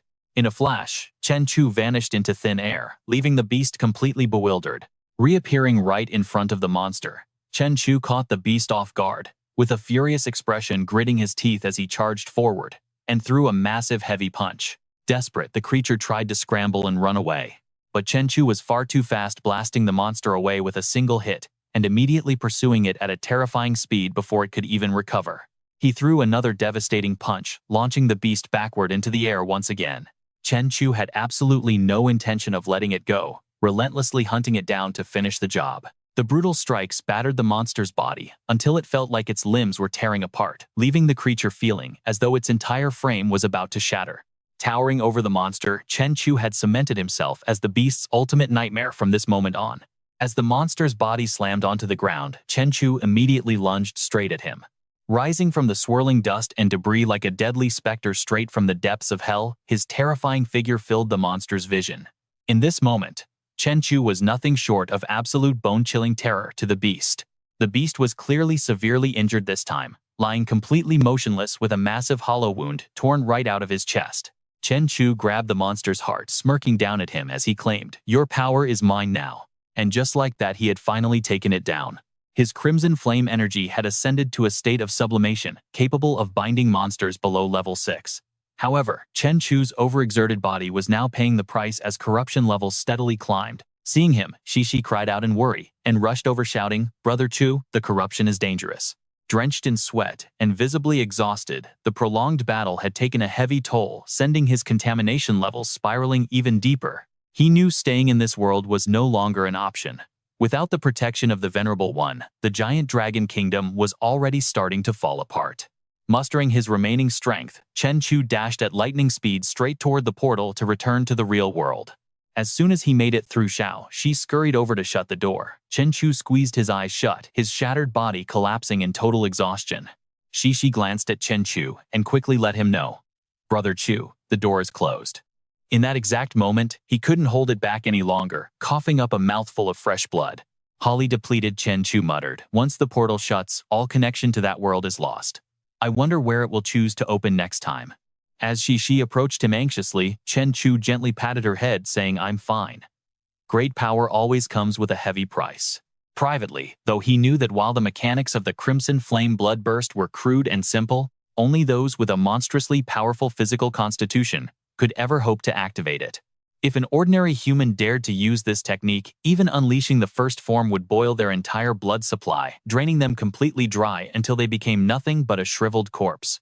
To take things further and unlock the third form, he would need to push his physical limits even higher. Stealing his resolve, Chen Chu forced himself back onto his feet. Taking Xiao Shi's hand, he said, now that the portal has closed, let's head back and get some rest. The sweet girl nodded in agreement. Meanwhile, cutting back to the ruined palace deep inside the giant kingdom, the fallen monster's hand actually began to twitch. He wasn't dead yet, even though Chen Chu had absolutely ripped his heart out, leaving only a hollow cavity in his chest. Just when it seemed like he was down for good, the beast suddenly opened his eyes. Slowly dragging himself up, a sudden blinding flash of agony from his chest caught him completely off guard. Staring blankly at the blood covering his hands, the monster finally realized that his heart had been brutally stolen away. Overwhelmed by a wave of raw fury and absolute helplessness, the beast could no longer contain his rage. He unleashed a deafening scream that shook the very foundations of the surrounding area. Elsewhere, a panicked soldier urgently barked an alert into his radio. Coordinates due south 35 degrees, distance 12,000 meters. Massive rank 5 corruption detected. Requesting immediate and concentrated heavy fire support. From the depths of that massive crater, hundreds of vicious monsters kept swarming out in a relentless tide, striking absolute terror into anyone watching. But then rockets rained down from the heavens, blasting them with wave after wave of heavy artillery. This was a highly secretive zone within City C. Thick smoke enveloped City C as monsters swarmed in endless numbers. Watching this chaos unfold, Seth anxiously asked, does this second strike wave need to be extended by another 6 minutes? I just hope these beasts don't escape. His teammate reassured him, saying, don't sweat it. Look, Seth. Those creatures are eating their own dead now, even though they were completely frozen a moment ago. Seth quickly calculated and asked, what's the current contamination reading? Mike replied, the corruption level is at 15.5. Mike added, with our defensive capabilities, we can hold out for another 8 hours. Seth grinned. 8 hours? Huh? That's more than enough time to secure our haul. Tara chimed in, the corpse of that rank 5 7-headed beast is worth a fortune. Even a damaged carcass will fetch a great price. Mike interjected, we still have to pay the base for the artillery support. Seth smiled, satisfied. Even so, keeping a third of the profit is still a sweet deal. Watching the beasts blow apart right in front of him, he continued, as the Red people say, sometimes you have to let go to catch a bigger fish. Without the base's fire support, a fully healed rank 5 demon beast would easily give any of us a run for our money in a one-on-one fight. Alright, time to get to work. Leave that rank 5 monster to me. Tara, Mike, let's harvest these carcasses quickly. They should yield at least 5 bottles of pure energy. We'll keep 3 for ourselves and sell off the rest. Going by black market rates, they go for $20 million a bottle, which is more than enough to live like kings. But suddenly, a gargantuan shadow began looming from the thick fog. It was the very same monster Chen Chu had fought, but now it stood in a much more colossally massive form. Seth gasped in shock, staring at the thing blankly. What on earth was this? At that exact moment, weird scales began sprouting all over his face. The beast quickly turned its sights on the crowd. Rising slowly, it locked its gaze onto everyone standing there. Mo hurriedly checked the scanner, his heart dropping. The contamination level had spiked to 19. 38, 97, 175, 200, 97, 531. How is this possible? Before he could even finish, a razor-sharp tentacle whipped through the air, slicing Mai's head clean off. At that moment, a wave of sheer terror paralyzed Seth's entire body. Trembling with fear, he screamed, "Run, get out of here." But it was already too late. Both of his companions had already been brutally and effortlessly wiped out. Finally, those lethal razor-sharp spikes aimed directly at him, as the monster locked its gaze onto its next target. It was hard to tell if this was the same beast Chen Chu fought, but its expression was far more intelligent and sinister. The piercing screech it unleashed made blood spray violently from Seth's ears and nose, his head feeling like it would explode. Ultimately, Seth's entire body violently erupted, sending a deafening shockwave echoing across the entire wasteland. A red alert was instantly broadcasted everywhere. Warning: a world-ending event has been detected, activating the absolute highest level of planetary defense protocols. For the preservation of all humanity, starting full-scale military actions to eliminate the threat. Satellites aligned and military helicopters scrambled into the skies as complete chaos took over. A massive high-yield missile was deployed, immediately blasting right into the monster as lightning and thunder roared. After going toe-to-toe with that terrifying boss monster, Chen Chu was completely exhausted. Collapsing onto his bed back home, he enjoyed the deepest, most peaceful sleep of his life. Once he woke up, Chen Chu did some deep stretches. Getting dressed quickly, he headed over to the bedroom next door to wake up his little sister. "Shao Shi, rise and shine. Time for breakfast." Shishi was such a sweet, well-behaved girl, stumbling out of bed half asleep just to open the door for her big brother. Seeing his adorable sister acting so affectionate, Chen Chu let out a gentle sigh and smiled at her warmly. Without hesitation, he scooped his precious little sister up in a warm, protective hug. "Honestly, I'm completely helpless against you." Feeling completely warm and safe, Shishi instantly drifted right back to sleep on his shoulder. He just stood there, patiently cradling his sleepy little sister, who was still pouting in her sleep. Suddenly, a sound came from outside. Standing right on Chen Chu's porch was a gorgeous girl with an absolute knockout figure. She appeared to be a fast food delivery courier. On the back of her jacket, a slogan proudly read, "Lightning Fast Delivery, here to conquer your hunger and save the day." Unlike any ordinary delivery driver, this girl carried an incredibly elegant, commanding presence. The moment she spotted him, she offered a polite smile. "Your takeout has arrived, Mr. Chen." Chen Chu opened the door, finding himself completely dazed as he took in her striking looks. With Shi still sleeping soundly in his arms, Ziyan handed over the bag with a soft chuckle. Chen Chu stayed silent, shifting his gaze to her high-end motorcycle parked nearby. Chen Chu couldn't help but joke, "This is definitely the first time I've seen a beauty riding a $1 million bike to deliver breakfast." Ziyan fired back with a grin. "And I've never seen anyone living in a multi-million-dollar mansion who orders cheap takeout every day, young father." Chen Chu flashed a sly, mysterious smirk at her. "You seem to know an awful lot about me, beautiful." Instantly, his guard went up as he silently gathered his inner power. An overwhelming aura locked onto her. Unable to handle the crushing pressure, she gasped as the bag of food slipped from her hands and hit the ground. Trembling all over, Ziyan stammered, "No wonder you're the pride of N City, the top-ranked evolved human in the entire country." Despite her absolute terror, she forced out, "I finally get to meet the real legend in person today." Observing her reaction, Chen Chu kept his guard up, deeply suspicious of this bizarre, mysterious girl. Narrowing his eyes, Chen Chu demanded, "Spit it out. What is your real motive for approaching me?"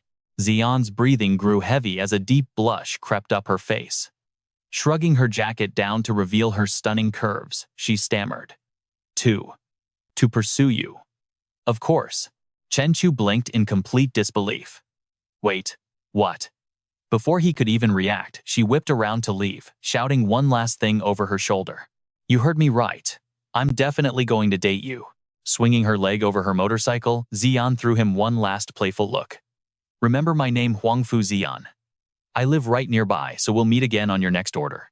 The scene cuts to a surprised Chen Chu asking, "Brother Li, aren't you exaggerating just a bit?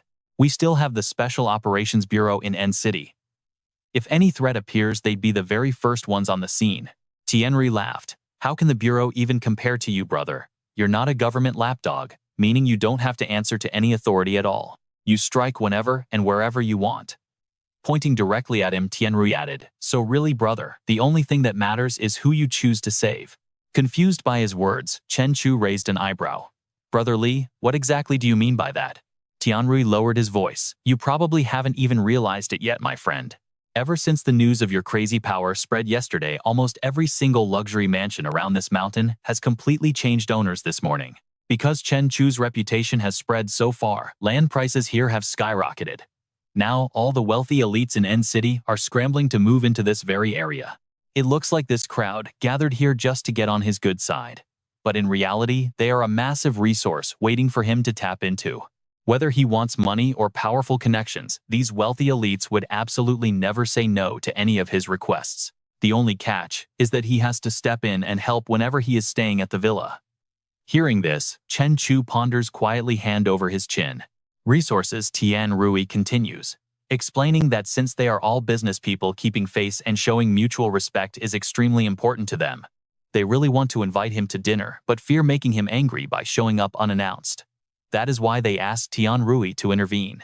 After listening to this detailed explanation, Chen Chu finally makes up his mind and agrees, saying he will drop by. Tian Rui smiles warmly, thrilled by the answer.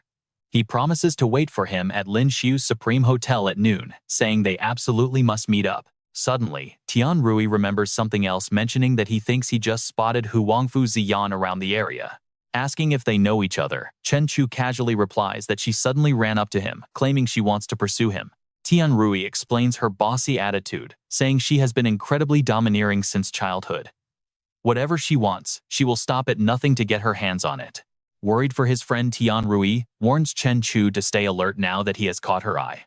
Her father is Huang Fu Tai, the wealthiest tycoon in N City. With that kind of backing, it is no wonder Xian acts like she owns the place. A phone screen lights up with a news notification dated Wednesday, April 25th, which also marks the 28th day of the 12th lunar month. Breaking news reports on a pollution source from another dimension, prompting Country Z to deploy its most powerful military forces. Fortunately, the outbreak has been contained for now, bringing back a sense of normal daily life. Carrying coffee into his office, a man glances at a grim headline, showing a village in Country Y completely overrun by mutant monsters, leaving hundreds dead. Meanwhile, at a temple in Country L, a shocking story emerges of a woman buried alive by a monk. The toxic pollution warped her remains, transforming her sheer resentment into a vengeful spirit that slaughtered 20 people inside that very temple. These terrifying updates flash across massive digital screens on downtown skyscrapers, drawing the worried gazes of anxious crowds passing by below. Luckily, Country Z had already planned an apocalypse response strategy 20 years ago, constructing a flawless defense system and gathering massive resource reserves nationwide. Today it stands proud as the safest country left on the face of the planet. Outside the television station, angry crowds gather to protest, while news anchors announce the rapid decay of global order and the undeniable arrival of the end times. Desperate for safety, the rich and powerful from every corner of the globe are rushing to Country Z to seek refuge. Border checkpoints are completely overwhelmed, sparking a shady black market trading refugee visas for astronomical fortunes. Over at Ningcheng University, the sky is bright and clear, casting warm sunlight across the lecture halls. Pink cherry blossom petals drift lazily through the gentle breeze as students go about their day around the peaceful campus.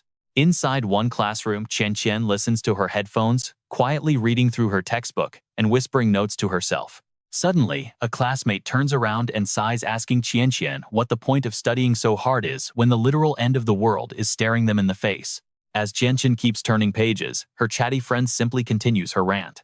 She wonders aloud if she should try to join a global corporation after graduation, or maybe move abroad to work as a translator.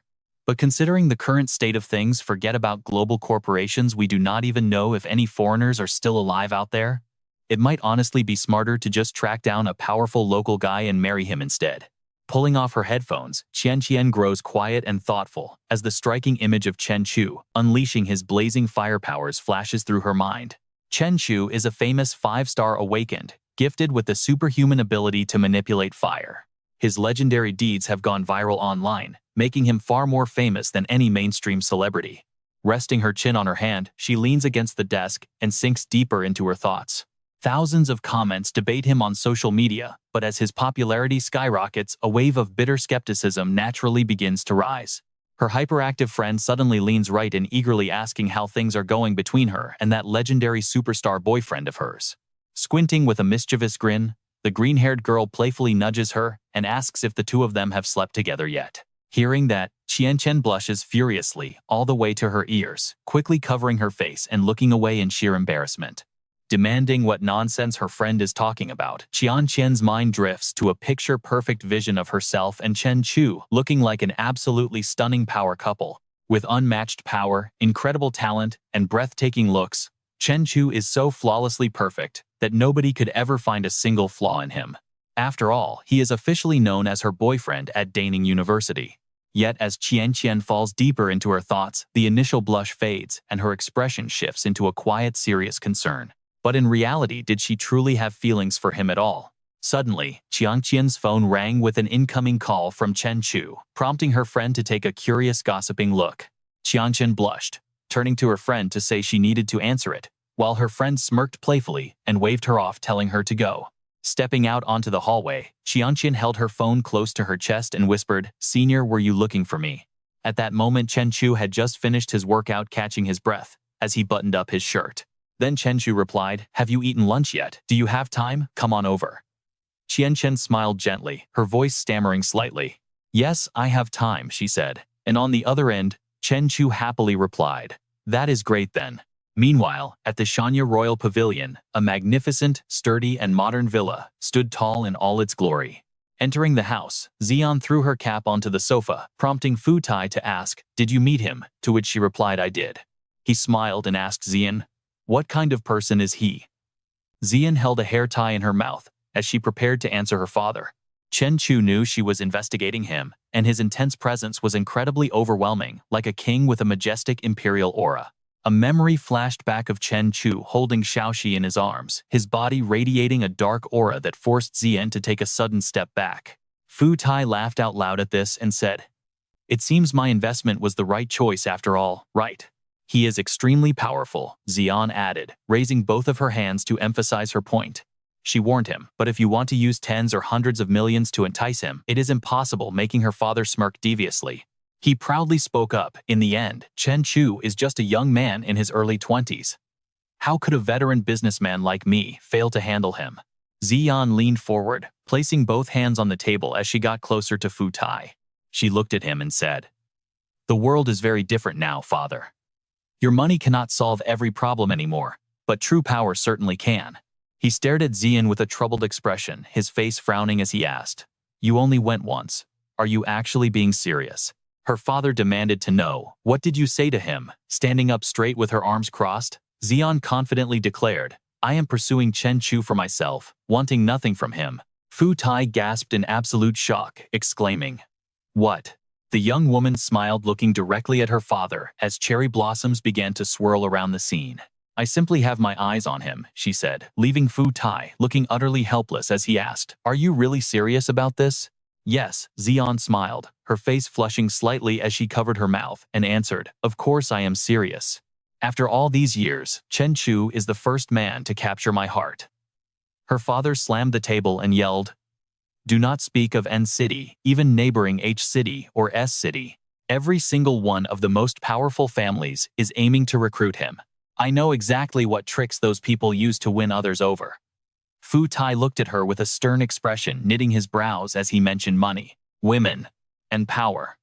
As long as Chen Chu still possesses human greed, desire, and that thirst for control, those powerful groups can crush him completely and force him onto his knees to beg them. Looking straight at his daughter, he said, "My girl, you are so innocent. How could you possibly hope to compete with them?" Xian placed her hands on her hips, her spirit burning with sheer determination. She spoke up. "My aunt always said, if you want to capture a man's heart, you must first conquer his stomach." Once again, her father looked at Xian with a serious face. "That is true. But wait, does that mean you want to learn cooking?" Fu Tai crossed his arms over his chest, his face deeply lost in thought. His daughter had always been notoriously proud, yet here she was completely captivated by a man and actually deciding to turn herself into a skilled housewife. He smirked proudly, thinking that if she combined her efforts with her stunning looks and perfect figure, she might actually succeed in capturing Chen Chu after all. She turned away, resting her hand beneath her chin, and said, "I am not learning how to cook."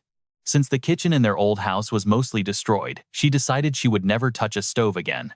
Hearing this, Fu Tai let out a helpless chuckle and asked, "Then what are you planning to do?" At that, Xian immediately spun around and showed her father the printed text on the back of her jacket, "Super fast delivery, conquer your hunger." Holding her jacket so her father could see it clearly, she pointed to the text and smiled. I will be the only one delivering food to him. A while back, she had already registered a food delivery company under her own name. Hearing this, Fu Tai stared at her with complete disbelief and absolute despair over his daughter. What? The prestigious heiress of the Fu family delivering takeout food. Ziyan just beamed, keeping her eyes locked on her father. She spoke up. No matter where Chen Chu rented a place before, whether a harbor warehouse or even a mountain villa, as long as he stays outside the city, he always orders delivery for his meals, and yes, that even includes his breakfast. Standing with absolute confidence and a mischievous smirk on her face, she proudly tells him that she secretly installed a food delivery application on Chen Chu's phone. She adds that the moment he orders anything, she will be the first to know and will personally deliver the food straight to Chen Chu. Hearing this, Fu Tai clutches his chest, nearly having a heart attack right then and there. Delivering food. What an unfilial daughter. But Ziyan just stands there looking at her father with complete determination, confident that it won't be long before he is deeply touched by her ultimate sincerity. Meanwhile, Chen Chu parks his car right in front of the gate, resting his chin on one hand while deep in thought. Over at the west gate of Ningde University, a crowd quickly gathers as soon as they spot his car. They start whispering, saying it must be their famous senior Chen Chu. Suddenly, Qian emerges from the crowd and steps toward the car, waving gently with a highly polite and charming smile. Watching this, someone in the gossiping crowd sighs, wishing that they were the lucky one being picked up by senior Chen Chu instead. Chen Chu looks at her warmly, opens the door, and tells her to get inside. Leaning against the car window, Qian is absolutely thrilled to hear those words and happily agrees to hop right in. Standing across the street, the team leader sighs, admitting that compared to him, they all look like absolute trash. Mengdi immediately snaps back, claiming the leader is just boosting their rival's massive ego while completely destroying their own squad's pride. They are all awakened individuals, so why on earth should their elite hero squad be unable to catch up to him? His expression tightens as Mengdi scoffs, pointing out that the guy was merely the first one to break through to 5 stars. Shrugging his shoulders as he finishes, he continues talking with a smug tone. According to their director, the 3 of them are top elites chosen from tens of thousands in City N. That wildcard Chen Chu only got insanely lucky, so how could he possibly compete? He nudges Lunzi's shoulder, but Lunzi is clearly paying absolutely no attention to a single word he is saying. With his eyes staring blankly into the distance, his friend nudges him again, asking if he agrees with that statement. He quickly nods in agreement, saying that their natural talent is definitely not inferior to his at all, not even a single bit. Suddenly, his eyes light up with pure excitement as he points out that the girl from earlier was incredibly beautiful. Annoyed by his focus, Mengdi delivers a heavy smack straight to the back of his head, forcing it down. He snaps at him, telling Lunzi to stop thinking with his lower half and finally snap out of it. Still frustrated, Mengde explains that as long as Chen Chu remains arrogant and on top, all those beautiful girls will only pay attention to him. Their absolute top priority right now is to level up as quickly as possible and become far stronger than him. Shaking off the hit, Lun Zi looks back at the other 2, his face dropping slightly as he asks if they should tell Lin Ruoya about what they just saw. After all, it looks like Chen Chu is out with another girl. Meng Day places a comforting hand onto his friend's shoulder. He tells him that while he knows he likes Lin Ruoya, she is currently only interested in Chen Chu anyway. Looking at him seriously, Meng Di says he should compete fairly, because even if he fails in the end, he will still be a real man. With a flash of hostility, he frowns and warns him that snitching behind someone's back like that is definitely not how a true hero behaves. Chen Chu's sleek yellow car speeds smoothly down the open highway. Inside the passenger seat, Chen looks at him with a serious expression as he focuses on driving, reminding him that the second wave of the apocalypse is hitting in just 2 weeks. She continues her face, showing signs of deep anxiety. Asking in a soft voice, she wonders if he would step in if a massive horde of monsters overwhelmed the special bureau. Glancing over with his purple eyes, Chen Chu asks why she is bringing this up, causing her to look down with her hands in her lap. She quietly explains that there are a lot of hate comments online lately, claiming that he is too terrified of death to fight. Keeping his eyes on the road, Chen Chu calmly asks if they are saying that just because he refused to join their squad. She confirms that is pretty much the case, keeping her eyes glued to the phone screen in her hands. They are saying that he only avoided joining the Special Bureau because he is simply too afraid to face the terrifying monsters coming in the second wave in just 2 weeks. Chen Chu replies to her immediately, without taking his focus off the road ahead. He explains that ever since he became the nation's first newly evolved person, he already expected these malicious rumors to start spreading. Heavy is the head that wears the crown after all. But she pushes further, asking what if a colossal world-ending beast appears and they run completely out of manpower, would he then? With a confident smile, while looking straight ahead, he promises that he will be right there leading the charge without any hesitation. As Chen Chu's car rolls down the road, he explains that he skipped joining the Special Operations Bureau simply because he refuses to be chained down by the government's endless regulations. Always having to submit a written report before he can take action simply does not fit his style. Blushing, Qian quietly thinks to herself that there's no way the man she likes could ever be a spineless coward afraid of death. Arriving at the Supreme Hotel, Chen Chu and Qian stop at the door and he introduces himself. "Greetings everyone, I am Chen Chu." Watching them, Qian can't help but feel amazed that everyone here is a wealthy tycoon with listed companies and personal assets exceeding 1 billion. Cheng Hong greets him warmly, saying he has heard of Chen Chu's great reputation and that his son had already mentioned him before they arrived. Chen Chu immediately responds, telling him to keep it short. Smiling smugly, the older man continues and says he won't beat around the bush anymore. To boost their safety before the upcoming apocalyptic impact strikes, they decided to establish a security council and wanted to invite Chen Chu to act as its president. Chen Chu looks back at him and questions a security council. With a polite smile, the elder answers that it is simply to safeguard the lives of old men like them and to defend the entire mountain villa area from being completely destroyed by those corrupted monsters. Chang Hong keeps on smiling, looks down, and adds that since they are the ones receiving protection, they will happily pay Chen Chu a monthly fee of 100 million. Qian is completely stunned, her eyes widening as she gasps in her mind. What? Making at least 100 million in just a month? Chen Chu smiles faintly and repeats the amount 100 million. At first glance, this offer does sound quite tempting. Standing opposite the crowd, Chen Chu looks completely relaxed as he casually slips his hands into his pockets. He speaks up, pointing out that while 100 million is meant to protect the residents of the mountain villas, that is the price for all these tycoons combined. With a sarcastic smirk, Chen Chu asks if this 100 million is merely the membership fee they plan to charge the 30 or so wealthy families living in the mountain villas to join their security council. If split evenly, it only costs each household 3 million. Chen Chu rests his hand on his hip, his violet eyes staring straight at Chang Hong. And he has no idea how much they intend to charge those people to sign up, 10 million or perhaps 100 million. He continues, leaving Cheng Hong feeling highly uncomfortable, pointing out that no matter how one looks at it, this is a completely risk-free, highly profitable business, isn't it? Seated right at the center of the table, Elder Tai suddenly speaks up with a stern expression. Crossing his arms over his chest, he asks what Chen Chu thinks the right price is, while Chen Chu responds by looking at Elder Tai and dramatically waving his hands. During peaceful times, you people were the elite, driving luxury cars and surrounded by endless subordinates. Whenever any trouble came up, you could easily solve it with money, which is why you always acted like you were superior to everyone else. Chen Chu slips his hands back into his pockets, looking up at the ceiling as he speaks, a look of pure disdain on his face. But once the apocalypse hits, it takes only a single moment for you all to be stripped back to your basic reality. You are all equally threatened by those corrupted monsters, with zero difference between you. Leaning down, Chen Chu keeps his eyes locked on the old man as he continues. The gap between rich and poor is completely gone, and that is exactly what makes lifelong moneymakers like you feel so incredibly bitter. Chen Chu admits that he has always understood their petty little mindsets better than anyone else.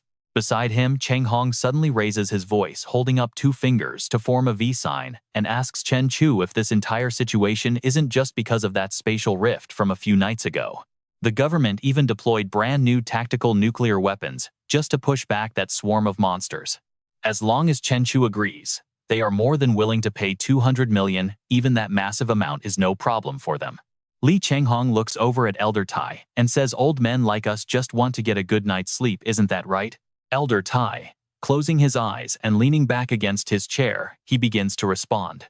"Old Li isn't your own son. Li Zongwen, in the Special Bureau. You should know better than anyone how utterly useless and inefficient those government employees really are. If those people could actually be trusted, we wouldn't all be gathering here today." Holding up 3 fingers, he proposes a massive monthly salary of 300 million to head their new security council. Elder Tai chuckles with delight as he leans forward to face Chen Chu, promising that if he simply nods his head, he will personally add another 100 million out of his own pocket. Qianqian is absolutely dumbfounded by the scene unfolding before her eyes wide but her voice completely gone. Cheng Hong, standing directly opposite him, is equally shocked as he gasps in utter disbelief. What? Chen Chu, are you saying that half a month after the second impact money will literally become worthless paper? Cheng Hong is completely stunned, unable to believe his own ears. He frantically tries to deny what Chen Chu just said, speaking up with a highly flustered expression. That can't be right. The official government broadcast clearly stated that the apocalyptic impact would only be at a normal level. Chen Chu closes his eyes with a cold smirk, continuing to speak as he casually turns his back on them with his hands in his pockets. Have you people still not realized the true reality of this apocalypse yet?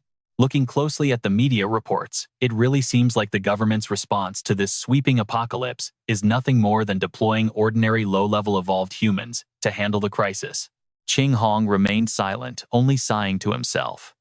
Hearing it put that way, it really did seem to be the absolute truth. Chen Chu stared out the window, watching a single helicopter endlessly patrolling the vast sky above the massive, sprawling city.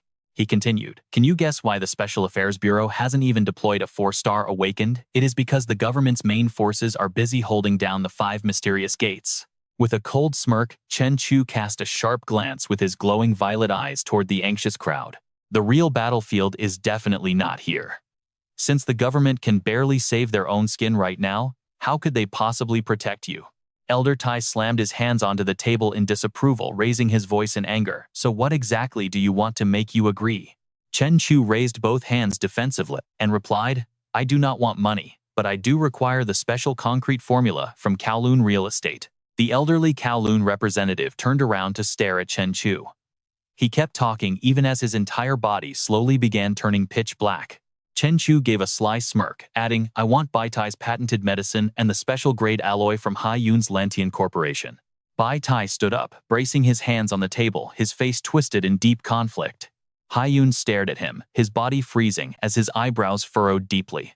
Chen Chu continued speaking, with one hand slipped casually in his pocket. "Within 3 days, I want to see the blueprints for the mountain fortress, and within 1 month, a completed super shelter." Cheng Hong was completely taken aback. He raised his voice and asked, "What did you just say?" "Blueprints for a mountain fortress. Since when is our luxury villa area turning into a literal fortress?" Utterly horrified, Cheng Hong could barely stammer out his words. Chen Chu explained further, using the villa area as the core center, and utilizing the dangerous mountain terrain to build an absolute super fortress.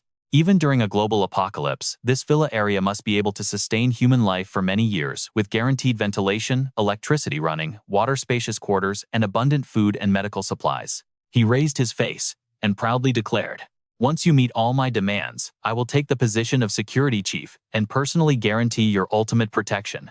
The moment Chen Chu finished speaking, Elder Tai began clapping, showering him with high praise. "No wonder you are the strongest awakened of the new era nationwide. Your raw power and cold tactics are truly terrifying." Hearing this, everyone around also applauded. Elder Tai kept praising him. "Your long-term vision far exceeds that of ordinary men." Blushing with a sweet smile, Chen looked at Chen Chu with immense pride.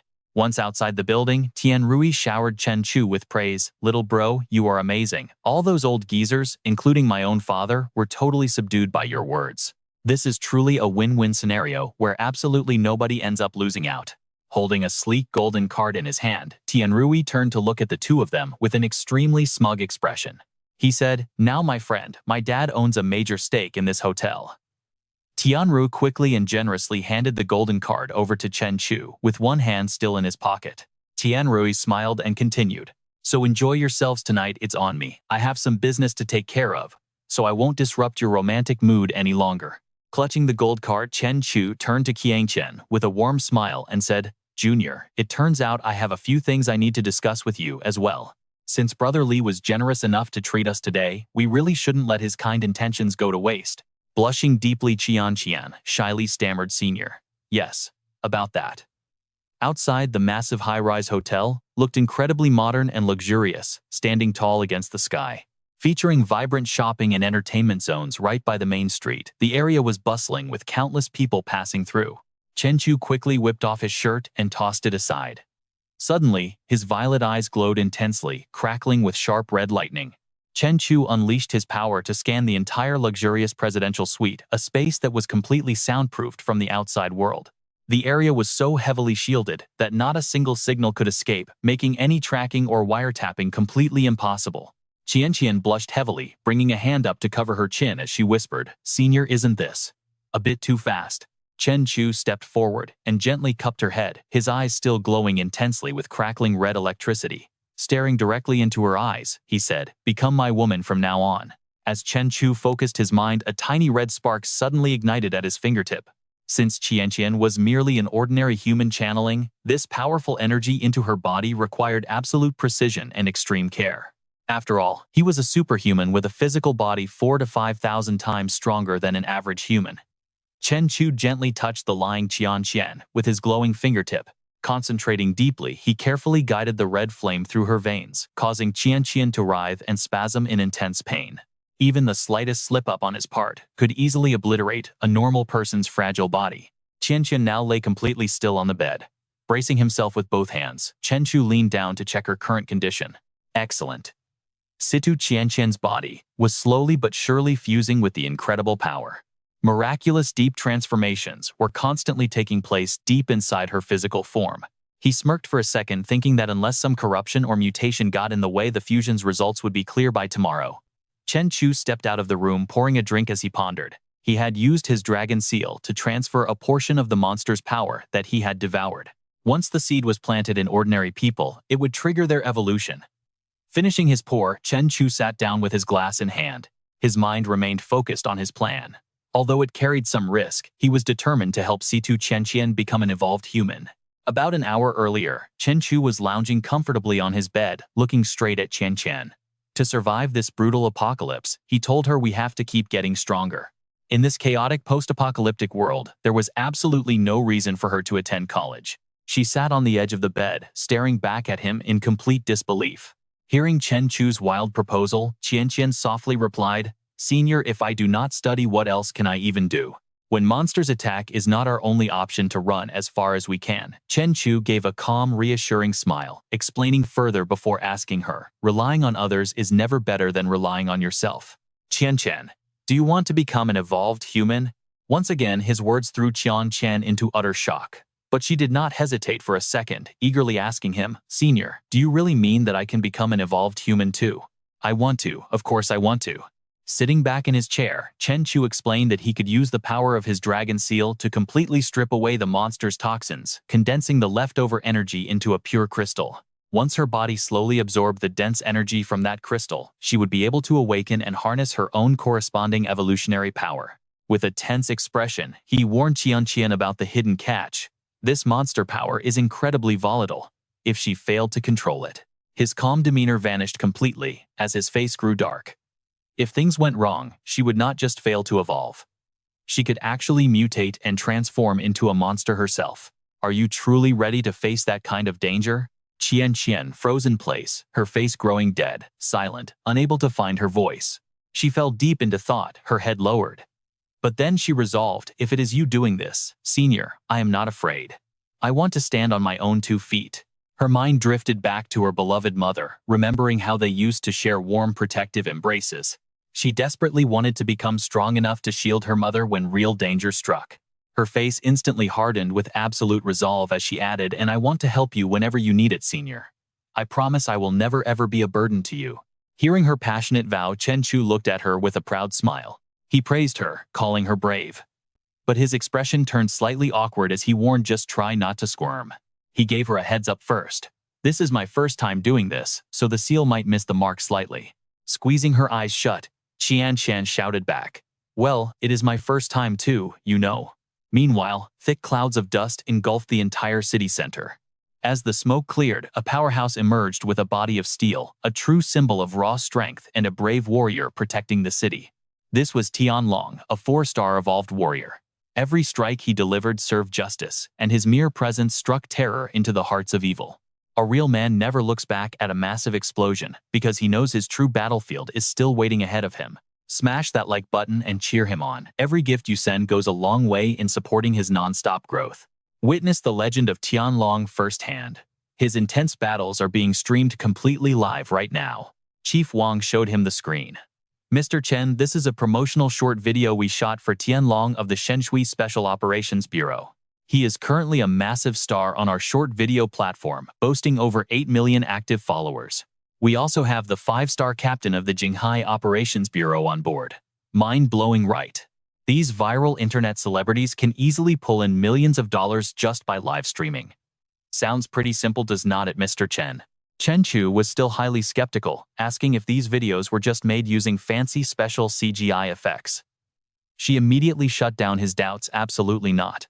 Mr. Chen, on our Miaoyan app, all it takes is a single tap to enable the beauty filters and special effects. The app automatically syncs with the user's real abilities to amplify their effects, making their ultimate moves look way more powerful. That is because every major short video platform is aggressively and actively promoting these evolved humans to rebuild trust with the general public. That is why we have signed deals with countless official agencies and independent evolved fighters over the past few days. Mr. Chen, you are the ultimate superstar influencer that we are absolutely desperate to sign to our platform. After all, you are the very first officially recognized member of the next generation evolved humans. If you just casually display a tiny fraction of your power and let us add our custom effects and marketing, your popularity will absolutely skyrocket. By then, you will never have to worry about gaining the trust of the masses again. You can take a look at these sample videos first. On the screen, an ad for an evolver claims that eating superhuman instant noodles turns you into a superhuman worker in the post-apocalyptic era. It takes only 3 minutes for you to evolve from working a 996 schedule to a 007 shift. Every corporate boss is bound to say it is absolutely wonderful. It even contains gene-enhancing ribonucleotides inside. With potassium sorbate and 58 other high-quality food additives, you will stay completely energized under the double pressure of the apocalypse and capitalism.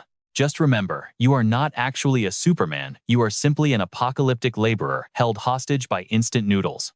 Slurp noodles to grow strong, the absolute taste of capitalism. Next up is a commercial for a best-selling item. This massive discount on blaster chest shoes will help you run faster than rising rent in this post-apocalyptic concrete jungle. Featuring eco-friendly recycled plastic quantum springs, they let you shake off life's heavy pressure and absolutely crush your boss's impossible KPIs. A quick warning, the soles might fly off if you push too hard, but your dreams definitely won't. Running fast is nothing compared to running in style, and remember, this apocalypse escape plan has 0 refunds. The absolute defense bit is designed specifically for finding true love during the end of the world. Utilizing nano-grade bulletproof material, it ensures you remain completely invulnerable to the dual onslaught of romance and the deadly virus. Whether you are dating or just messing around, it helps you make a safe retreat from the future flood of desire. Safety always comes first. After playing those ridiculous ads, Manager Wang keeps trying to persuade Chen Chu with sweet talk. Mr. Chen, as long as you agree to start live streaming on our platform and become one of Miao Yin's most popular hosts, we will grant you absolutely any terms you want. Soft ads, hard ads, you can choose whatever you like. But Chen Chu has absolutely 0 interest in this project. He rejects her offer, simply stating that he is not a celebrity, so how could he possibly have fans?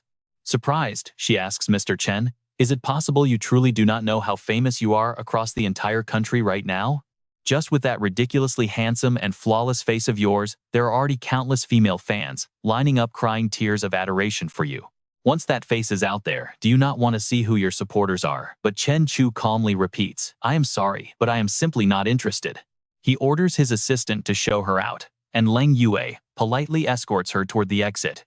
As Leng Yue guides her away, Manager Wang desperately tries to negotiate, offering a massive contract worth 100 million a year. All Mr. Chen has to do is film a single promotional video. Having completely lost his patience, Chen Chu's expression darkens as he snaps show her out. Manager Wang looks back one last time to deliver her final pitch, saying we desperately need a real hero, and only you can do this. Hearing those words, Chen Chu halts her.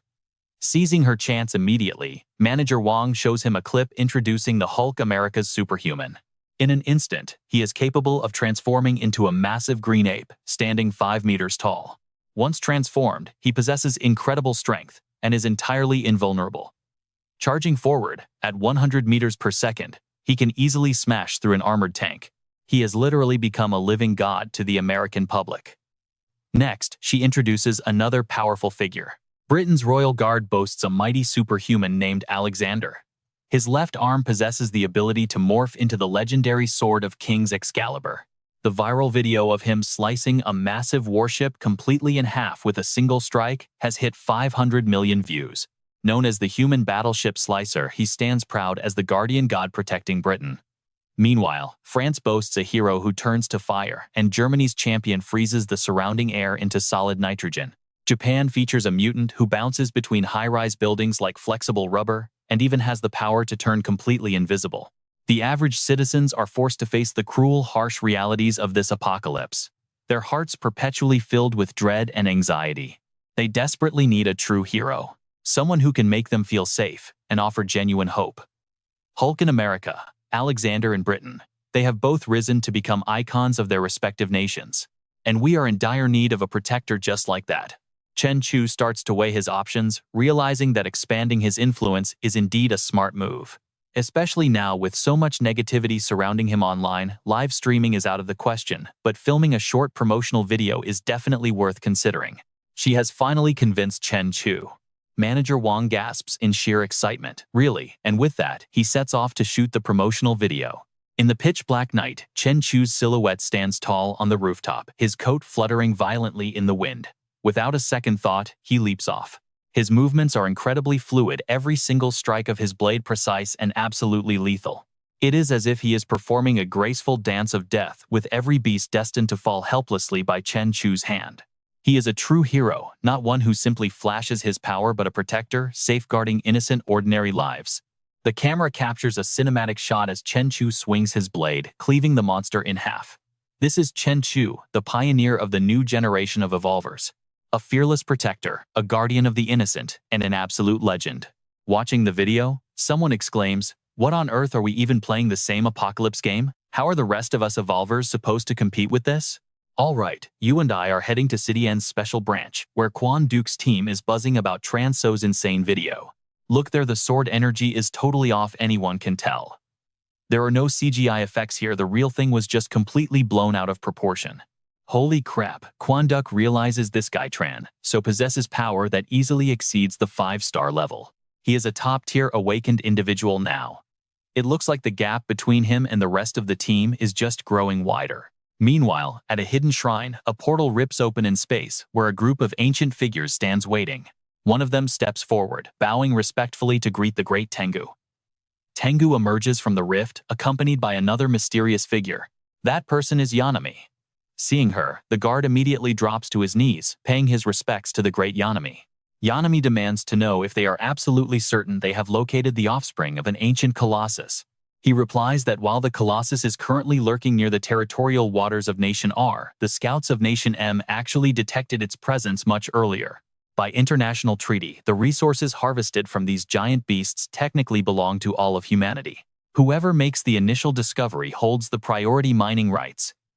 Since they arrived late, they are legally capped at a maximum of 30% of the Colossus resources. She casually scoffs, demanding what the hell international treaty even means. If they can kill the Colossus first and seize its entire source energy, then who gets what? Well, she will be the one dictating the terms. Out on the vast ocean, a stealth submarine slowly descends into the pitch-black depths of the sea. As the submarine slowly glides forward, an elite underwater unit is deployed. This is the heavily armed Poseidon Strike Force, representing the military might of Nation M. Spotting a massive footprint on the ocean floor, a soldier reports back that the tracks are absolutely colossal. Another squad member shouts that they have found a 20-meter-wide skull belonging to a giant whale beast, drawing the entire team in to investigate. Suddenly, the wrist sensors show an abnormal spike in radiation, with levels rapidly climbing to 46 sieverts. A soldier confirms this is indeed the source of the anomaly. But then, a bizarre haunting sound echoes through the dark waters. The captain alerts the team, asking if they heard that, while another member asks what he is talking about. The captain instantly realizes something is horribly wrong with their gear, as the radiation monitor on his arm spikes violently from 88 to 459 sieverts. Stunned, he gasps that it is still rising. Once the reading hits 1,000 sieverts, absolute panic begins to set in. Radiation this intense is only possible if you are standing directly inside a leaking nuclear reactor core. From the shadows, a monstrous beast silently watches the squad. As the reading hits 1500 sieverts, the captain can barely stutter a word. What the hell is that? Meanwhile, back on land, you and I see Quan Duke investigating a shady manager at an amusement park haunted house. A visitor went missing here days ago, so why on earth did you not contact the police immediately? The manager nervously stammers, claiming he believed it was just a lost tourist. Since 24 hours had not passed, they simply sent a few staff members to search the area. Hearing this, Quan Duck slams his notebook shut, causing the manager to instantly pale with sheer terror. He bluntly calls the manager out, accusing him of keeping quiet and refusing to report the case because he was terrified of destroying his business. The manager is completely speechless. Laying out the grim statistics, Quan Duck points out that with 3 people missing this afternoon, 1 yesterday, and another the day before, this haunted house has literally swallowed 5 innocent visitors. This is highly likely an apocalyptic crisis-level event. The Special Affairs Bureau is taking charge and all civilians must evacuate immediately. Stepping inside the dark haunted house, Fan Hao instantly senses something is deeply wrong.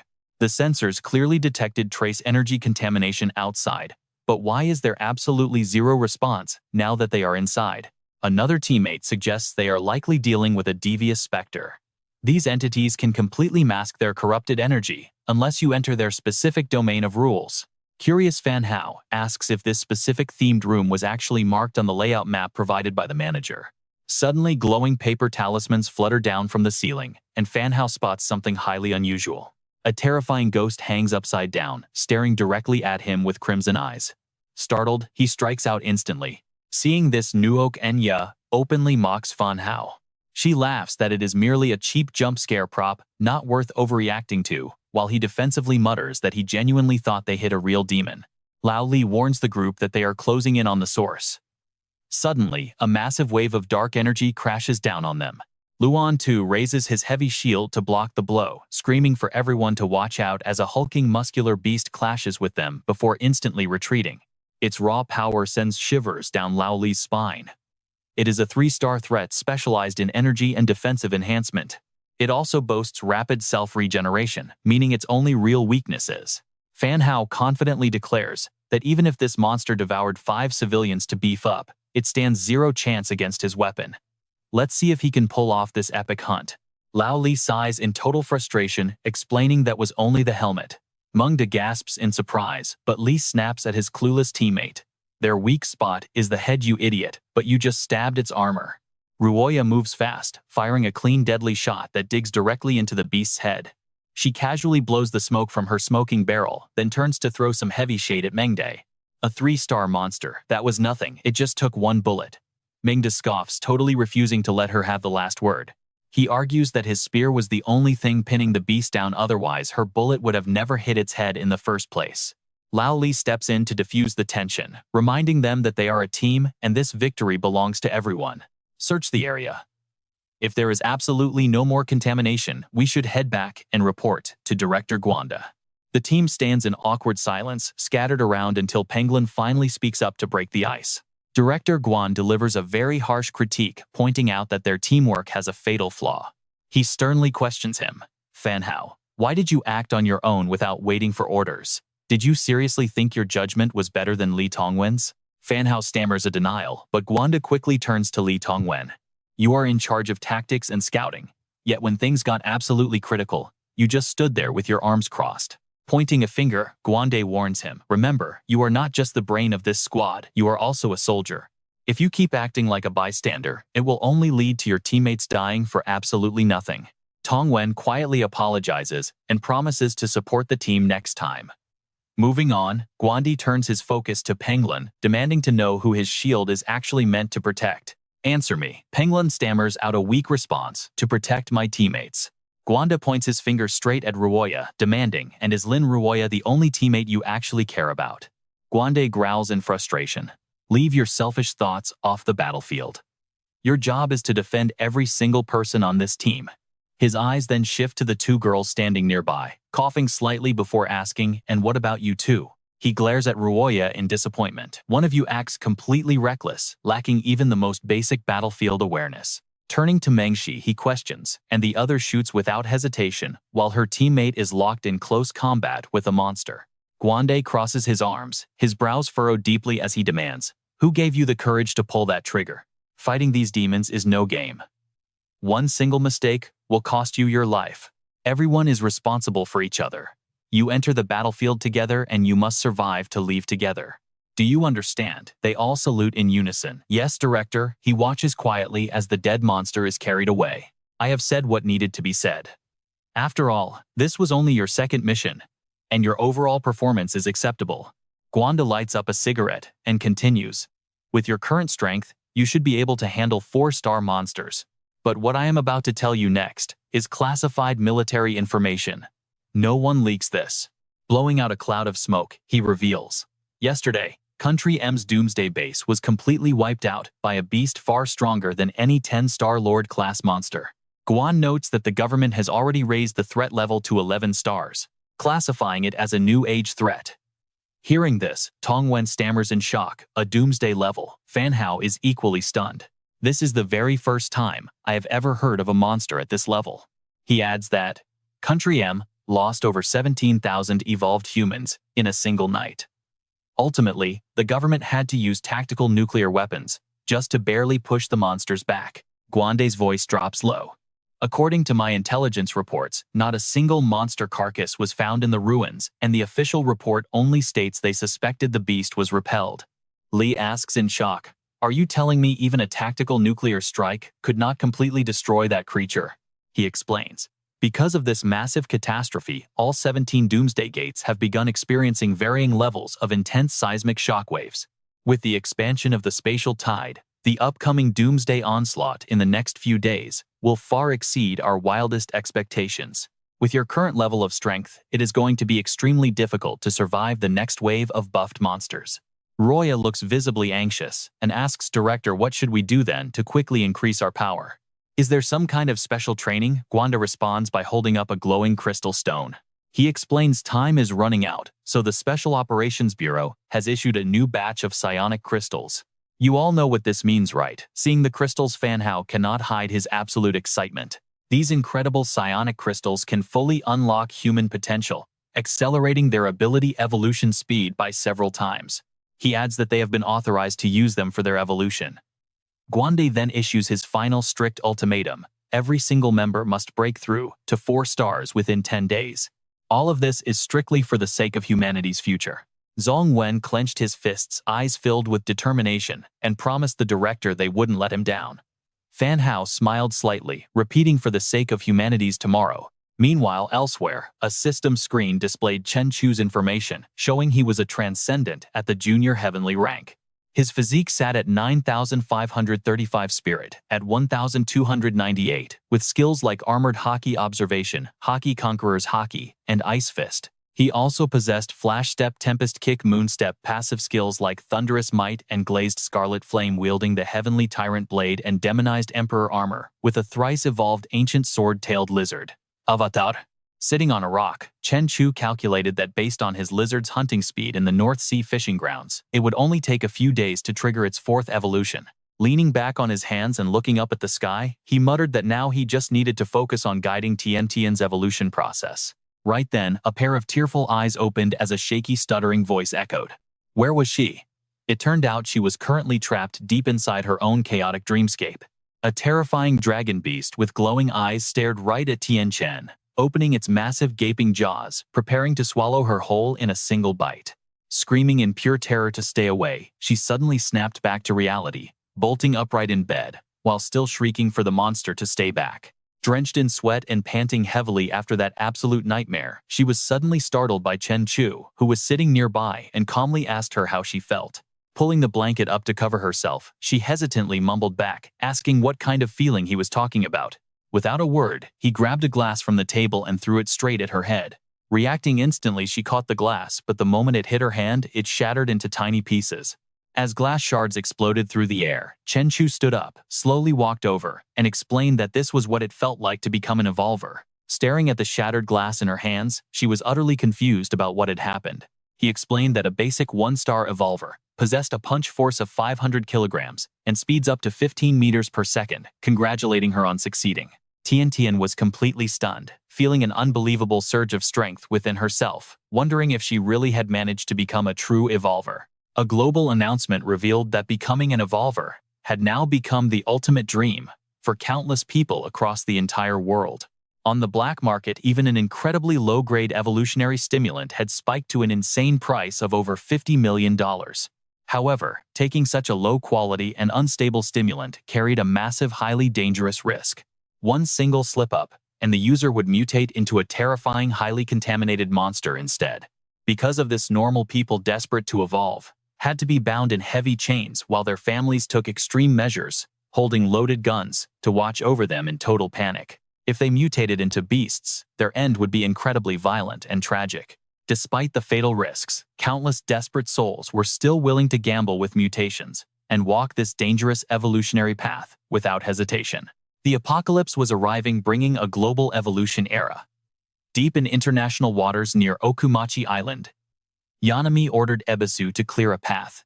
Ebisu complied, immediately saluting his master, before diving straight down, stretching out his hands to generate a massive swallowing sphere of pure darkness. Plunging like a blazing meteor right into the oceanic whirlpool, he quickly descended deeper and deeper into the dark abyss. The rest of the group quickly followed the deep pathway Ebisu had carved out. Yanami landed at the bottom, flanked by floating creepy demonic skulls, as her followers filtered down and gathered closely behind her. Suddenly, a powerful shockwave echoed from the dark cave, revealing the massive, intimidating outline of a monster hiding within. A girl named Benten leaped into the air and warned everyone that the giant beast was currently unleashing a massive conqueror's aura. She warned them not to look directly into its eyes, while another girl named Inari removed her cat mask, muttering that it was just a cub. Yet its pressure was no weaker than a 9-star beast.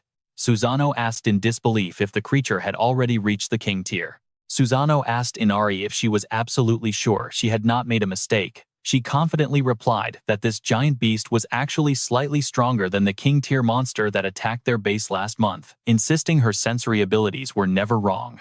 Yanami let out a soft chuckle, admiring the majestic sight of the ancient beast. She concluded that the creature would undoubtedly yield a massive amount of source energy for them to exploit. Izanami turned and urged Benton to immediately use her illusions to control the creature. Waving her hand back, she commanded the others to drain every single drop of its source energy, leaving absolutely nothing behind. Afterward, they would destroy the evidence completely, as she refused to let anyone else claim it. The group shouted back their obedience. Meanwhile, the beast continued to emit powerful sound waves. Benton, crackling with electricity, gritted her teeth as she struggled to hold her ground against its terrifying strength. As the two forces clashed intensely, Yanami reached out her hands and praised the incredible display. She gasped at how magnificent its power was, declaring they would devour and absorb the beast to become one with it. Swaying her body in a bizarre twisted dance, she added that darkness would soon swallow everything, and absolute chaos would reign supreme. Praise the darkness, praise the chaos, praise the endless void, Yanami chanted with a sinister smile, watching light and shadow intertwine in a cycle of life and death. All shall return to the void, granting us absolute eternity. In the end, we will become gods. Praise the darkness, praise the chaos, praise the endless void. Our relentless pursuit of transcendent godlike power has never once wavered, and it never will. As the fires of absolute destruction tore the sky apart, a massive mushroom cloud bloomed, symbolizing the birth of death itself.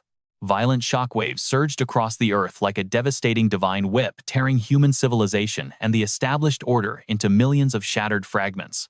The world plunged back into primordial chaos, just like the dawn of creation. After 30 days and 30 nights, the dust finally settled. Once majestic mountains were utterly leveled into a barren wasteland, and rushing rivers were severed, stagnating into silent pools of completely dead water. As deep fissures in the bedrock exposed the Earth's secrets, terrified survivors were horrified to discover the skeletal remains of a colossal beast as tall as a mountain. Its bones gleamed with an eerie supernatural metallic luster. Even after enduring absolute planetary destruction, the giant beast remained locked in a fierce combat stance, as if silently whispering the tragic epic of a long-lost era. Deep within its crystallized bone marrow, scientists discovered a mysterious shimmering substance that glowed as brightly as a distant star. The moment light hit it, this mysterious material vibrated, as if alive, refracting vibrant colors that existed far beyond the visible spectrum. After 700 days and nights of intense research, humanity finally unlocked the deep mysteries of this strange alien substance. It could rewrite the molecular structure of living organisms, allowing carbon-based life to shatter every single evolutionary barrier. One lead scientist emotionally wept, declaring it the ultimate fire of Prometheus, the forbidden fruit of divine wisdom. Holding a glowing vial of cultured blood laced with a bright blue substance, the Prime Minister confidently stepped up to address a packed media press conference. The Prime Minister announced, "Today, with our own hands, we finally crown ourselves as the new gods of this era." They named this substance the god Origin, but destiny was quick to flash a twisted, cruel grin at their arrogance. Bathed in that pure, radiant blue light, the very first group of human test volunteers solidified into cold, silent crystal statues. Their frozen, lifeless expressions remained locked forever in a terrifying mixture of absolute ecstasy and agonizing, unendurable physical pain. A mortal's fragile body was like thin paper trying to contain a raging forest fire. Ultimately, they realized the problem wasn't that the god Origin lacked power. It was that human flesh crafted from fragile clay was simply unworthy of receiving such a celestial gift. Yet a cruel twist of fate was at play. As the apocalyptic nightmare descended, monstrous mutated beasts began to ravage the lands. To everyone's absolute shock, survivors who had previously interacted with the god Origin discovered they could trigger their own rapid evolution by absorbing the corrupted energy of these demonic monsters. Slowly, humanity came to realize that the ancient myths had never truly faded away. They were charging right back at them with terrifying speed. In this dark, broken era, humans had become the new torchbearers of myth. We will keep evolving, growing stronger with each passing day, until we finally trespass into the divine domain, Yanami ecstatically proclaimed. We will become the new gods. The cultists chanted in unison, praise the angels, but out of nowhere, a sharp, mocking voice shattered their reverie. Praise my ass. Snapped out of her delusional trance, Yanami spun around in a panic, shrieking, "Who goes there?" That was when the giant beast emerged. Chen Chu pointed at himself with a casual smirk. "Why don't you praise me instead? I'm Chen Chu." Furious, Yanami barked in immediate order. "Inari, scan and analyze his information immediately." "At your command, Great One," Inari replied. She reached out and grabbed her mask, placing the sacred Kashoko Shogo Shinsai mask firmly over her face. Having leaped down, Chen Chu narrowly observed his opponent's movements with a cold gaze. Some kind of peeping or scanning ability, but then Chen Chu paused, slightly surprised. "No, the gap in our power is far too massive." Suddenly, Inari's sacred mask cracked violently as if struck by a thrown stone, sending her reeling. She crashed hard onto the ground, leaving everyone present completely bewildered.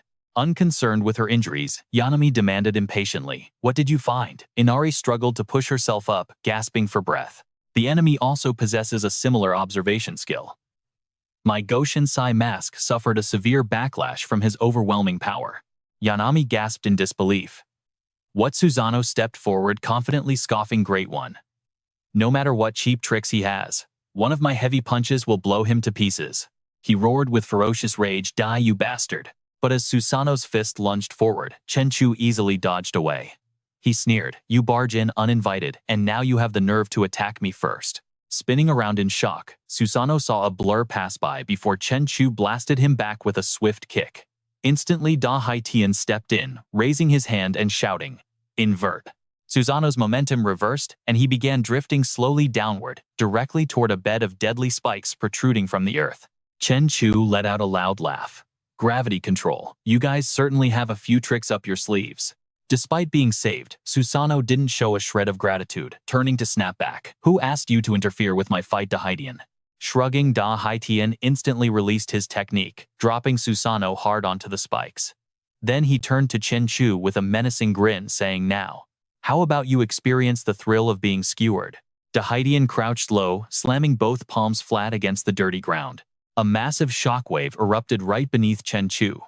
The solid earth shattered, sending heavy chunks of rock flying high into the air. Next, a massive explosion erupted with a roar that shook heaven and earth. But then he froze in utter shock. How could his gravity power fail to suppress the guy? By then, Chen Chu stepped out from behind the blast, fierce lightning and a massive aura surging all around him. Inari was stunned to see him completely nullify the gravity. Nearby, Daikokuten trembled with pure rage, his voice dropping into a low growl. What kind of joke is this? Does he really have power that surpasses the gods? Susano clenched his fists, roaring that the price for insulting him would be paid in blood. He swung both arms, unleashing his wrathful thunder iron judgment. Chen Chu calmly noted that it seemed to be a physical-type attack. As the punch crashed down, Chen Chu blocked it with a single hand before landing heavily on the ground below. Susanoo was absolutely shocked by this monster. Chen Chu said nothing, only letting out a soft laugh as he twisted and snapped the god's wrist. With a sickening crunch of breaking bones, Chen Chu violently hurled Susanoo backward, sending him flying through the air. Before he could even recover, a giant hand loomed over him as Chen Chu charged, forcing the god to realize he could not block this. He rushed forward, channeling power into his fists, but Chen Chu was a step faster, unleashing a devastating downward punch that sent them both flying back. Thick white smoke billowed throughout the area. As the dust slowly settled, Chen Chu's imposing figure gradually emerged from within the haze. A violent aura erupted from Chen Chu as he activated Crimson Flame Bloodburst ×2. Izanami ordered the gods of Takamagahara to unite and destroy their enemy, prompting a collective roar of agreement from the deities. With a sinister smile, Ibisu slammed his hands down, casting Divine Creation Iron Rockbind. Instantly, countless sharp stone pillars rushed toward Chen Chu, wrapping around him from all sides. Within seconds, his entire body was completely sealed tight inside a massive sphere of solid rock. Ebisu arrogantly declared that rock reinforced by divine power was far more durable than solid steel. Even with his extraordinary powers, he would surely suffocate and die inside that inescapable stone prison. But then Inari cried out in shock, realizing that he was using extreme heat to melt the solid stone. As the massive boulder melted under the intense heat, Chen Chu punched his arm through the crust, slowly breaking free. Susanoo sneered at the sight, mocking his ally by asking if his stone shell was made of soft natto. Infuriated, Ebisu slammed his hand down, yelling that if one layer failed, he would simply add another as the ground cracked apart. Thunderous explosions erupted from below, as he unleashed Divine Creation Heavenly Golden Shell, roaring that, if 2 layers were not enough, he would add a third. Countless massive stone pillars rose up under his Divine Creation Heavenly Golden Shell. Moments later, Ebisu collapsed to his knees, his eyes rolling back as he muttered that the triple seal had completely drained his divine power. Susanoo turned around with a mocking smirk, telling him not to push himself too hard and to just use his strongest ability. He claimed he was only joking, while Da Kui declared that since no one could survive Ebisu, the battle was finally over. Clutching his injured arm, he wondered aloud if that opponent was supposed to be stronger, since their Takamagahara powers had easily suppressed him anyway. Izanami let out a soft laugh as the mist cleared. Looking at the giant beast, she ordered them to kill the lizard and seize its core, then asked Inari why he looked so troubled. Asking what his Onmyoji had witnessed, Inari could only stammer that the seal would not hold him back. With absolute terror on his face, Inari explained that he could counter metal creations, making Ibisu's triple seal completely useless. Right then, fierce lightning began crackling inside the stones as Chen Chu's loud laughter echoed and the massive beast stepped out. If they wanted to slaughter this ancient beast hatchling, they would have to step over his dead body first. He roared fiercely, warning that he would gladly trample all of their corpses, leaving Ibisu utterly shocked since he was sure the seal worked. Before he could say another word, a massive boulder crashed directly into his shocked face. Inari crouched down and covered his head, desperately trying to dodge the shattered rock flying in all directions. Chen Chu growled, promising to grind every single one of their bodies to dust and dump them in the mud. Da Kui still arrogantly declared that real killers did not talk so much, promising that anyone blocking their path to godhood would face certain death. Chen Chu gave a mocking sneer. He sneered that his divine flames were nothing like ordinary spells capable of creating a karmic fire that burned endlessly for 7 days. Mocking his opponent's fire as only good for brewing tea, he said nothing more, unleashing his underworld earth karmic fire spear of devastation. Daikokuten snarled for him to die, swinging his arm to launch a massive blast of intense fire straight ahead. Chen Chu did not even flinch. He simply let out a sigh and blew gently, instantly scattering that massive wall of fire into harmless dust. Da Kui stood completely frozen in shock. Susanoo stepped up, yelling to cut the talk, promising to attack from below, while the other suppressed from above. He ordered Daikokuten to provide gravity cover, and the god immediately barked his agreement. With those words, both of them charge. He furiously roars, "No way you can take on 3 of us at once." Sensing the extreme tension, Izanami quickly asks who else is left who can help us suppress this absolute monster. Benton chimed in, suggesting great sovereign raw force is useless here. We need to try a different approach. Right then, Susanoo charges forward, unleashing his angry raw iron cannon, only to be effortlessly blown away by a simple flick of Chen Chu's hand. Violent flames explode all around Chen Chu. It is the Yomi scorched earth heavenly annihilation. Suddenly, Inari looks up and screams. Watch out, it is his seal. But before Kokoten can even react, a glowing magic array suddenly rises right beneath his feet. Thick heavy chains instantly wrap around him, leaving Kokoten completely pinned and motionless on top of the glowing array. She panics, realizing this is high-tier demon magic, something far stronger than Lord Ebisu's legendary seal. Izanami asks, "So what do you plan to do?" Benten confidently replies, "It is time for our spiritual team to take the stage." Suddenly, her beautiful face distorts into a horrifying mask. The skin around her mouth tears open, exposing a sickeningly long dangling tongue. Benton chuckles, boasting, "No matter how powerful that monster's physical body is, he will never survive my direct spiritual attacks." Her voice drops to a menacing whisper. This sound comes straight from Yomi. Listen closely and fall into corruption. This is the Yomi Kodo Dama. Chen Chu listens silently before slowly releasing his tight grip on the great demon's neck. Benton snarls, "With the sheer impurity of Yomi, your soul shall be bound forever. Just listen." The voice of death feels like a mother's embrace, yet cold, like a child's demise. She reaches out as dark energy erupts violently. Fall into corruption, step onto the path of Yomi, where even the mighty gods are doomed to rot. Clutching his chest, the great demon mutters, "Your word, soul never fails." That monster is completely frozen. He must be trapped in a living nightmare. Chen Chu stands perfectly still, hand on his forehead, calmly observing. Meanwhile, Benton's entire body starts cracking like dry, parched soil. She mockingly gloats, "Physical strength means absolutely nothing in this place. This is my mental domain, and crushing your spirit is as easy as snapping my fingers. Your enhanced body is useless, and your spells can't be cast." Suddenly, Chen Chu's entire body is frozen solid in ice. Seizing the moment, she flashes a sinister grin, declaring that this is a trial decided purely by spiritual strength. Suddenly, Chen Chu coughs up a mouthful of black blood. Benton sneers, asking if it hurts, boasting that pain is magnified 100-fold here. With a sinister sneer, she raises her razor-sharp claws and lunges straight at him. "And the best part, you won't pass out from the agony. Instead, your mind will only become sharper and more awake." Benton cackles wildly as her vicious attacks pierce straight through Chen Chu's body, shouting that every single nerve will faithfully transmit this agonizing pain. After a while, we see Chen Chu covered in black blood. Yet he looks up with a calm chuckle, asking if this imagined pain is even fatal, since it is just a spiritual domain. Benton sticks out her long tongue, mockingly sneering that it is still more than enough to make him wish he was dead. "My word, soul will have you begging me to end this nightmare. Just like right now, aren't you desperate for a release?" she asks, but a smirk slowly plays on his lips.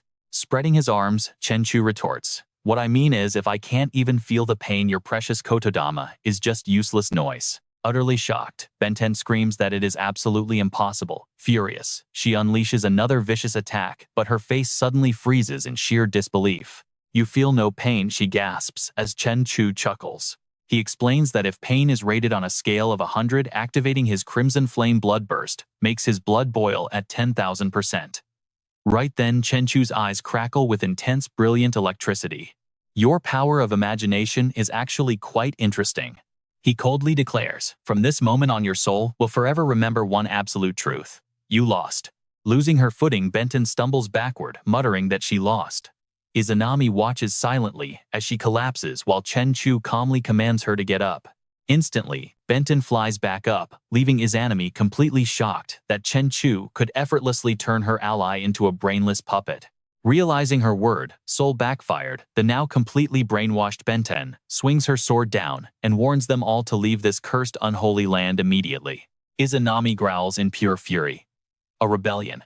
You actually dare to turn against your own master?" Chen Chu chuckles softly, suggesting they end things for today, adding that they are free to take her with them. He explains that his overlord control will automatically wear off in 3 days, warning them never to target his divine dragon sword ever again.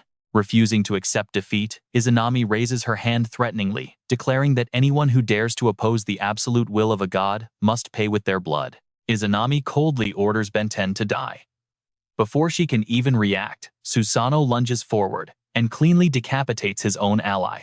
Chen Chu is genuinely surprised by this, commenting that it is his first time seeing someone so utterly ruthless they would execute their own ally. Inari asks why she did that to their own ally, but as you and I can see, Izanami merely sneers that useless trash has no right to stand among gods. Yanami narrows her eyes in disgust. A loser's empty shell is completely unworthy of being offered to the gods.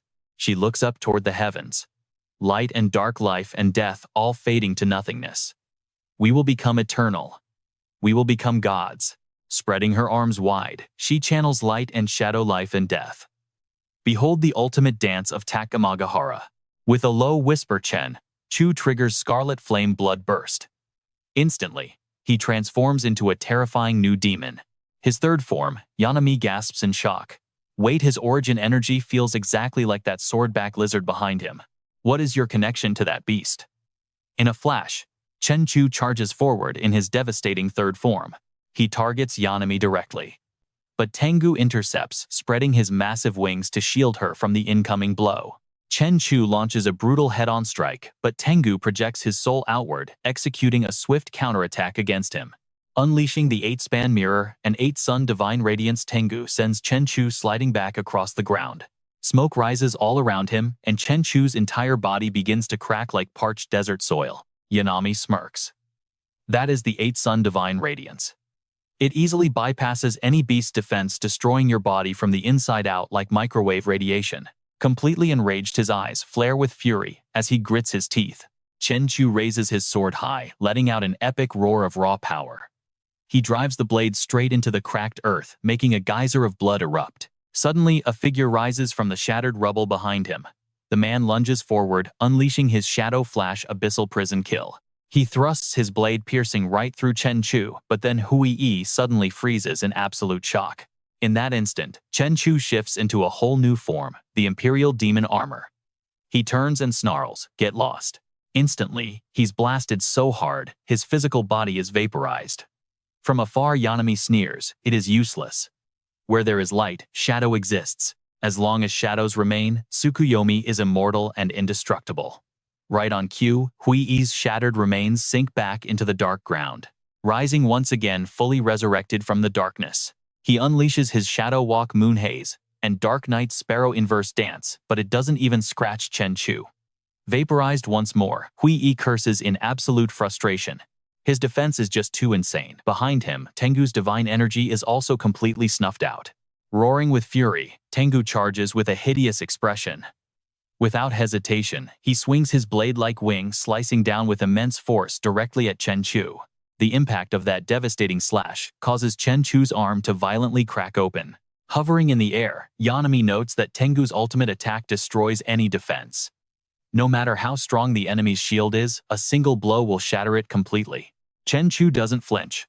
Instead, he crouches slightly, a smug smirk spreading across his face as he mutters, "Perfect timing." Chen Chu swings, cutting right through Tengu. Sensing an opening, Hui lunges from behind, shouting, "Earth-devouring serpent fangs." Clashing furiously, they unleash a chaotic storm of slashes. Void-slicing, fluttering flowers. Chen Chu lunges forward, sprinting to block and deflect every single strike. Infinite Shadow Stitch. He swings with brutal force, sending Hui's sword flying as he mutters pathetic trash. As the man dissolves once more, Chen Chu smirks. "So as long as your shadow is around, you can't be killed." He roars, "Then I will vaporize your shadow along with you." With a colossal swing, he sends Hui flying back as the man screams in agony. He crashes hard, his body smoking like a dying fire as energy leaks out. Before he can even recover, Chen Chu is already lunging forward with his sword raised. Chen Chu drives down a fatal thrust, pinning Hui deep into the shattered ground. And just like that, his life is over. Stepping onto the ruined stone, Chen Chu growls, "Who else wants to take a step forward?" Seeing Tengu about to charge, Hua Qiao cries out in anguish, "Brother." He freezes, turning his head back with a slow, solemn shake. Yanami screeches, "What are you standing there for? Charge, all of you, get in there, and destroy him." Meanwhile, Da Kui and Inari tremble in sheer terror. Hua Qiao shakes with grief and rage, choking out, "Why must we sacrifice everything like this?" Collapsing to her knees, she screams, "Just to obtain the origin source, my own brother had to die in this god-forsaken place." Yanami retorts coldly, "You are the chosen candidates of God." Pointing directly at Chen Chu, she shrieks, "Kill him. Destroy that absolute monster right now. Only then can we claim his origin source and become infinitely more powerful." But Hua Qiao only hangs her head, sobbing uncontrollably. "But I don't want power. I just wanted to be normal, to be a good sister." Before she can finish, Yanami grabs her by the throat, lifting Hua Qiao into the air, and spitting, "You weakling. You betrayed the oath of our Orochi clan. That is a capital offense." Her eyes narrow as she growls, "We are the true heirs of myth. We must constantly evolve, growing stronger until the day we finally reach the realm of the gods." With no care left for power, only mourning her dead brother Hua, Qiao spits back in pure bitterness. "Go to hell. Get away from me." Insulted to the core, Yanami turns to Tengu, screaming, "Kill this traitor." Her spirit has wavered. She is no longer worthy of possessing a vessel of God. Tengu hesitates and looks back at her two terrified allies. They are cowering in the corner, completely paralyzed by sheer raw fear. With a smirk, Chen Chu plants his sword in the ground, casually resting his arms on the hilt. "I never wanted a bloody war with you guys," Chen Chu says. "Just drop your hostility and you can leave right now." Driven to absolute madness, Yanami lets out a twisted laugh, spitting back. "Force me to surrender? No way." Transforming into a multi-headed giant serpent, she pinions Hua Qiao by her neck, screaming out, "Absolutely impossible." The massive serpent jaws gape wide over the girl's beautiful face, slowly swallowing Hua Qiao's entire body whole. Yanami chuckles, boasting, "Every single drop of your source energy will nourish me." In seconds, Hua Qiao is completely devoured whole. The multiple serpent heads hiss in absolute ecstatic glee. Spreading her arms wide, Yanami screams, "All of your power belongs to me." Right after that, one by one, they are swallowed whole by the massive serpent, from Gu to Abisu, and even Hui-Yi's cold corpse. Watching from behind, Inari is utterly paralyzed with fear. Yanami is fusing all of their powers. Did she only see them as disposable tools? Turning back, Yanami sneers. "Exactly, the Bocce group, hilarious. You are all just tools meant to cultivate my raw source energy." She coldly declares, "In this world, only I hold the absolute right to ascend and become a god." Chen Chu crosses his arms, amused. "Well, this escalated quickly. You guys are tearing yourselves apart before I even touch you." Susanoo barks from the sidelines, "Listen, kid, I absolutely hate your guts, but this is Baki business. If you don't want to die, get lost." With that, he lifts massive boulders and hurls them violently at Yanami, roaring, "This fight is for our survival." However, her giant writhing serpents easily deflect his desperate heavy strike. Yanami asks softly, "Even you turn out to be a treacherous dog." She then channels her power, pulling all the shattered boulders to encircle her body. Haidian snarls in anger, "We were orphans, lab rats, and nothing but lucky survivors who barely clung to life after the disaster." Old memories flash back. Yanami once promised them, "Become gods, and you shall forever escape all of this mortal suffering." She preyed on those helpless children, striking deep into their vulnerable hearts and minds. Yanami laughed wickedly. "From this day forward, you are the Baki." Back in reality, Haidian clasps his hands tightly together. "We gathered to form the Baki for just one simple reason, to survive and live well." With a swift gesture, Yanami manipulates the massive stones, launching them directly at Haitian. A blinding flash of light suddenly erupts across the area. While he shields his eyes to recover, Yanami silently materializes right behind him and speaks. "I now possess the powers of both light and dark," she sneers. "Don't think you can defy me." Spreading her scaly, grotesque arms, she unleashes her shadow prison. Instantly, Haitian's entire body is tightly bound by her massive, crushing serpents. Though he is completely unable to breathe, he remains defiant, growling, "I will never bow down to you." Yanami waves her hand, commanding the serpent to squeeze, wrapping Haitian tightly inside its deadly coils. Laughing maniacally, she watches her black serpent gape its jaws wide as the nearby stones glow with eerie light. Chen Chu quietly watches Yanami laugh, like an absolute lunatic. Suddenly, she raises her hand, altering gravity to make massive boulders hover in midair. The sudden vacuum throws Susanoo off balance, sending him floating upward. Inari and Da Kui suffer the exact same fate. Glaring up at them, Yanami roars, "Hand over your power." But right at that moment, Chen Chu's hand shoots out, grabbing Inari by her ankle. Startled, Inari gasps, "Is that you? But why?" Seizing the moment, Da Kui charges his flame energy and plunges toward Yanami, roaring, "I'll take you down with me."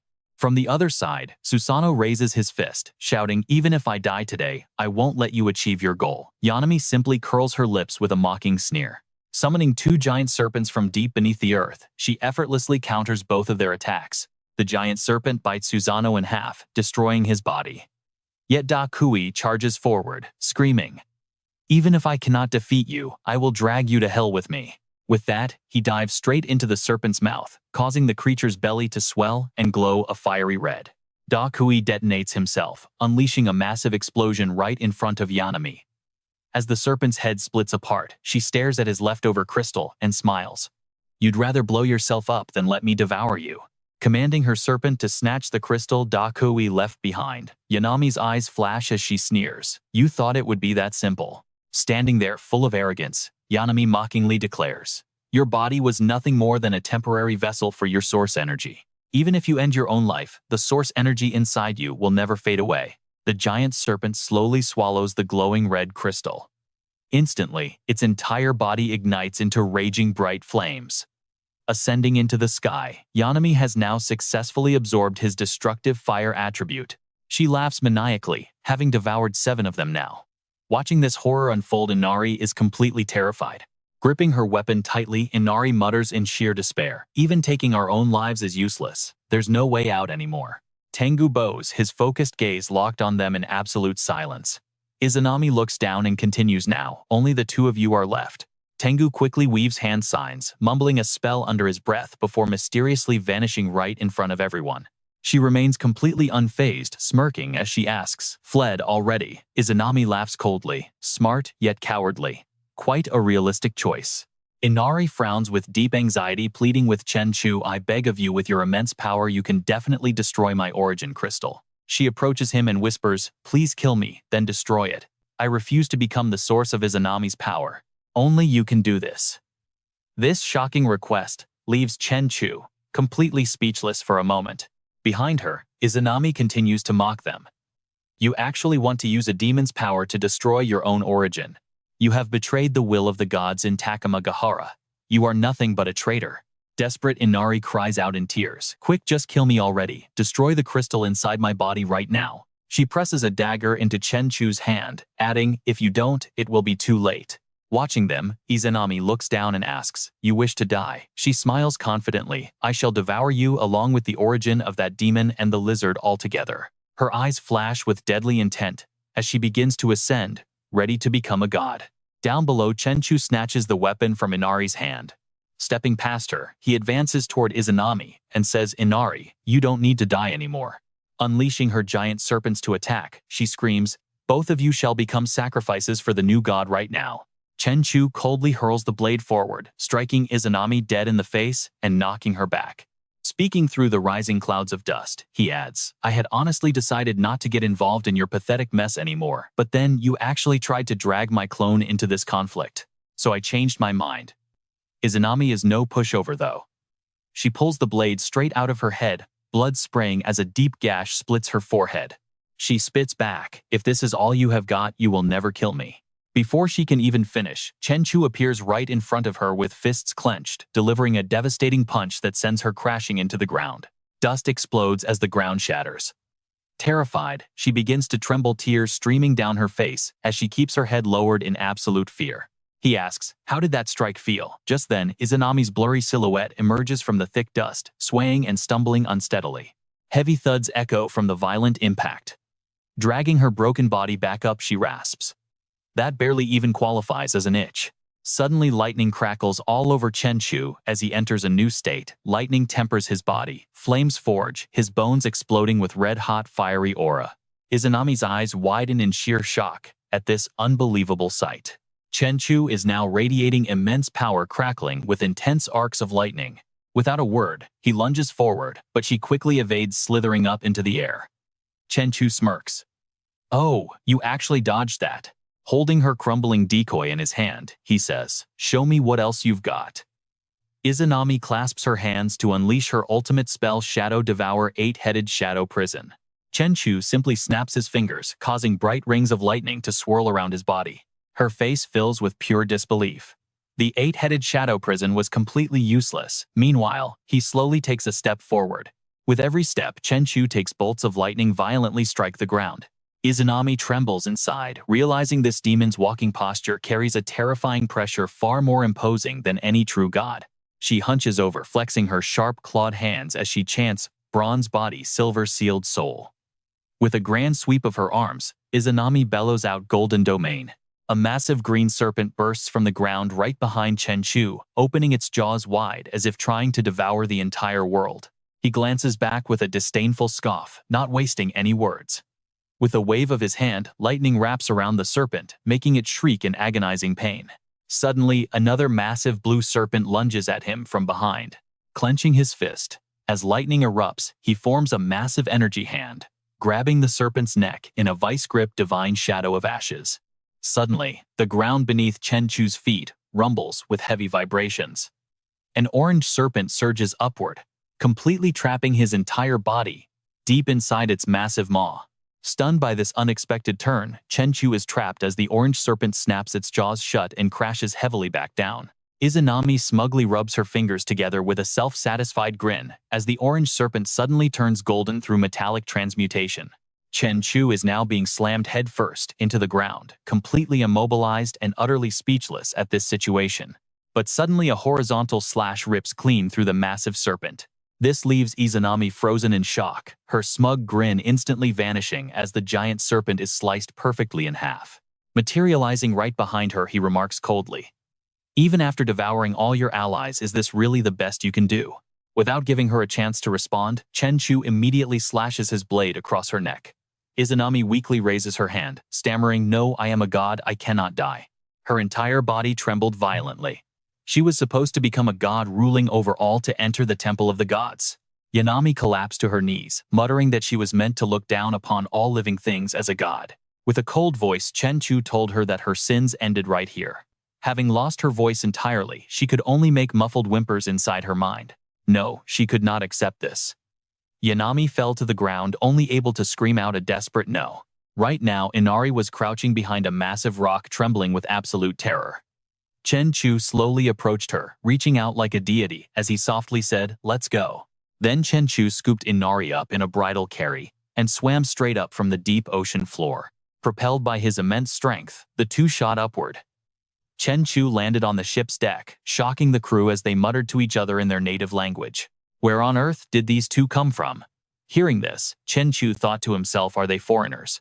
Pointing at the unconscious Inari, Chen Chu spoke up, asking them to please take care of her. Pointing to the shore with a pleading look, Chen Chu gave an okay sign with his fingers, asking if it was all right. The two foreigners just stared at each other, confused. He gave a helpless smile, wondering if they even understood. Soon enough, Inari was safely resting on a bed inside. Humans are an incredibly selfish species, and beyond that they are masters of fighting amongst themselves. With a thoughtful gaze, Chen Chu reflected that throughout human history, those killed by their own kind far outnumbered those who perished in natural disasters or faced monsters. Once they gain power, most people stop thinking about helping the weak or defending justice, and instead point their weapons at those who cannot fight back. Stepping outside, he waved goodbye to the two foreigners, before suddenly blasting away into the distance. The two foreigners watched him leave in complete shock. He did not deny that good people existed in this world, but still, because of that foolish and ignorant nature of humanity, he would never hesitate to distrust any existence that posed a threat to his own survival. He was not righteous, seeking no savior role for weeping souls. He was not evil, harboring no desire for hatred. He did not bring chaos to mortals, nor did he favor strict order, or let heaven and earth bind him. He was not the light to guide a lost city, nor was he the darkness that hid the probing light of truth. He was not an illusion, leaving no faint shadow, yet he was not bound to any eternal form. He was the sword hanging between good and evil, destined to walk alone through the chaotic twilight of dawn and dusk. Cutting over to the Special Bureau branch, Guanda gestured toward the screen, playing a video, and announced this was Chen Chu's battle footage. He explained that according to the latest data, Chen Chu's strength was officially confirmed to have broken through to 5-star. Everyone in the room gasped in absolute shock. A 5-star breakthrough. Guanda then pulled up an image of Chen Chu striking. A reinforced concrete pillar, with a diameter of 100 centimeters, was completely pulverized with just a single punch. Preliminary calculations showed the impact force of that single blow exceeded 1,500 tons. Hearing this, Fan Hao spat out his water in pure shock. He blurted out, "Is 1,500 tons even human anymore?" Meanwhile, Peng Lun stared down at his own clenched fist, completely dazed. "My maximum punch force is only 1.5 tons, but his power is 1,000 times greater," Zhong Wen chimed in.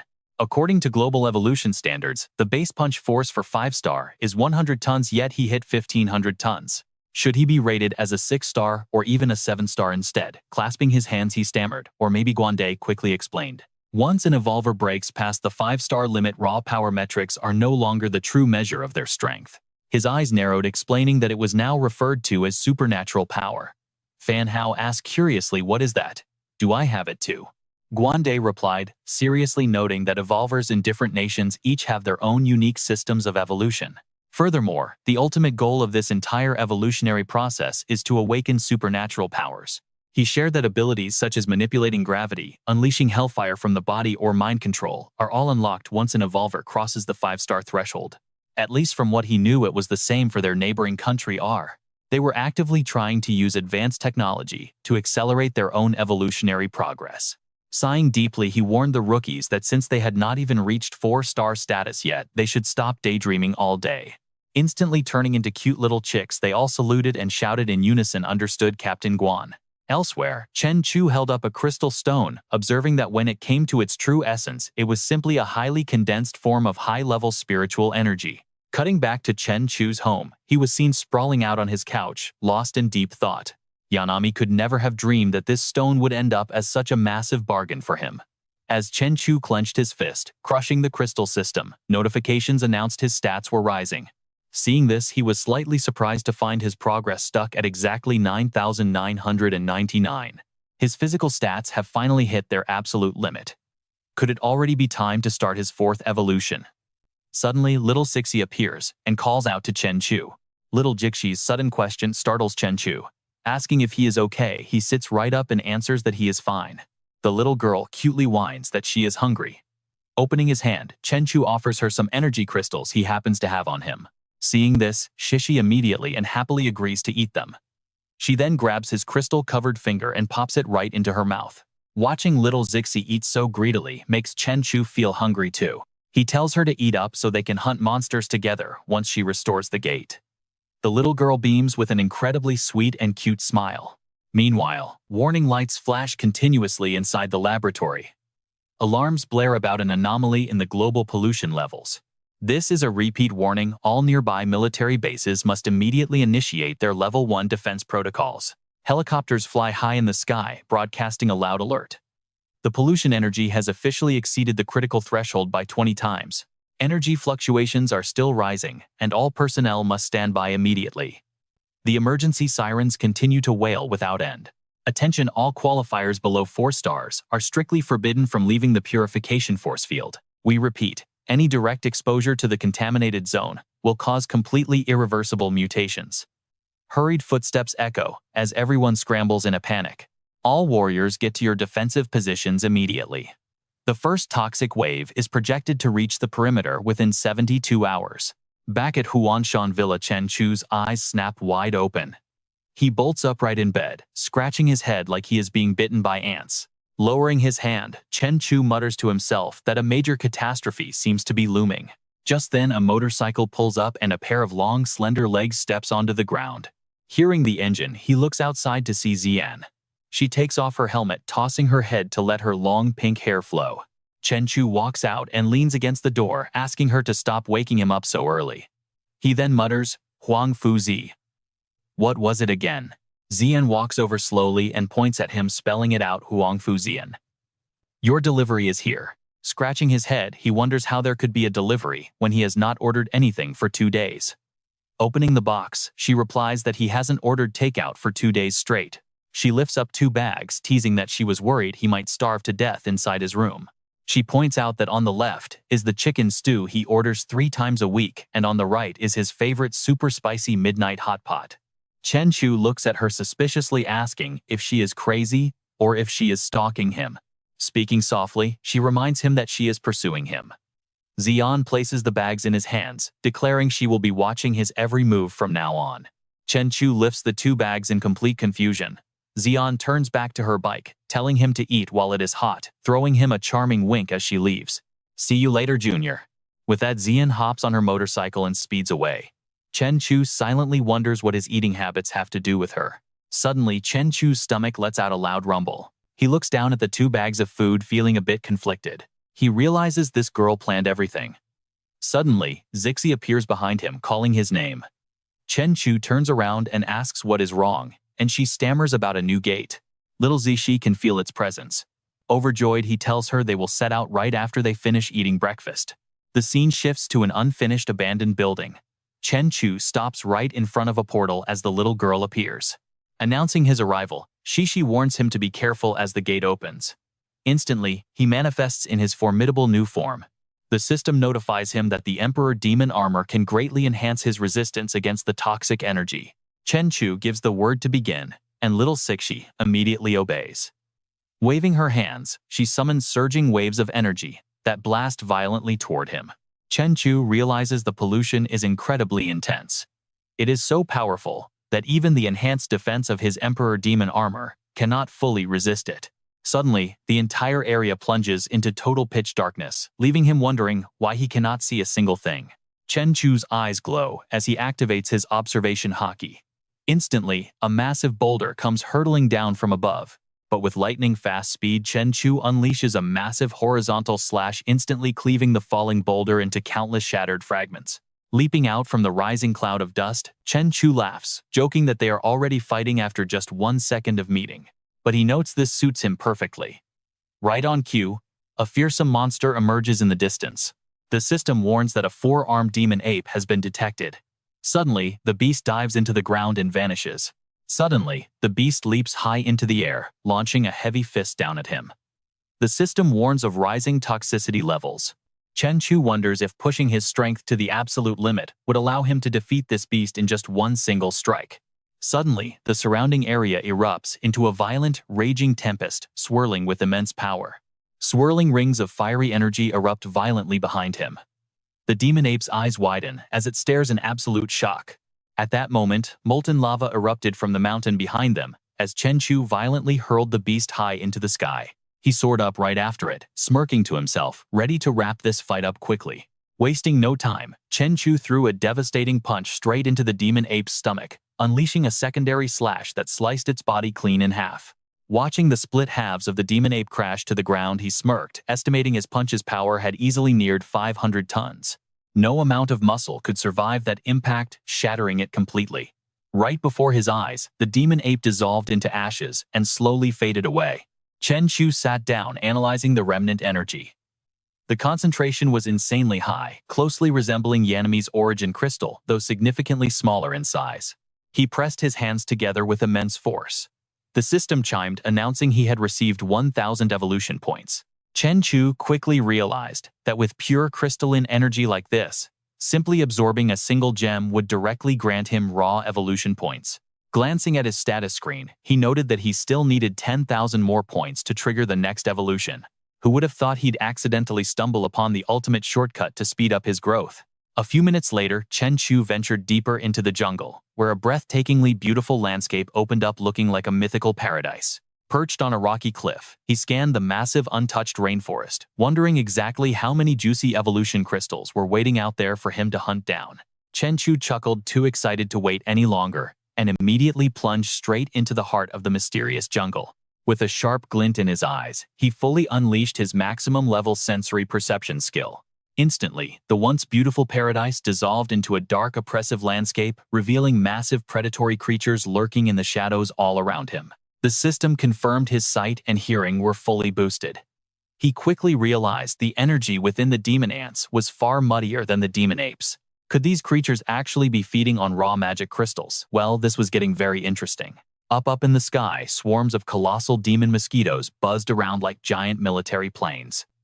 The system instantly identified them as Tier 3 natural-type magic beasts. Chen Chu looked up at the swarming pests, observing closely. The mosquitoes had clearly locked onto a target, but fortunately it wasn't him. Suddenly, a giant mosquito dived down, stabbing its razor-sharp needle directly into a demon ant. He watched the scene unfold with mild surprise. Instantly draining the ant's entire life force, the predator absorbed the energy, forcing its own body to mutate and reach a whole new level of power. Chen Chu watched in utter amazement as the creature literally triggered an evolution right on the spot. He smirked, finding it highly amusing that a Tier 4 insect could simply hunt down ants to instantly evolve into a Tier 5 elite specimen. Suddenly, shadows began leaping through the dense canopy nearby, moving at a frantic pace. A massive beast exploded out of the thick brush. The giant demon ape soared clean over him, target locked dead on the airborne mosquito. A massive explosion tore through the area, kicking up thick clouds of dust. As it cleared, the demon ape was already tearing the mosquito apart. Strange wing-like flaps sprouted from the ape's body. His system chimed once more, classifying it as a Tier 6 elemental-type demon ape. He realized that every single hunt triggered an evolution, serving as a natural filtering system to refine raw energy step by step. Fully supercharged with fresh power, the massive demon ape let out a deafening roar and charged right toward him. Chen Chu fell into deep thought. Once these high-tier beasts reached the end of their lifespans, they instinctively returned to kneel before the Tree of Life, burying themselves deep within its massive tangled roots. Slowly, their massive bodies would begin to decay and dissolve. The pure magic crystal essence they spent a lifetime refining would eventually feed back into the massive roots, nourishing the ancient tree for eternity. The Tree of Life remained completely silent, gently embracing its loyal laborers with its massive, sprawling roots.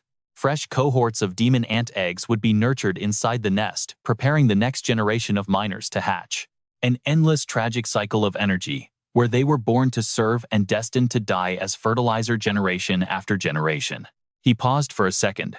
Watching the massive plumes of dark energy billow upward, Chen Chu decided that this so-called perfect cycle of exploitation would finally end today.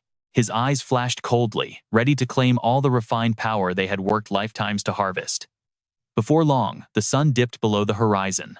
Deafening explosions rocked the entire forest, as Chen Chu moved like a blur, cutting down swarms of mosquitoes and apes with ruthless speed. He unleashed a flurry of devastating slashes, wiping them out entirely before landing gracefully back on the forest floor. He watched the broken bodies rain down. The massive demon ape lay defeated, its lifeless eyes staring blankly into the dark sky. The corpse dissolved into fine dust, leaving behind a glowing crimson crystal as system alerts began flooding his mind. Notification: you have slain a level 6 demon ape, obtaining a mid-grade crimson magic crystal. Notification: you have successfully killed a level 3 demon ape and a level 4 demon ape, acquiring 2 low-grade crimson magic crystals. Chen Chu commanded the system to gather the valuable crystals, drawing them into his palms as the fusion sequence was initiated. 8 low-grade crimson crystals can be combined into 1 mid-grade crimson crystal. 8 mid-grade crystals equal 1 high-grade crystal. Let's watch as Chen Chu orders a fusion and a notification pops up. System alert. The evolutionary power has officially condensed into a crystal. High-grade crimson magic crystals do not just provide massive evolution value, they also offer a rare 1% chance to trigger a random domain super evolution during the process. Success means gaining breakthrough power far beyond normal limits. Chen Chu looks at it, wondering if a random domain super evolution can really be this good. But Chen Chu knows a mere 1% chance is just way too low. If this evolution fails to trigger, then this incredibly rare high-grade crystal is basically no better than useless trash to him. Pivoting on his feet, Chen Chu is absolutely certain there must be a grade higher than this crimson crystal. Surrounded by demon apes and giant mosquitoes, a smirk plays on Chen Chu's lips as he whispers, "Let's go again." With total ease, he unleashes a sweeping slash, completely wiping out the entire swarm of monsters as system notifications continuously flood his screen. Chen Chu mutters that it should be enough. As you and I can see, he reaches out to fuse the crystals and a notification pops up. System alert. You have gathered 8 high-grade crimson crystals to fuse into a mid-grade deep blue magic crystal. Chen Chu is slightly puzzled. Crimson evolving into deep blue. Clenching his fists, he commands the fusion, and the system responds immediately. System alert: mid-grade deep blue crystal acquired, boosting his super evolution rate to 10%. Chen Chu whispers 10%. He shakes his head. Not enough. He wants 100%. Moments later, massive explosions tear through the forest. Fighting constantly has drained his stamina. Chen Chu lands on the ground, taking heavy, ragged breaths. Sheathing his sword, he wonders what kind of ultimate crystal fusing every monster in this forest will create. With a single command, the fusion begins swirling around Chen Chu like a massive roaring hurricane of energy. System alert. Fusion of the high-grade deep blue magic crystal is successful, granting the user a guaranteed 100% chance to trigger a super evolution. Chen Chu smiles. Wiping out every monster in the forest was worth it. Now, using this high-grade crystal will guarantee him a 100% chance of triggering that random super evolution. Suddenly, a massive demon lion leaps out from above, lunging straight down at him. Reacting instantly, Chen Chu leaps backward, narrowly dodging the beast's violent and heavy landing. Gripping his sword with absolute caution, he realizes he has never felt such an oppressive, overpowering aura before. As the demon lion steps forward, the ground beneath its paws instantly withers, causing Chen Chu's eyes to narrow. The monster's sheer pressure is so intense that it is literally warping the surrounding environment. This is definitely not the power of a normal monster. You and I know he had to slaughter an entire forest just to obtain this precious crystal. Yet, this beast wants to steal his hard work. System Alert Level 9 Monster, the Chimera Monarch. Chen Chu pauses in shock. But then he pauses and smiles, thinking that letting this monster consume the crystal might actually be better. If the ultimate rule of this death forest is to devour and evolve, Chen Chu laughs, deciding he will let this beast complete the final evolution for him. Right on cue, more terrifying beasts begin to emerge. The Chimera Monarch lets out a deafening roar. Chen Chu smirks, shouting for it to evolve because he wants a rate over 100%. System Alert. The ultimate Chimera Monarch has successfully evolved into a level 10 beast. Chen Chu smiles, telling it to keep going. He is happy to feed this beast now, because later he is going to make it pay him back 100 times over. Suddenly, the massive snake head of the Chimera swells up, spraying a stream of highly acidic liquid straight at him. Taken slightly by surprise, Chen Chu leaps into the air and slashes the green acid away. As the burning drops hit the ground, thick, toxic smoke immediately begins to rise. Looking back, Chen Chu realizes it is pure acid. No wonder that newly evolved snaketail has such destructive power. Even a single touch of this highly concentrated venom would mean instant and painful death. He watches the beast closely, analyzing its moves.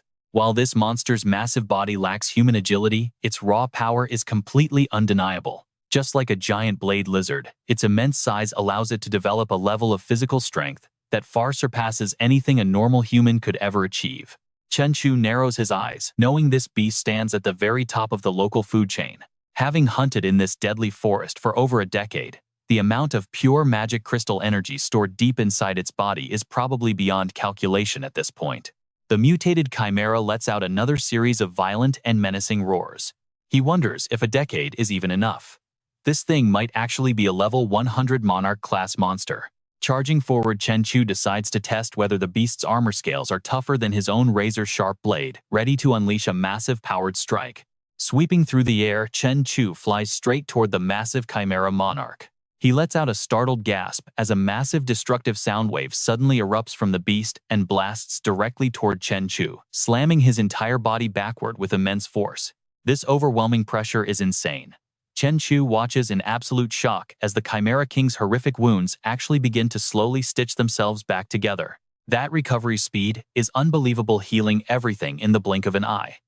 Now, the beast begins to move, gearing up for another deadly attack. The surrounding air completely freezes up as the atmosphere grows heavy. Chen Chu looks on, wondering if this is lightning magic. Suddenly, a massive magic circle forms in the sky above, sending violent bolts of lightning crashing straight down toward the ground.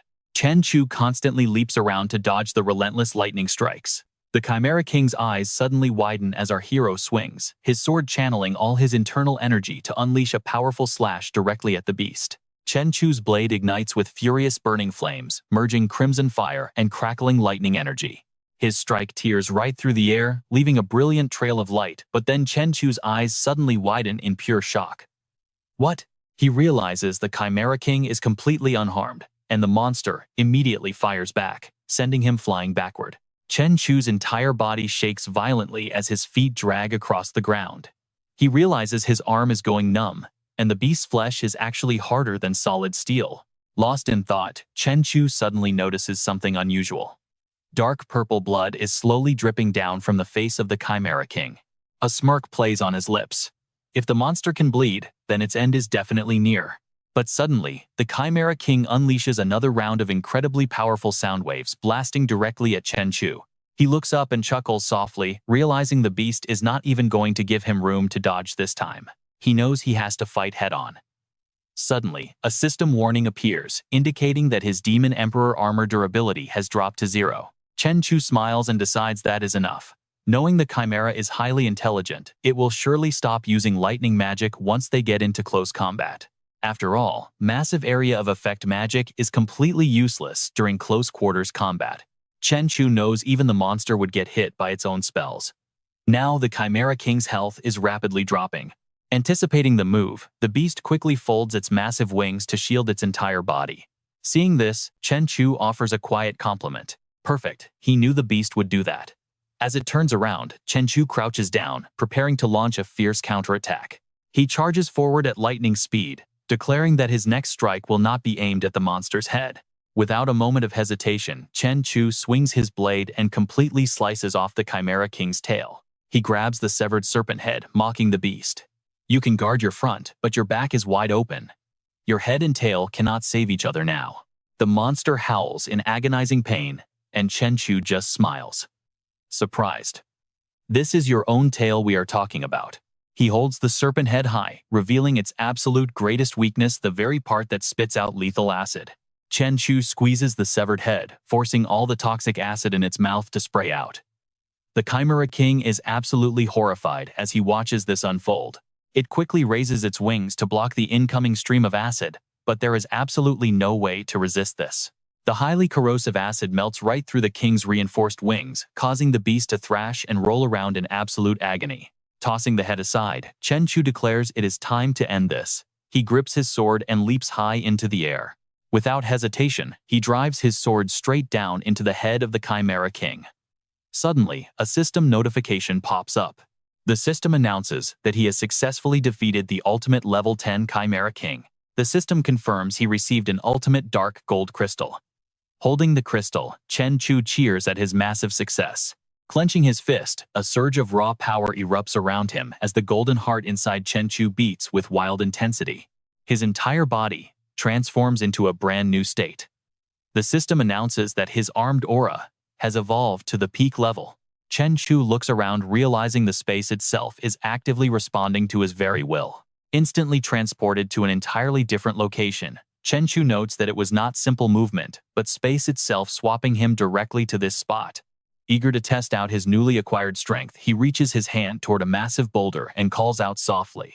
The giant rock is lifted high into the air with just one hand, and Chen Chu whispers a single command: shatter. Instantly, the massive boulder explodes like a time bomb, sending debris flying everywhere. Chen Chu realizes the density of his power is truly terrifying. Pointing a finger at the energy sphere, he wonders if its destructive power will live up to his expectations. The sphere rolls forward, violently carving a deep trench into the ground, followed by a massive explosion nearby that shakes the entire space to its core. Chen Chu slowly floats into the air, looking down with a bored expression, feeling that this world is no longer interesting to him anymore. Looking down at the explosions, Chen Chu decides it is finally time to leave. With a swift wave of his hand, he slices through space itself. A portal to another dimension opens up and the scene transitions directly to Chen Chu's home. Chen Chu walks inside, yawning, exhausted from the battle, and collapses onto his bed. Just as he is about to drift off to sleep, he suddenly appears. Feeling his body shift, Chen Chu murmured quietly that his physical form had finally begun its evolution process. Warning her that he might be asleep for 2 full days, Chen Chu told her not to wander off and use his card for food. As Chen Chu's eyes slowly closed, he told her she could also wait for Huangfu Ziran to deliver food. Since she always brought meals on time, he soon drifted deep into his evolutionary slumber as his soul departed his physical form. A moment later, his phone rang loudly, displaying the incoming caller's name as Situ Tian Tian.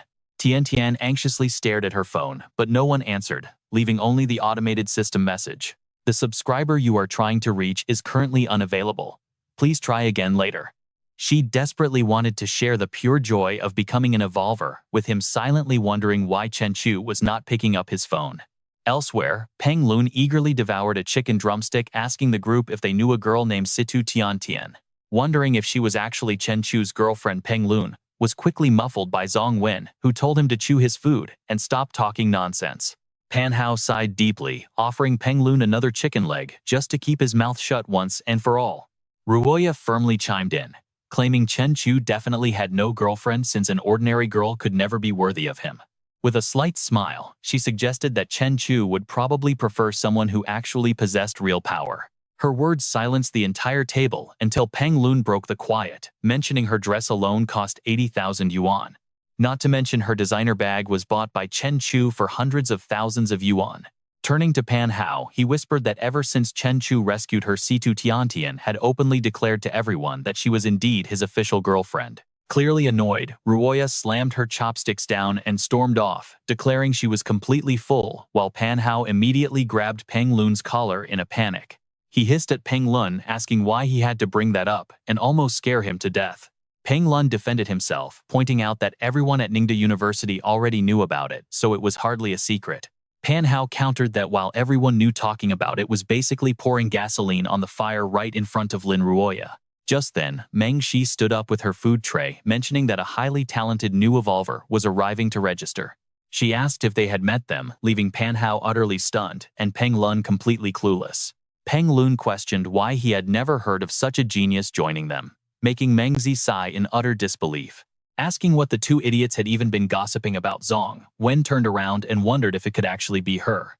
Gearing his gaze toward the distance, he pointed out two figures who were currently walking their way. Walking over, Missinga greeted Lin Ruoya, asking if she was also there today, and decided to introduce the two girls to each other by pointing at Ruoya. She introduced Lin Ruoya as Situ's senior, explaining that she was already serving as an active evolutionary warrior in the Special Bureau. Miss Enge then gestured toward Tian Tian, telling Lin Ruoya that this girl was her new junior. She explained that during class this afternoon, Situ Tiantian had suddenly burst into flames and awakened her inner power. Ruoya offered her congratulations on becoming an evolver, but Tian Tian simply brushed it off quietly, saying it was nothing but pure luck. Stepping closer, Tian Tian spoke with a tone that was far from friendly. She remarked that her awakening was nothing compared to Senior Lin, who was handpicked by the government to evolve, leaving Pan Hao scratching his head in sheer panic. Things were looking bad, until Kwanda suddenly stepped in to break the tension. He explained that before registering as an official evolver, they needed to test her physical data and determine her rank, urging her to take the test right away if she was free.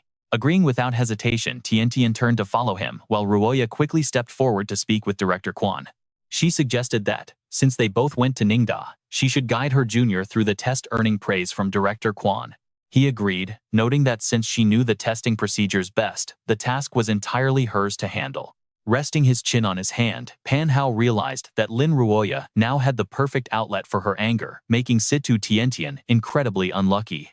Inside the testing room, Ruoya slapped her hand against the punching bag, explaining that this strength test was simple, requiring Tiantian to strike the machine with her absolute maximum physical power. Once she struck the target, the machine would instantly calculate her exact strength value. Wondering if she just needed to hit it hard, Tiantian channeled her internal energy and delivered a devastating punch straight into the heavy bag. The resulting numbers left Ruoya silently impressed, realizing that this new girl was definitely not ordinary. Stepping closer, she revealed a score of 4,700 kilograms, which reached the absolute limit of a 3-star evolver, admitting her junior did an impressive job.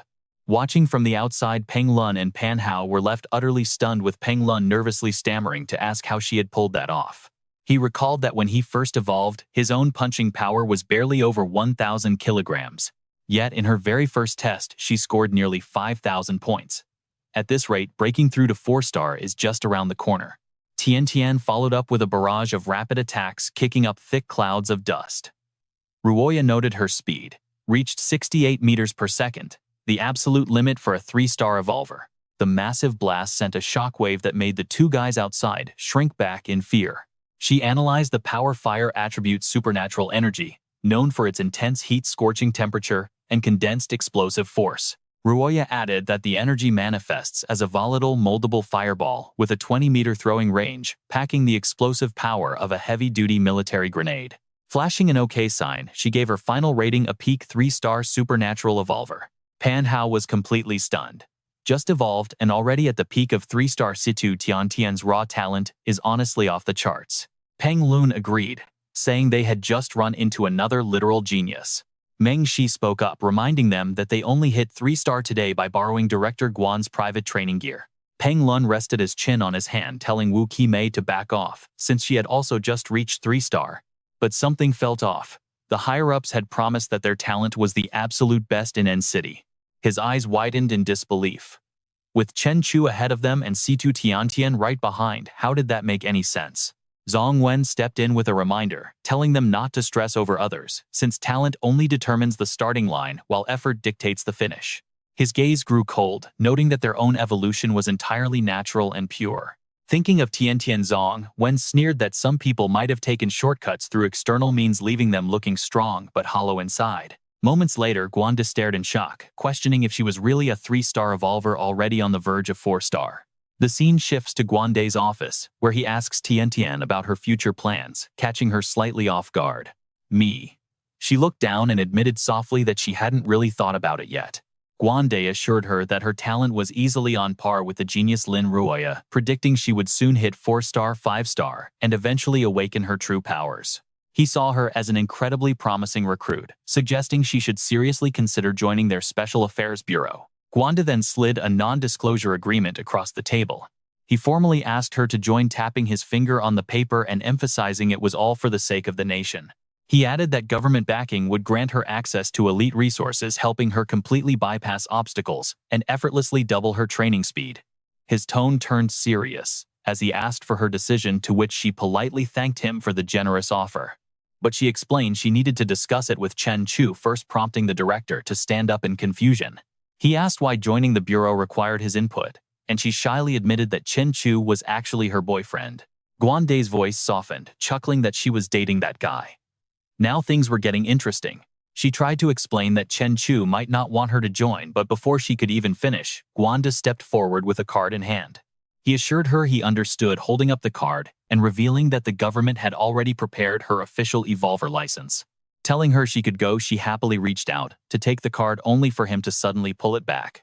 Guande added a quick request, asking her to tell Chen Chu that the Hangcheng Chamber of Commerce situation had been fully handled. He revealed that all 3 corrupt corporations were wiped out, expressing his gratitude for the crucial intel Chen Chu provided. She eagerly promised to deliver Director Guan's message right away. Watching her walk away, Guanda sighed, realizing she likely wouldn't join the bureau. Meanwhile, the scene cuts to Chen Chu's house, where little Sixi is leaning over her brother, quietly watching him sleep. She felt confused, noticing his body heat was unusually high. The moment Sixi touched his forehead, she gasped and stumbled back from the blistering heat. Meanwhile, Chen Chu lay completely motionless, slipping deeper and deeper into a strange, unresponsive slumber. He was entirely out cold, leaving Sixi to wonder if her brother was simply trapped in a dream. Chen Chu has now been asleep for 3 days straight, while the television news warns that the apocalyptic shockwave is just 6 days away. To protect public safety before the actual disaster strikes, the government announces a massive, highly organized evacuation plan over the next 6 days. Loudspeakers blare throughout the streets, ordering all villages and towns within a 10-kilometer radius of the Doomsday Gate to immediately evacuate to safe cities nearby. They will only be allowed back once the apocalyptic shockwave completely passes. A megaphone-wielding officer shouts to the crowd to streamline all emergency operations. While the apocalyptic wave hits, authorities will now take direct unified control over all crucial survival supplies, starting with food distribution. Angry protests erupt instantly. Move to the city. How is that even possible? Where will we live and what are we supposed to eat? And who will protect our homes? The officer lowers his megaphone, assuring them that relocation is completely voluntary with zero physical force. He turns around and yells into the megaphone. But as long as everyone gathers in the city for shelter, we will arrange housing. At least we can guarantee tents, clean water, and enough food to survive. The announcements keep blasting, promising that even if people choose to stay behind, they will try their absolute best to send rescue teams if any monsters invade. Nai Xin sits dejectedly, pulling her knees up as she listens to the loud broadcast. We will not easily abandon anyone. She mutters a curse, mocking their promise to send backup and keep everyone safe during the crisis. Yeah, right. The government is clearly running out of power, so now they just want to herd everyone together. Just then, Leng Yue walks in to reassure her, saying with the boss around there is absolutely nothing to worry about. He already teamed up with the city's wealthiest elites to build a massive doomsday shelter, and he told them they could take refuge there. She opens up a small box filled with glowing crystals, explaining that this was sent by the boss earlier this morning, and he wants everyone in the company to take one. Inside the box are bright blue crystal stones. Nai Xin looks at them completely confused and asks what they are. Did the boss really send this to me? What does it do? Leng Yue picks one up, guessing it might be some kind of rare gemstone. Suddenly, her hand freezes solid as waves of mysterious energy begin to swirl and rise around her. Nai Xin gasps in pure terror, slipping right off her chair onto the floor, and frantically asks Leng Yue what is happening to her. Leng Yue slowly floats into the air, feeling an intense power like an awakened evolver. Her eyes quickly lock onto a knife, stuck inside an apple on the table. With a quick wave of her hand, the knife flies out, spins rapidly through the air, and lands perfectly in her grip, leaving Naixin completely speechless. Leng Yue, how did you even do that? She stares at the box of crystals in disbelief, wondering if it was because of the stone. Leng Yue remains silent, casually throwing the knife, which embeds itself deep into the cracking wall. She turns around and reveals that this is a gift from the boss. Just one stone can trigger an instant evolution. Clenching her fist, she adds that he probably wanted them to be able to protect themselves when the apocalypse officially strikes. Cutting to the outside, crowds of people are whispering. Look, a major hotshot is currently live streaming on the app. Alexander raises his sword high in the air and shouts, "All right, guys, the eyes of the entire world are on me now. I have an incredibly important announcement to make." He asks the audience, "You all know about that famous online hero Chen Chu, right?" Alexander arrogantly declares that today he is going to expose this ridiculous lie once and for all. He stomps hard, cracking the ground open, and yells that this so-called superhuman hero is actually just a big fake created with special effects. On the screen, headlines show that the Sword Saint fan club fully supports their idol in exposing these frauds. People using fake special effects for views should be banned from the internet.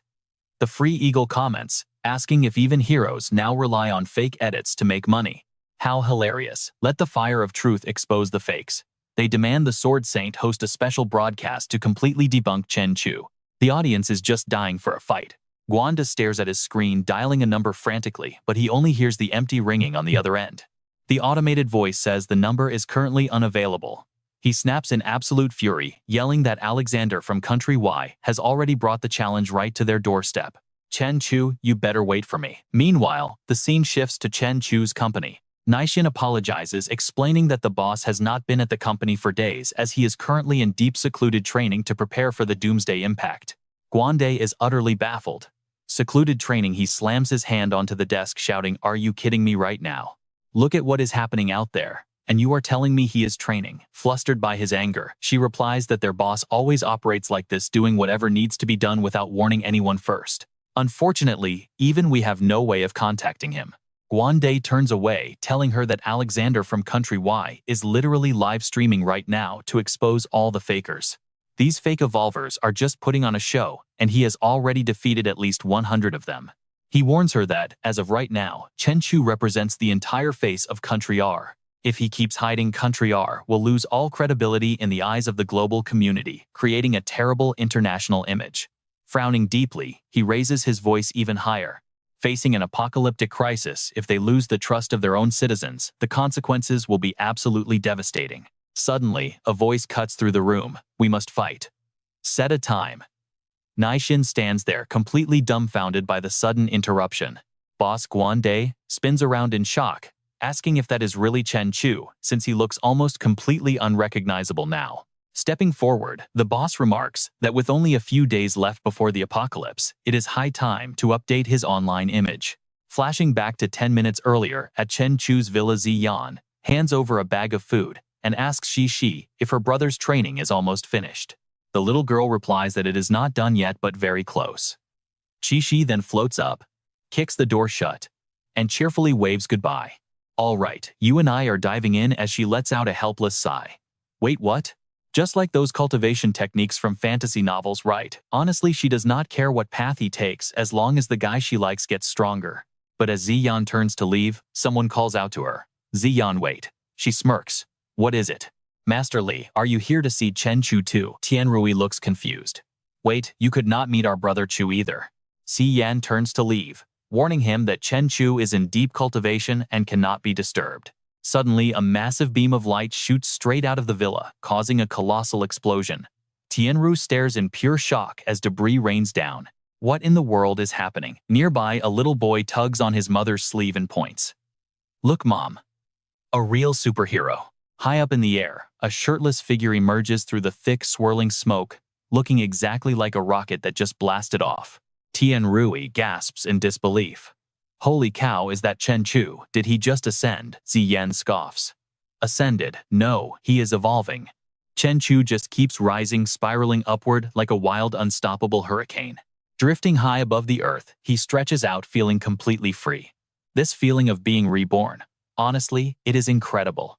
The system notifies him that his sword lizard has evolved into the pitch-black extinction dragon, granting him the Emperor gene, allowing him to steal genes from monsters he defeats and copy their skills. Chen Chu can only let out an amazed gasp as he floats down, resting directly on top of his massive dragon. Looking down at his hands, Chen Chu smiles. This is perfect. Time to test out this newly evolved body. He clenches his fists, feeling the absolute power. Back at the office, Gwanda steps up with a serious warning. He reminds him that Sword Saint Alexander is a massive star in the International Evolution Alliance. He warns that if Chen Chu somehow loses this, the Special Bureau will completely lose face on the international stage. Chen Chu slowly stands up, completely relaxed. Do not worry, it is just a minor issue. Gwanda laughs out loud, gesturing behind him. Well, if you are that confident, then there is no problem. Gwanda's tone turns dead serious. He will send an official challenge letter to Country Y on behalf of the Special Bureau. But he warns him first. With the apocalypse looming, international relations are incredibly fragile, just like a sheet of paper. Gwanda points directly at him. You must win this battle flawlessly and make it look good. Do you understand me? Now you and I know that playing politics makes things way harder than just beating the guy up. Chen Chu chuckles. Got it, I will just hold back a little bit. Meanwhile, at the arena in Country Y, the hyped-up crowd is chanting for the Sword Saint. Alexander steps out, holding his sword with absolute confidence and laughing. Pointing his razor-sharp blade directly at the camera, Alexander makes a bold declaration. Special hero of Country Z, I am going to expose you to the world. As the live stream goes live, comments start flooding the chat. Die-hard fans are waiting for their hero to expose this clown. But across the arena, there is absolutely nobody there. Alexander laughs mockingly. What is wrong? Too scared to fight me? Who knew Country Z's strongest hero was such a coward? Rewinding to a few hours earlier, Chen Chu stares at his phone. So the fight is in Country Y tomorrow morning. Gwanda breaks the bad news. You only have 6 hours. He seriously explains that Country Y is at least 10,000 kilometers away. He points out that speed and endurance are critical measures of an evolved warrior's power. He is definitely setting up this insane travel requirement as a way to test your maximum speed and endurance. Chen Chu realizes it is a trap. If he does not show up on time, the guy gets to claim he exposed a fraud. Gwanda nods. Exactly. The Special Bureau is preparing a high-speed jet to transport him there. The transport jet flies up to Mach 2. Even with mid-air refueling, they can get him to the destination in under 5 hours. Gwanda frowns deeply, telling him that he needs to trust their ability to mobilize resources. Chen Chu just waves his hand and turns away. No thanks, 5 hours is way too slow. Gwanda snaps at him to stop messing around. Before Gwanda can even finish, Chen Chu crashes right through the glass window, shattering it completely. Gwanda groans in frustration. The stronger they get, the harder they are to control. Meanwhile, Chen Chu blasts off into the sky. As he flies over, City M. Chen Chu suddenly senses a massive violent spike in local energy. Landing right outside the Daxia Central Bank building, he uses his sensory abilities to scan the area. Scanning the crowd, he realizes it is just a bank heist. He decides to ignore it, telling himself that wasting time on side quests is pointless. Up on the roof, one of the armed robbers looks up and spots Chen Chu flying right past them. He turns and yells to his crew. Since all the heroes are busy guarding the apocalypse gates, nobody can stop our heist. And just like that, the robbers grabbed the bags of cash and bolted. The police shouted, "Our guns are useless against these evolved ones. Request headquarters send in the heavy weaponry immediately." The thugs laughed hysterically, as bullets failed to scratch their barrier. But their grins vanished instantly, the moment a single round pierced right through. They looked up, eyes wide with terror as they gasped. What is that? Right then a flash of purple lightning ripped across the sky. The leader stammered, "He is back. That same evolved one from before has returned." Before he could finish, a massive explosion shook the entire area. As the dust cleared, Chen Chu calmly emerged and spoke up. "I did not want to get involved, but whatever, let us call this a warm-up." The robbers dropped the cash, screaming to open fire. Bullets rained down as they shouted, "Shoot him down," but the rounds hitting him felt like nothing more than harmless mosquito bites. Chen Chu smirked. "Is that all you got? You guys are pathetic." His eyes narrowed, glowing with intensity, and instantly the entire gang collapsed as if struck by a massive electrical shock. One by one, they dropped to their knees on the pavement, vomiting violently. A muscular thug stepped out of the vehicle, folding his arms. Just a single glare, and you took out all my lackeys, huh? Humph. You are indeed an evolved with some real power. He dodged a flying rock and yelled, but you picked the wrong target, kid, because I am an evolved too. I can manipulate metal and turn any piece of steel into a deadly razor-sharp spear. Debris swirled wildly through the air, shooting in every direction.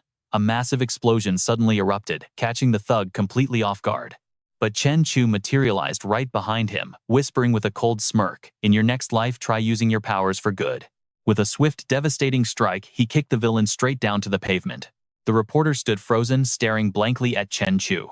With the robber boss utterly crushed into the dirt, Chen Chu soared back into the sky as the live stream chat exploded with comments. The mysterious evolved hero had completely resolved the hostage crisis in a single instant. At that speed, did he fly here himself? Wait a second. He looks exactly like Chen Chu from Country S. Is he not supposed to be fighting in Country Y? Why is he suddenly in City M? Can he actually travel at supersonic speeds? The countdown clock shows 30 seconds as the drone hovers above. Time is running out at the evolved arena. Alexander laughed loudly, "My friends. Today's broadcast is going to end on a rather disappointing note.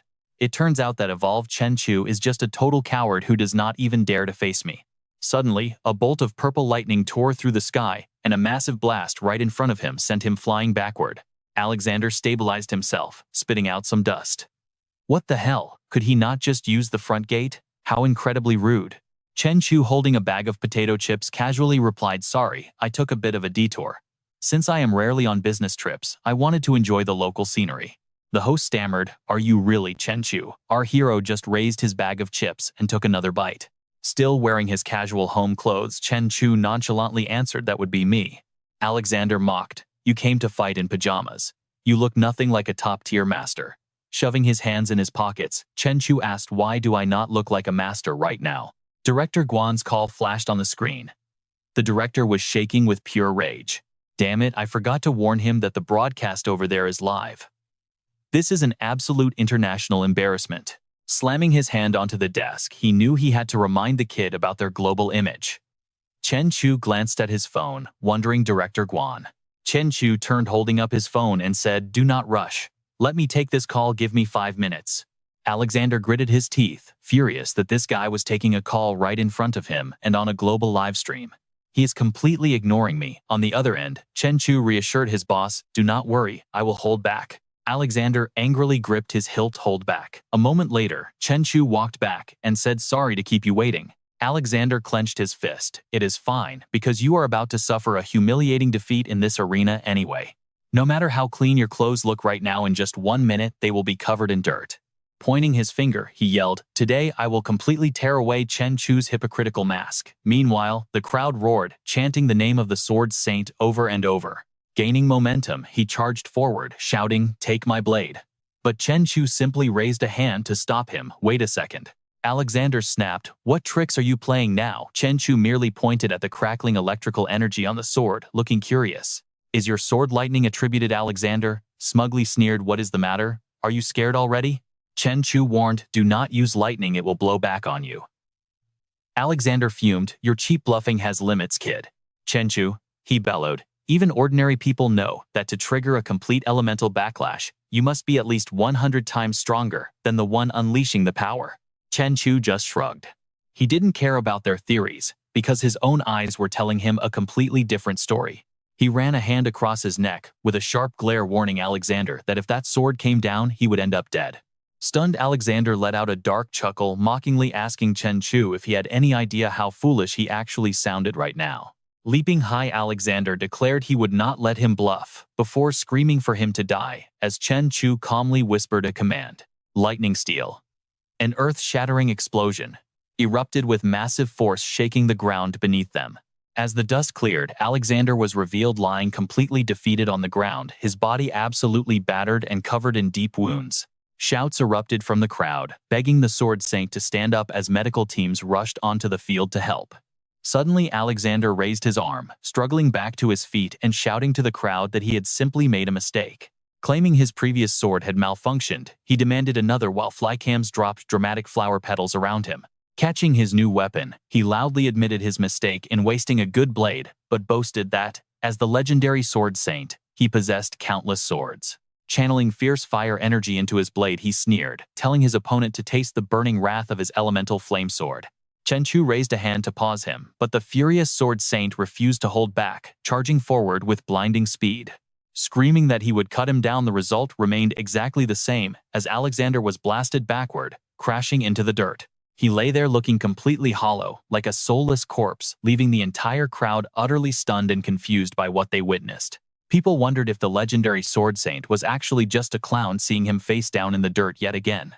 Rubbing his neck, Chen Chu remarked that he had wanted to warn him that fire wouldn't work, while a dazed Alexander struggled to stand with fading consciousness. Realizing he had struck something incredibly solid, Alexander watched as 2 more weapons were dropped from the sky. Furious at being turned into a clown on his own home turf, Alexander screamed that none of Chen Chu's special attributes would save him now. Declaring he would use a pure physical greatsword this time, he vowed to chop his opponent into tiny pieces. As he leaped forward with a roar, Chen Chu casually raised his phone, asking him to wait because of an incoming call.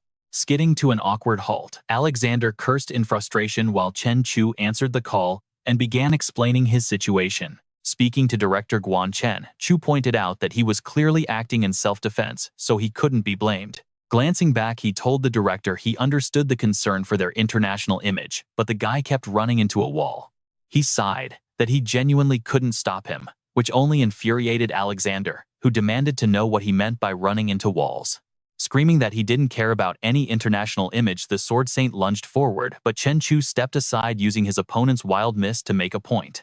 He pointed out how the opponent completely ignored global reputation by launching a sneak attack on someone who wasn't even fighting back. Leaping back, Chen Chu asked if he had held back enough to finally take the guy down. As Alexander spun around to search for him, Chen Chu materialized right in front of him, casually holding down his sword with a smirk. Assuring the director he knew his limits, he ignored a fuming Alexander, who demanded to know what was being said on the phone. Furious at being looked down upon, the sword saint roared, while Chen Chu's eyes sharpened, just as a booming announcement echoed across the stadium. The broadcast announced that Chen Chu had been busy resolving a terrorist crisis in City M while heading to his duel with fraudbuster Alexander. The crowd grew confused, whispering about whether this hero was the same guy the sword saint called a fraud. The announcers strongly denied it, stating a hero like Chen Chu could never be a fake, as he pointed directly at Alexander. The speaker declared Chen Chu to be the true hero, a warrior, risking his life against the apocalypse and fighting the chaos, threatening the entire world. Meanwhile, the real fraud was exposed as nothing but a clout-chasing clown staging public conflicts under the guise of exposing fakes just to boost his online views. He asked coldly, demanding to know who the real fraud was now. Shouts erupted from the crowd, mocking the sword saint and asking why he hadn't exposed the fraud yet. Out of all the powerful awakened ones, he was apparently only skilled at talking big, confirming that the sword saint was a fake. Unable to take the humiliation, Alexander lost his mind and charged forward, screaming that Chen Chu was the real clown.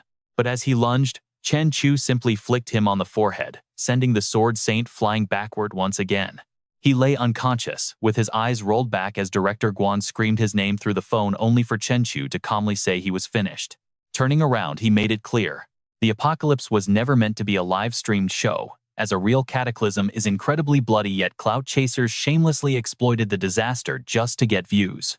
With a serious tone, Chen Chu asked the crowd a single question: when the dark apocalypse swallowed the world, who would actually be the real heroes? He slowly raised his arms. He noted that amid the ruins overrun by vicious monsters, only ordinary people quietly deliver crucial supplies. Chen Chu raised his voice, pointing out how the elderly and children sacrifice their own flesh and blood to protect shelters. These unsung heroes might never receive any so-called likes or online praise, but they are the ones desperately striving to protect the final seed of human civilization. Their status as true heroes was never decided by some arbitrary combat power ranking. With fierce determination in his eyes, he questioned what stance they should take against those fraudulent imposters. Hearing his powerful speech, everyone immediately agreed, shouting in total support. Guan Dai chuckled, realizing why Chen Chu won so spectacularly. Meanwhile, a man named Kosa, who was observing, finally spoke up. He asked Catherine what this meant, questioning if they really planned to let everyone evolve with such a pathetic level of strength. Catherine scoffed, pointing out that if evolution were that easy, they would not need to execute Project Ark in the first place. She noted that both their own Ark project and the rival Pure Land project had been in preparation for over a decade. And now it was finally time to verify which side is actually correct. Kosa claimed that the low-grade evolution crystals created by the Pure Land Project merely turned ordinary citizens into mindless cannon fodder, using them simply to relieve pressure on the battlefield. After all, the more living bodies they throw onto the battlefield, the more those vicious monsters will be drawn to it. This works perfectly for our strategy, she whispered with a smirk, swirling her wine glass as the doomsday gates slowly began to loosen. They would cooperate to completely annihilate those apocalyptic monsters while they were still in a highly vulnerable state. Success meant they would secure a vessel to survive the end times, but Kosa countered with a sinister gaze that it would happen sooner. In fact, they would soon secure 2 doomsday vessels, leaving Catherine to ask what he meant. Kosa revealed they had also detected a massive source energy signal underwater, estimating it to be another apocalypse-class monster that was currently confronting Alexander directly at the scene. Hearing that, she let out a soft gasp of pure surprise. Catherine questioned if the source power emitted by monsters could manifest during human evolution, to which Kosa quickly responded. According to their data, the entity confronting Alexander was likely just a clone, while the main body was currently moving across the Atlantic Ocean. Her voice turned icy as she realized why Alexander was defeated, since that creature was not even human. She sneered that it was fine because if the target was not human collateral, damage would be totally inevitable. She ordered Kosa to eliminate the target at all costs if spotted again, even if they had to deploy tactical nuclear missiles. He nodded, confirming the order. After the intense battle, Chen Chu flew off swimming through the deep ocean alongside his giant lizard before both soared skyward. Suddenly, his phone started ringing loudly. Chen Chu picked up the phone to see Su Leng Yue, calling, her voice echoing over the line to announce they had finally arrived. He told her to head straight inside and meet him in the backyard. With that, both he and his beast vanished instantly, rushing back toward the villa compound. A sharp flash of lightning streaked across the sky, and his figure suddenly materialized in the backyard of his villa. Naihin greeted him, joyfully excited that his training was finally over, though she quickly noticed something quite unusual. She clutched her face in sheer adoration, wondering why his hair had grown so long, swooning over how incredibly handsome he looked. Wondering what to do if she fell too hard, he calmly explained that breaking through his cultivation limits naturally caused his hair to grow. Confused by how training could grow hair, she listened as Chen Chu turned to congratulate Su Lengju on successfully becoming a newly awakened evolver. Offering his congratulations, Ling Yue gasped in complete shock, asking her sister if she had really managed to become an evolver. She eagerly asked when it happened and what her ability was, though Su Lengyu admitted she was still quite unsure. She explained that she had accidentally shattered her boss's red crystal while at the office, which instantly triggered her evolution before reaching her hand toward the nearby fruit plate. The knife levitated into the air as she effortlessly pulled it toward her hand, catching the weapon with absolute ease. Demonstrating her power, Chen Chu suddenly grabbed her wrist to examine her grip, recognizing her rare ability as weapon control. When she asked what kind of ability it was, he explained it was a telekinetic control type, recalling a person he met yesterday. A faint smirk played on his lips as he recalled encountering a strange robber on his way to the tournament. He realized that absolutely anything Su Lengyu designated as a weapon could be manipulated entirely at her own free will. That robber had boasted about his ability to manipulate metal, shaping any metallic object into a lethal razor-sharp spear. Turning around, Chen Chu noted that this kind of ability could grow incredibly destructive when mastered, but the only telekinetic evolver he had previously encountered was limited strictly to manipulating metal objects. His eyes sharpened, clarifying that they could only manipulate iron atoms. She shook her head, disappointed, feeling that her current power was still far too weak. Su Lengyu sighed, admitting that even if she surpassed ordinary humans, she was still light years behind elite evolvers who effortlessly wielded elements like ice, fire, and lightning. She figured that in a real battlefield clash, an evolver would only need a simple wave of their hand to detonate their abilities from afar. So controlling nothing more than a tiny kitchen knife was still incredibly pathetic. Resting his chin on his hand, Chen Chu analyzed the situation. When that fruit knife flew earlier, it definitely wasn't controlled by psychic power or telekinesis. There were no electromagnetic waves either. It literally just floated. He recalled accidentally touching the blade earlier, looking down at his slightly scratched thumb, and began to ponder. What's more, when Su Lengju held that fruit knife, a sharp attribute power, identical to his upgraded tyrant blade, suddenly emerged. In the blink of an eye, the strength of that simple fruit knife multiplied 100 times. Breaking the silence, Chen Chu spoke up, saying her power seemed weak only because she was using the wrong weapon, but she wasn't to blame. He chuckled softly, noting that aside from this tiny fruit knife, there wasn't a single real weapon around for her to use. Chen Chu raised his hand as crackling electricity appeared, wondering what would happen if he brought out an indestructible sword, or perhaps even a truly transcendent weapon. He brandished the massive blade, showing that her weapon control ability could instantly elevate its destructive power to an entirely new level. Chen Chu slammed the sword directly into the floor, causing a devastating wave of energy to violently erupt outward. Ling Yue gasped at how incredible the boss's weapon was, while Su Lengyue silently shuddered, feeling the overwhelming pressure radiating from the blade. He called out, telling Su Lengyue that if her weapon master ability could control this tyrant blade, her overall strength would absolutely skyrocket. Clenching his fist, Chen Chu knew her unique talent had to be directly tied to the grade of the weapon itself. The stronger the weapon she controlled, the more powerful she became, while Naixin trembled in fear, behind him nervously calling out to her boss. She whimpered that his blade was terrifying, but he coldly replied that it was only natural. Countless souls had already fallen to this tyrant blade, so even when resting, the bloodlust radiating from it carried the sheer pressure of a true king. The rising energy swirled around them like a violent hurricane, making Su Lengyu break into a cold sweat just trying to stand her ground against it. It was definitely a weapon worthy of their boss, leaving her legs trembling violently.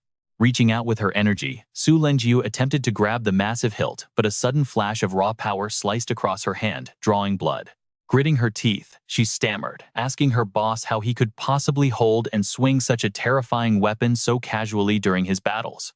The violent energy radiating from the blade was so intense that it felt like it was tearing her apart. Pouring every ounce of her strength, she finally lifted the massive sword as everyone watched her with bated breath. With the blade fully lifted, Su Lenjue whispered in disbelief, realizing that merely holding this weapon had already pushed her power to a brand new level. Chen Chu offered Secretary Su a chance to take a test swing, catching her completely off guard, as she asked if she really could. Flash of a friendly smile, he assured her she could, prompting Su Lengyu to raise the massive blade and prepare for a strike. Furrowing her brow with sharp determination, she unleashed a mighty downward slash that sent a massive cloud of dust exploding into the air. Terrified by the blast, the other girls quickly cowered behind Chen Chu's massive frame. Collapsing to her knees and gasping for air, Su Lengyu apologized to her boss, admitting the weapon was still far too powerful for her to handle. Stepping forward with words of praise, Chen Chu noted that even if she could only unleash a single strike, the sheer destruction was absolutely earth-shattering. Suddenly, an angry neighbor yelled from across the street, demanding to know what the hell just happened. He screamed about who dared to wreck his roof in broad daylight, while Su Lengye stared at the massive slash mark, wondering if she actually did that. She couldn't believe her own eyes, but Chen Chu knew she just lacked experience, and what she truly needed was a transcendent weapon tailored specifically for her. He brushed it off cheerfully, telling them to put that aside since he was treating everyone to a massive lunch feast today. Both girls happily agreed, but Chen Chu reminded Secretary Su that she would need to accompany him on a private trip after lunch. Curiously, Su Lengyue asked what this sudden private trip was supposed to be about. He explained they were heading to the Special Affairs Bureau to get her a custom weapon from Guande, just as a hand breached a portal amidst alarms of a massive energy reaction. Doomsday Gate No. 2 had expanded right into the border realm, and the target's massive physical form was now clearly visible as it broke through. Military sensors calculated that the creature at Doomsday Gate No. 2 would fully emerge in just 120 seconds.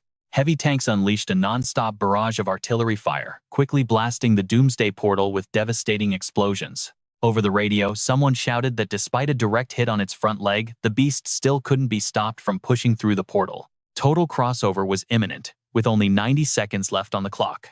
As the monster finally squeezed out of Doomsday Gate No. 2, military jets quickly circled overhead to monitor the beast, whose eyes suddenly flared with terrifying light.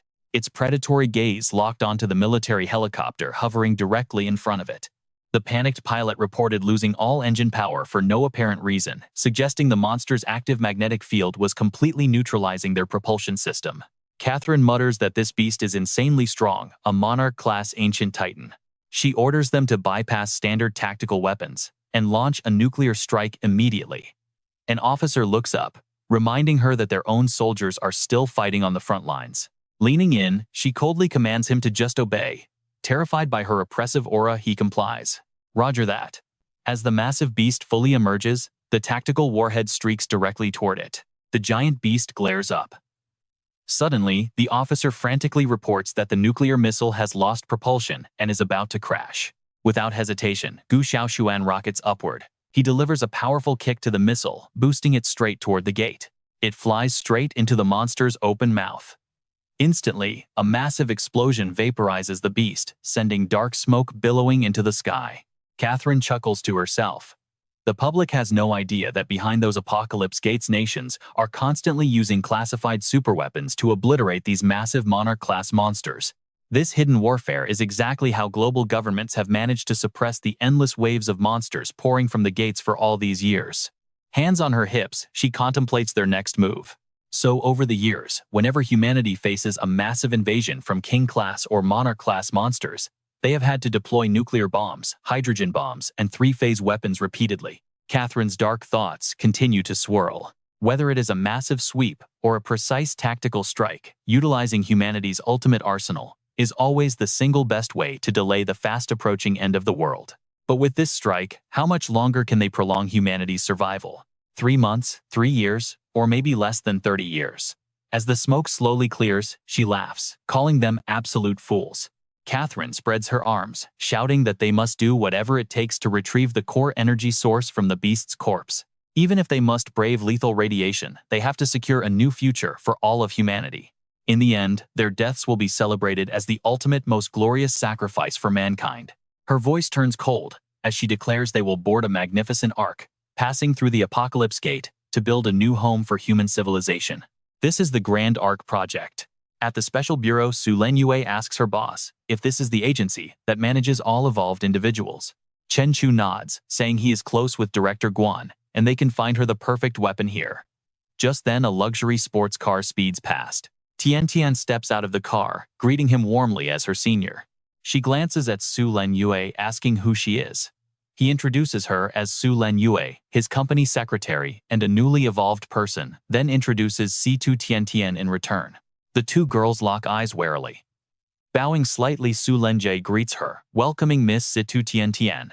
Waving with a friendly smile, Tian says hello silently, noting that the secretary's figure is not quite as good as hers. Turning to lead the way, Chen Chu tells them they might fight side by side later, so they should not make things tense. Meanwhile, at his office desk, Director Guan De leans forward on his hands and speaks up. He admits that Chen Chu's duel with the Sword Saint has massively boosted their nation's international reputation. Everyone is praising their evolved fighters for showing the strength of a major power, and it is all thanks to him. Chen Chu waves off the compliments, telling him to cut the flattery because he came for something else. Guan De asks what he needs. Chen Chu snaps his fingers, and as the door opens, both girls step inside. Tian greets him, and Su Lenyue follows close behind. Su Lenyue politely bows to Director Guan. Standing up, he observes Situ Tian, then notes that the other face looks highly familiar. He wonders where he has seen her before, guessing it was likely at Chen Chu's transport company. She introduces herself as Su Lenyue, the boss's personal secretary. Guan De teases Chen Chu, laughing that the kid certainly knows how to live well. Chen Chu tells him to cut the nonsense. He explains that he is here to register an evolved identity. Guan De gestures toward Tian, explaining that she did not need to come in person since he had already sent her registered evolved ID card. But Chen Chu reveals there is another candidate, explaining that Secretary Su also needs to register as an evolved person. Hearing this, Guan De is completely stunned, wondering how on earth his secretary also managed to become an evolved human. Moving down to the third-floor testing room, Guan De checks the tablet data, noting her strength is 3,300 kilograms and speed is 51 meters per second, matching a low-tier 3-star evolved human.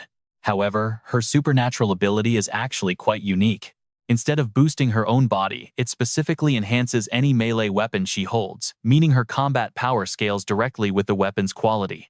He explains that in other words, her combat rating effectively goes up by 1 star when she is fully armed. Theoretically, she can easily match the standards of a formidable 4-star evolved fighter. Watching from outside, Tian silently notes that this secretary's power is actually not inferior to her own. Back in Guan De's office, the commander was highly skeptical. If it were just Situ Tian, it wouldn't be a big deal, but suddenly 2 newly evolved allies had appeared right beside Chen Chu, both wielding an incredible 4-star power level. Tell me, Chen Chu, are you hiding something from me? Chen Chu calmly replied, "Since I'm sitting right here, I'll be completely straight with you. There actually is a way to accelerate human evolution. It is quite similar to the energy crystals issued by your very own Special Operations Bureau." Guanda gasped in shock, asking how Chen Chu knew about the Bureau's secret crystals. With a sharp gaze, the young man made it clear nothing could be hidden from him. Chen Chu flashed a reassuring smile, telling the director to relax, because he had no interest in those Bureau crystals. "My focus is actually on this," Chen Chu said, raising his hand to pull out a massive red crystal. "Director, do you recognize this?" Chen Chu placed the crystal down. Guanda immediately sensed a strong corrupted energy, instantly recognizing it as a demon crystal. The youth nodded. Exactly curious, Guanda asked where he got it. Chen Chu simply winked. "Found it." "Why do you ask?" "Don't believe me." Guanda lowered his voice. "You do realize how powerful a beast's core must be just to form a demon crystal the size of a single rice grain, right? Yet this thing looks as massive as an egg. How is that possible?" Chen Chu asked if he found the stone valuable, to which Guanda replied that it wasn't just valuable, it was completely priceless. Guanda's voice grew dead serious as he confessed that all energy crystals issued by the Bureau were actually refined directly from these demon crystals. Leaning forward, he explained that 5 different worlds existed right behind the 5 apocalyptic gates, and the absolute most precious resource there was the demon crystal. "But this is honestly the first time in my entire life seeing a demon crystal with such high purity. The only problem is the extreme corruption, making even close contact incredibly dangerous." Chen Chu nonchalantly revealed he had plenty of these, causing Guanda to stammer in shock. "Do not pull out any more. This is classified as highly hazardous material." "Are you trying to blow up our entire headquarters?" the director explained. This precious mineral did not just rapidly boost their supernatural abilities. It was also used in advanced tactical applications, and remained heavily restricted due to its danger to colossal beasts. Looking up, Guanda asked with dead seriousness, wanting to know exactly where Chen Chu had managed to acquire so many demon crystals. Chen Chu stood up, spinning around casually. "I just picked them up behind that minor apocalyptic gate. Believe it or not, it's up to you." Guanda thought to himself that it was no wonder this kid's strength was growing faster than a rocket, as he was feeding off demon crystals. Chen Chu then added a crucial warning, noting that this small apocalyptic world was already destroyed and the gateway had been permanently sealed. Turning back with a subtle smirk, he remarked how fortunate it was that he had harvested plenty of red demon crystals beforehand. Guanda gestured openly and asked, "Just name your price. How much do you want? Our special bureau is more than willing to offer you a very generous price." But Chen Chu quickly replied, "We both know that in this dying world, money holds absolutely no value." Puzzled, Guanda asked what he wanted. Without hesitation, Chen Chu demanded weapons, the absolute strongest ones in the Special Bureau's arsenal. "The elite hero squad that your bureau established is able to combine highly evolved warriors with the perfect corresponding weapons. The new team I am building will also require some aid from your private armory." Chen Chu continued offering the high-purity demon crystal, currently in his hand, as a bargaining chip for a fair mutual trade. Down in the 3rd floor testing room, Guanda gestured forward and spoke. "This Yulong blade was forged from a blend of meteoric iron, salvaged from a collapsed world after the apocalypse." He walked over, adding, "Compared to your massive Kangtian Bado, this Yulong blade is much better suited for a woman's grip." Guanda approached Leng Yue and asked, "How does the grip feel to you?" "This gear was just transported from our Special Bureau's apocalyptic outpost." Staring at her reflection on the blade, she gave a soft, quiet reply. Picking up a short dagger, Chen Chu inquired about its origins, noting that its design closely resembled the Yulong blade.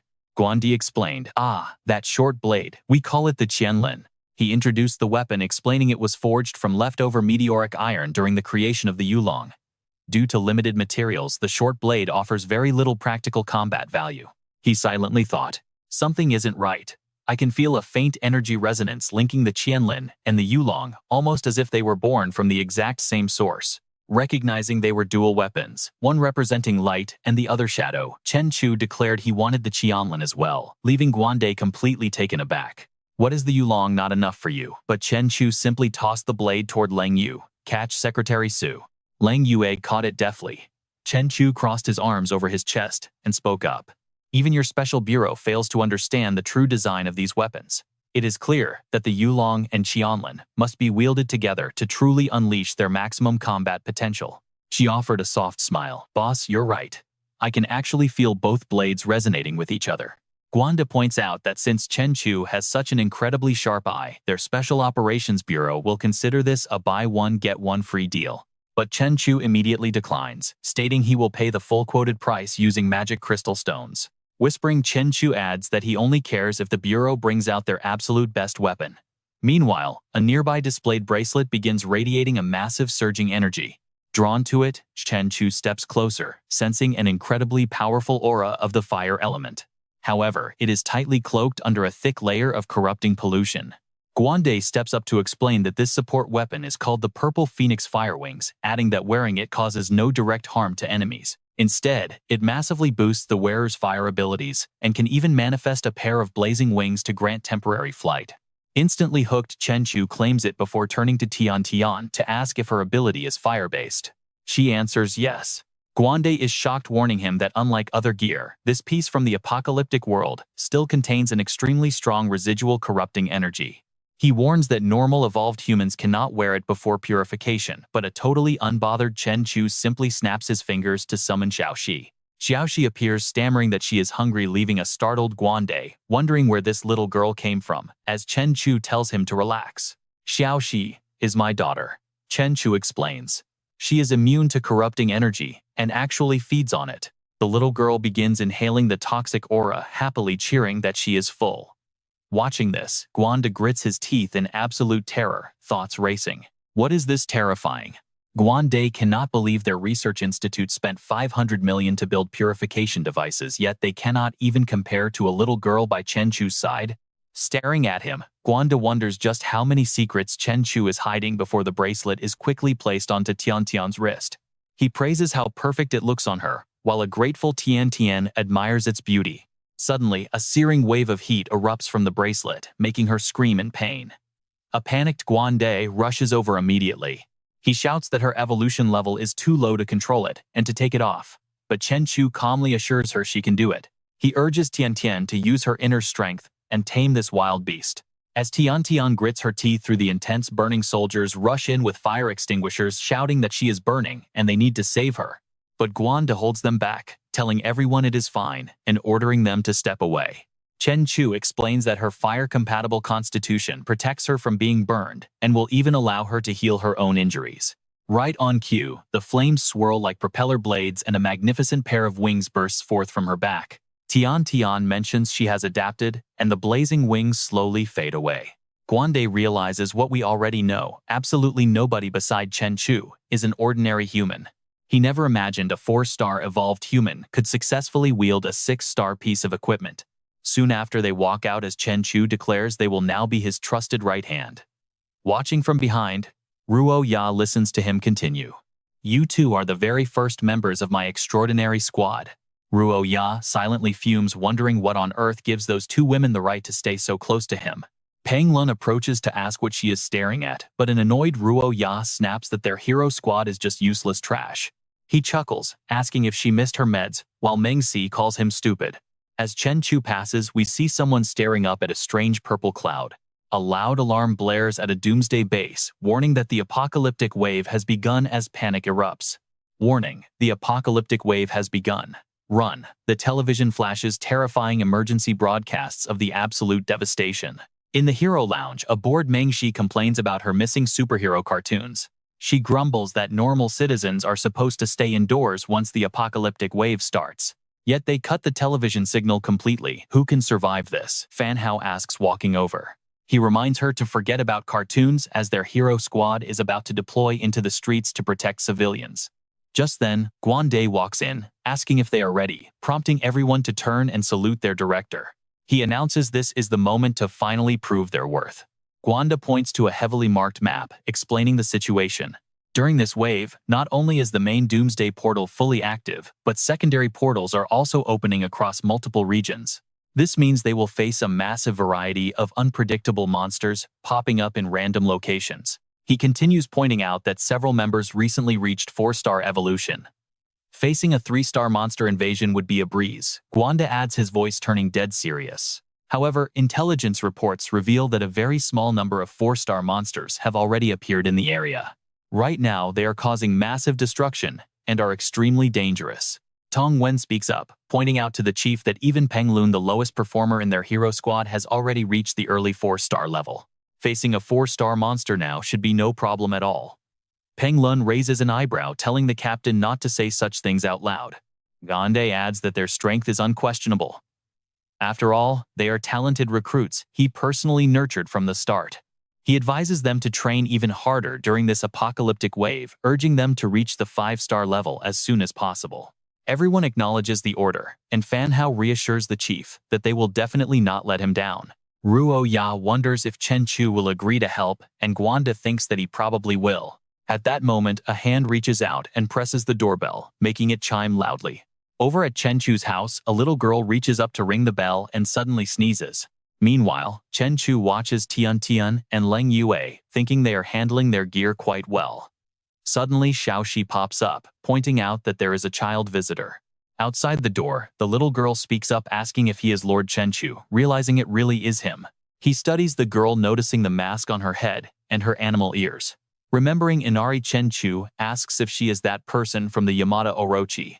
She replies that her name is Yuko Inaba, and her codename in that organization is Inari. He points, asking if she is a fox god who analyzes information. Yuko shyly responds that she was lucky Chen Chu saved her life before. After returning, she did everything she could to learn about him. She did not expect Lord Chen Chu to be so famous here. Lowering her voice, Yuko explains that she quickly tracked down his address using her network of connections. Chen Chu curses silently. He wanted to keep a low profile, but now hiding his identity is completely out of the question. He wonders why she traveled so far to get here. Winking, Yuko says she is here to join his side. Chen Chu pats her head and explains the whole situation to the two girls. He explains that he saved her on Okumachi Island, adding that she apparently had nothing to eat back home, so she came here. Tian Tian is confused by the food remark. Yuko then pulls down her mask, activates her unique sensory skill, and scans the energy of the two girls in front of her.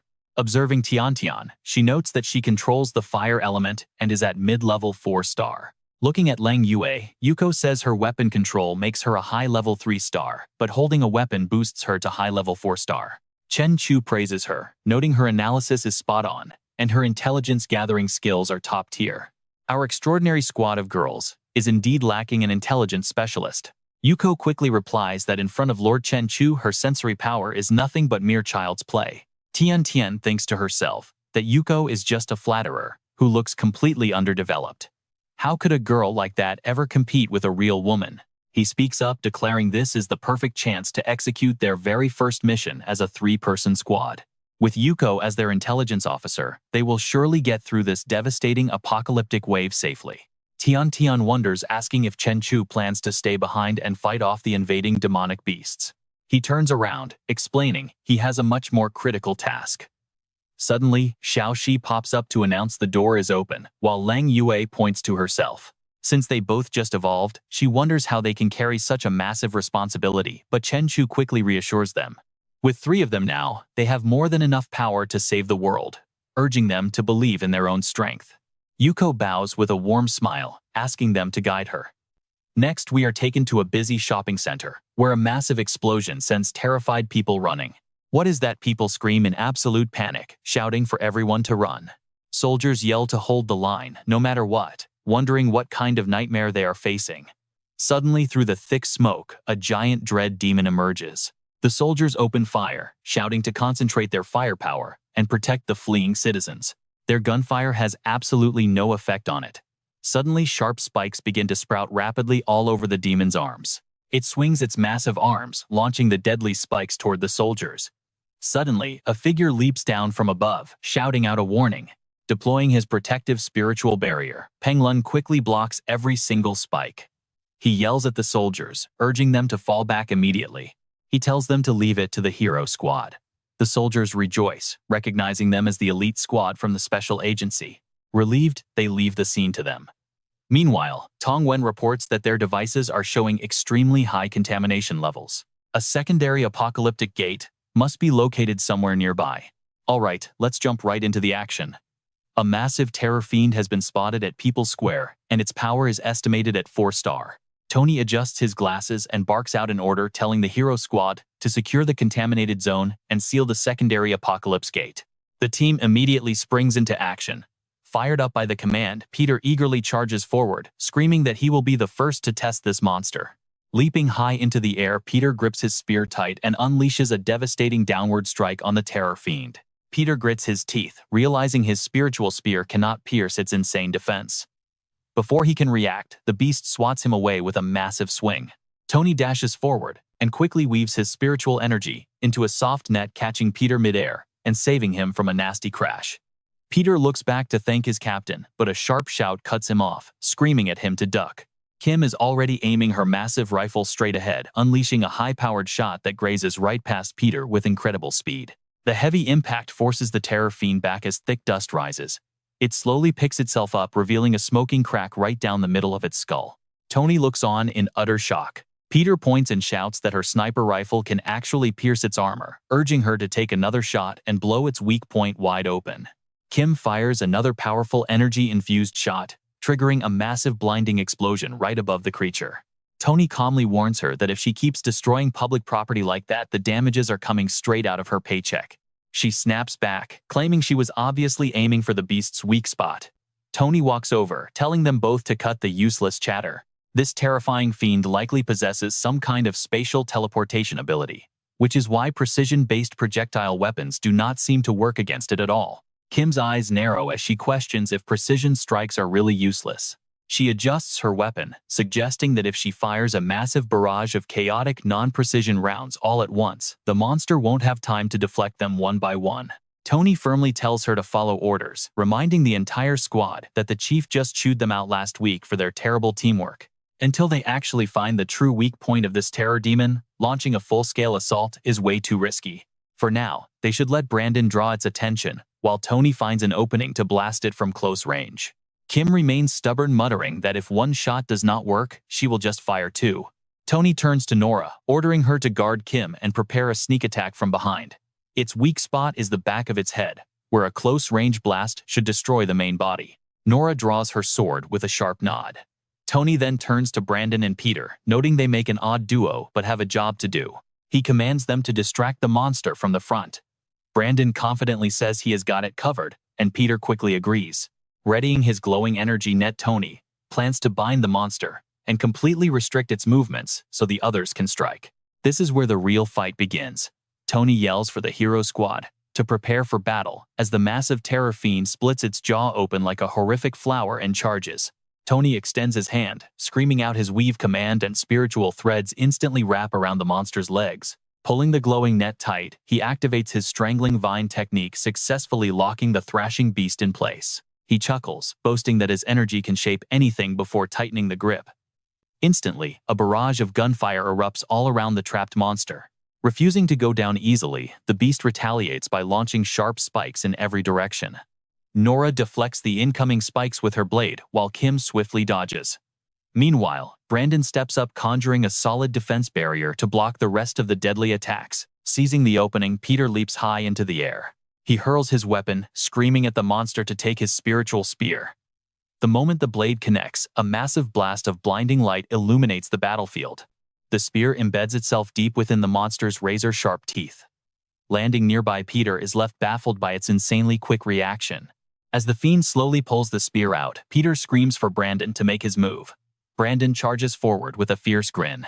He shouts that he has been waiting for this chance, letting his defense barrier dissolve into pure offensive energy. Brandon leaps up and drives his blade straight down with a savage roar, plunging the weapon clean through the monster's head. He lands and watches green fluid splatter, wondering if they actually did it. But the monster shrugs it off, calmly reaching up to pull the blade out. The creature only lets out a soft grunt as it removes the weapon. Tony panics, realizing its head is not the weak spot. Kim rushes in with a shout, telling the beast to taste her spiritual buckshot.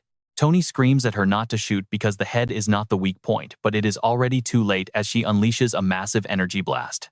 Peter's spiritual spear suddenly shatters into pieces. He stammers in shock, unable to believe his weapon was destroyed so easily. Kim proudly rests her gun on her shoulder, boasting that when things get tough, they always have to rely on her rifle. Tony screams at her to fall back immediately.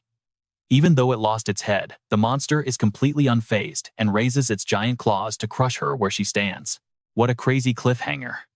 Nora lunges forward into a defensive stance to block the blow, and fresh blood suddenly splatters right across Kim's shocked face. Right then Ruoya was coughing up massive amounts of blood, her body completely impaled by the sharp arm of the dread demon. The monster hoisted Ruoya up like a mere snack, making Kwaimei scream out in terror. Everyone screamed Ruoya's name in unison. Gritting his teeth, Peng Lun growled, "What did you just do?" He repeatedly slammed his fists into the ground, screaming in fury, "How dare you hurt Lin Ruoya? Just drop dead already." Blinded by absolute rage, Peng Lun lost his mind and charged forward, calling out Spirit Shield Charge. Suddenly, his eyes widened. Right then, the dread demon tossed Ruoya's body straight down, sending her crashing heavily into Peng Lun. Songwen watched this play out in absolute shock. He quickly wove his threads together, creating a net just in time to catch the falling pair. Fortunately, they were both safely caught inside the net. Meanwhile, the dread demon slowly untangled its legs. Songwen whipped around his eyes, stretching wide with shock. Chimei sobbed uncontrollably, blaming herself. "I was the one who got Ruoya hurt. This is all my fault." At that moment, the dread demon slowly closed in on her. Songwen yelled out, "Wu Kimei, what are you doing? Just standing there. Get out of there now." He shouted again, "Pan Hao, get Wu Kimei out of here. Leave this dread demon to me." Pan Hao stammered, "Without a spiritual spear, I will literally die if I go out there. I am sorry, but I just cannot do it." Songwen thought to himself that this hero squad had completely broken down, all because they were facing a single low-level demon. Wielding his woven threads, he charged head-on toward the dread demon. Songwen realized that, while a mere gap in strength could be bridged with teamwork, once the will to fight was lost, there was absolutely no way to turn things around. He recalled the words Guan Dai once told him. "Li Songwen, although you are in charge of coordination and intel at the most critical moments, you just stand by and watch. Remember, you are not just the brain of this team, you are also a warrior. If you only stand by and watch, your teammates will end up dying for nothing." Songwen dashed forward at full speed, reflecting on how he always shrank back, issuing orders from afar, while merely watching his allies risk their lives in deadly battles. His gaze narrowed sharply. With threads wrapped tightly around his body, Songwen told himself it truly was a failure of duty. Meanwhile, the dread demon raised its arm high, preparing to deliver a crushing blow to Kimei. But at the absolute last second, the monster's arm was wrapped tight in threads. Songwen yanked them back, shouting, "You are not the only one here who knows how to use abilities." He raised his arm and yelled as a soldier of this hero squad. Songwen clenched his fist tightly. "I am challenging you to a real fight." He delivered a powerful punch straight into the dread demon's stomach. The monster was sent flying backward. Songwen landed quickly, built momentum, and leaped high into the air once more, whispering thread-bound battle axe. Instantly, a massive axe manifested and cleaved straight down onto the dread demon. Its body crashed down with a loud boom, kicking up thick clouds of dust, as the dread demon lay defeated amidst the shattered debris. Songwen watched closely, wondering if he had broken its armor, but the dread demon suddenly stood back up completely unharmed and kept walking forward. He gasped in shock at the sight. Something was wrong. Not only was the armor intact, but the cracks on its outer shell had completely healed and a brand new sharp spike sprouted from its arm. It leaped high into the air, lunging to attack Songwen. Weaving his threads, Songwen knew he had to strike even harder. In a flash, he bound the dread demon once more and leaped up to completely pin it down. Frowning deeply, Songwen spun around and yanked hard, smashing the monster face first into the ground. As the dread demon skidded across the ground, he gave chase, yelling, "Do not even think of running." Suddenly, sharp needle-like spikes sprouted all over its body. The monster then shot those spikes directly at Songwen. His eyes widened as he realized, "I found its weak spot. It is the heart." Songwen calculated that if he backed away to dodge now, he would lose the chance to defeat it forever. He knew he could not retreat, absolutely not. If he faltered now, he would only sink deeper into the abyss. This was his only shot at victory. Songwen lunged forward, thrusting his bare hand directly into the dread demon's chest. The monster collapsed heavily as slime poured out everywhere. Landing on the ground, blood dripping from his mouth, he smiled. "I actually found it." Clutching his stomach in agony, Songwen forced himself to stand, his entire body trembling uncontrollably. Chimei ran over screaming, "Captain," but then her eyes went wide and her face turned completely pale as she stammered, pointing her finger. Standing right behind him was a massive horde of dread demons lined up. Songwen's expression instantly twisted in despair. Was this some sick cosmic joke? Is this what fate had in store? Fresh blood kept dripping onto the cold ground. Pan Hao collapsed to his knees, crying, "We are too weak, Captain, we are too weak." He was overwhelmed with guilt. Even though they had reached 4-star power, they were paying such a devastating price when facing a monster that was only 1 star higher. Fan Hao stammers in terror. "How are there so many 5-star monsters here?" Tong Van urges them to run immediately. He turns and orders them to take both Lam Nuok Na and Ban Luan away. Tong Van collapses, coughing violently, hoping the Special Bureau can still protect everyone. They just need to survive this apocalypse. Looking up at the sky, he knows there is still a chance to grow stronger. Kai, Mike cries out, telling their captain that they absolutely cannot abandon him here. Tong Van whips around, yelling at them to get out and not throw their lives away. His sudden fury leaves her startled and deeply shaken. Just then another terror demon lunges right in front of them, wrapping its massive hand tightly around his face. Using every ounce of his remaining strength, Tong Van gasps out that everyone has a duty to protect their comrades. It is the ultimate rule taught by the Academy.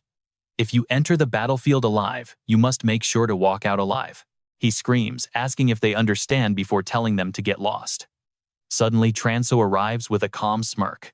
With a heavy crash, Transo lands, forcing the demon to drop Tong Van coldly, stating that those words belong to him instead. Tong Van stammers, wondering if it is too early to celebrate as Tran, so casually steps forward without a care.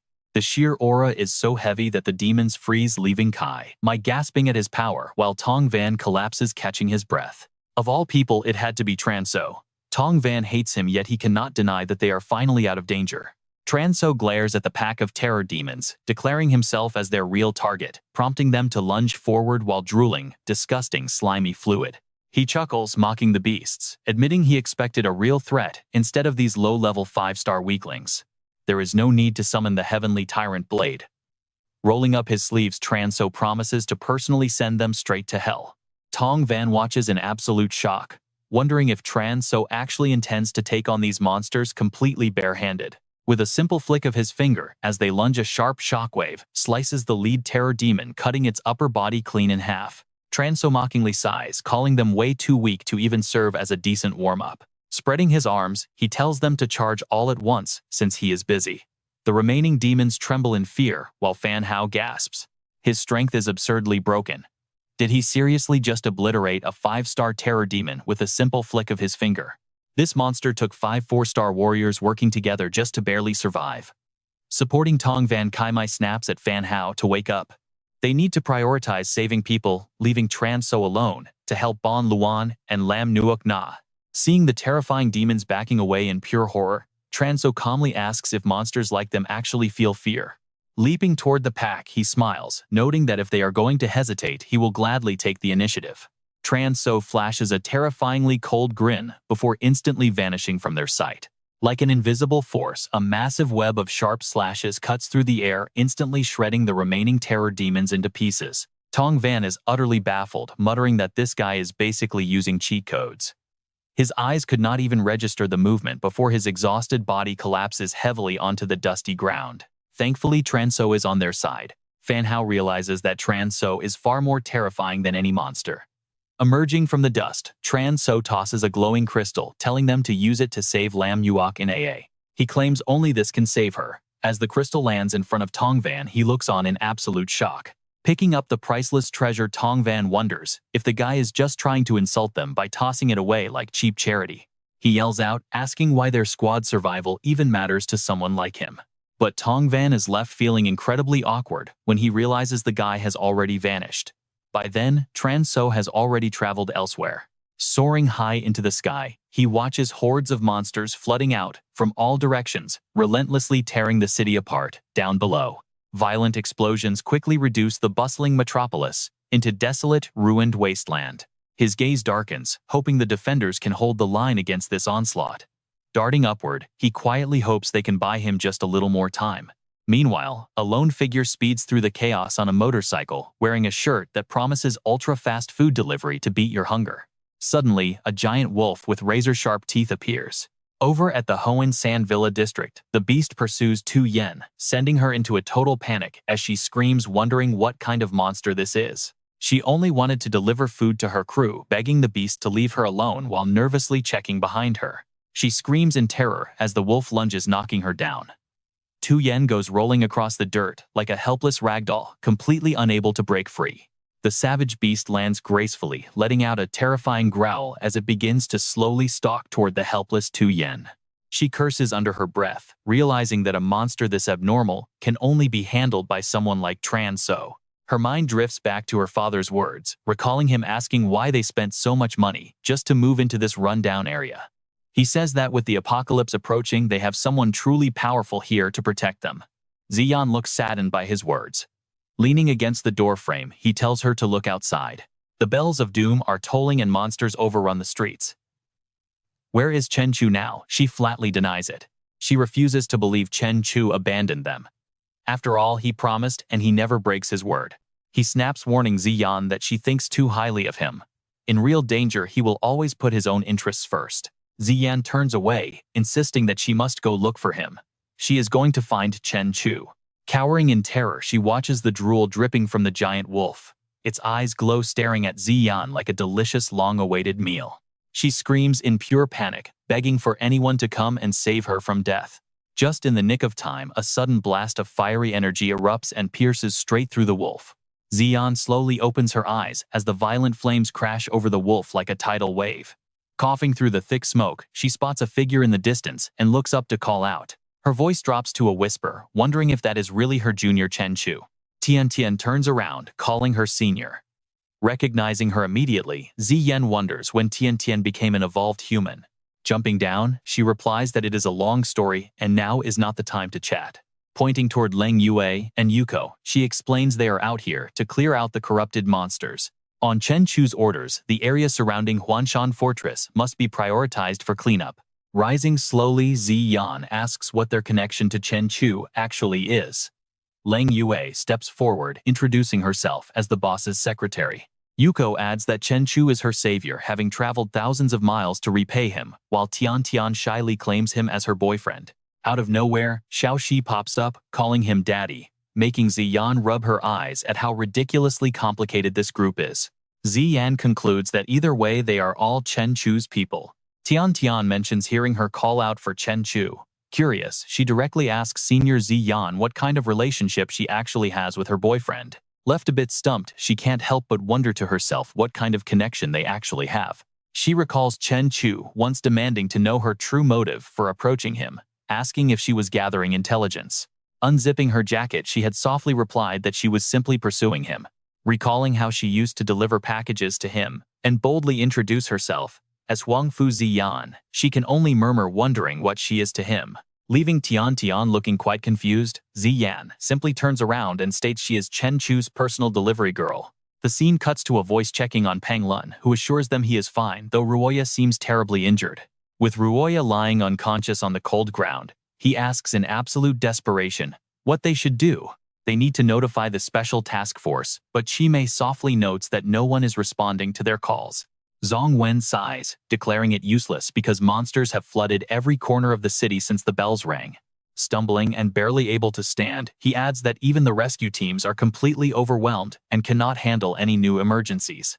In other words, their heroic squad has absolutely no one to rely on but themselves now. Peng Lun panics, wondering how Lin Ruoya will survive as she is bleeding heavily and cannot hold on much longer.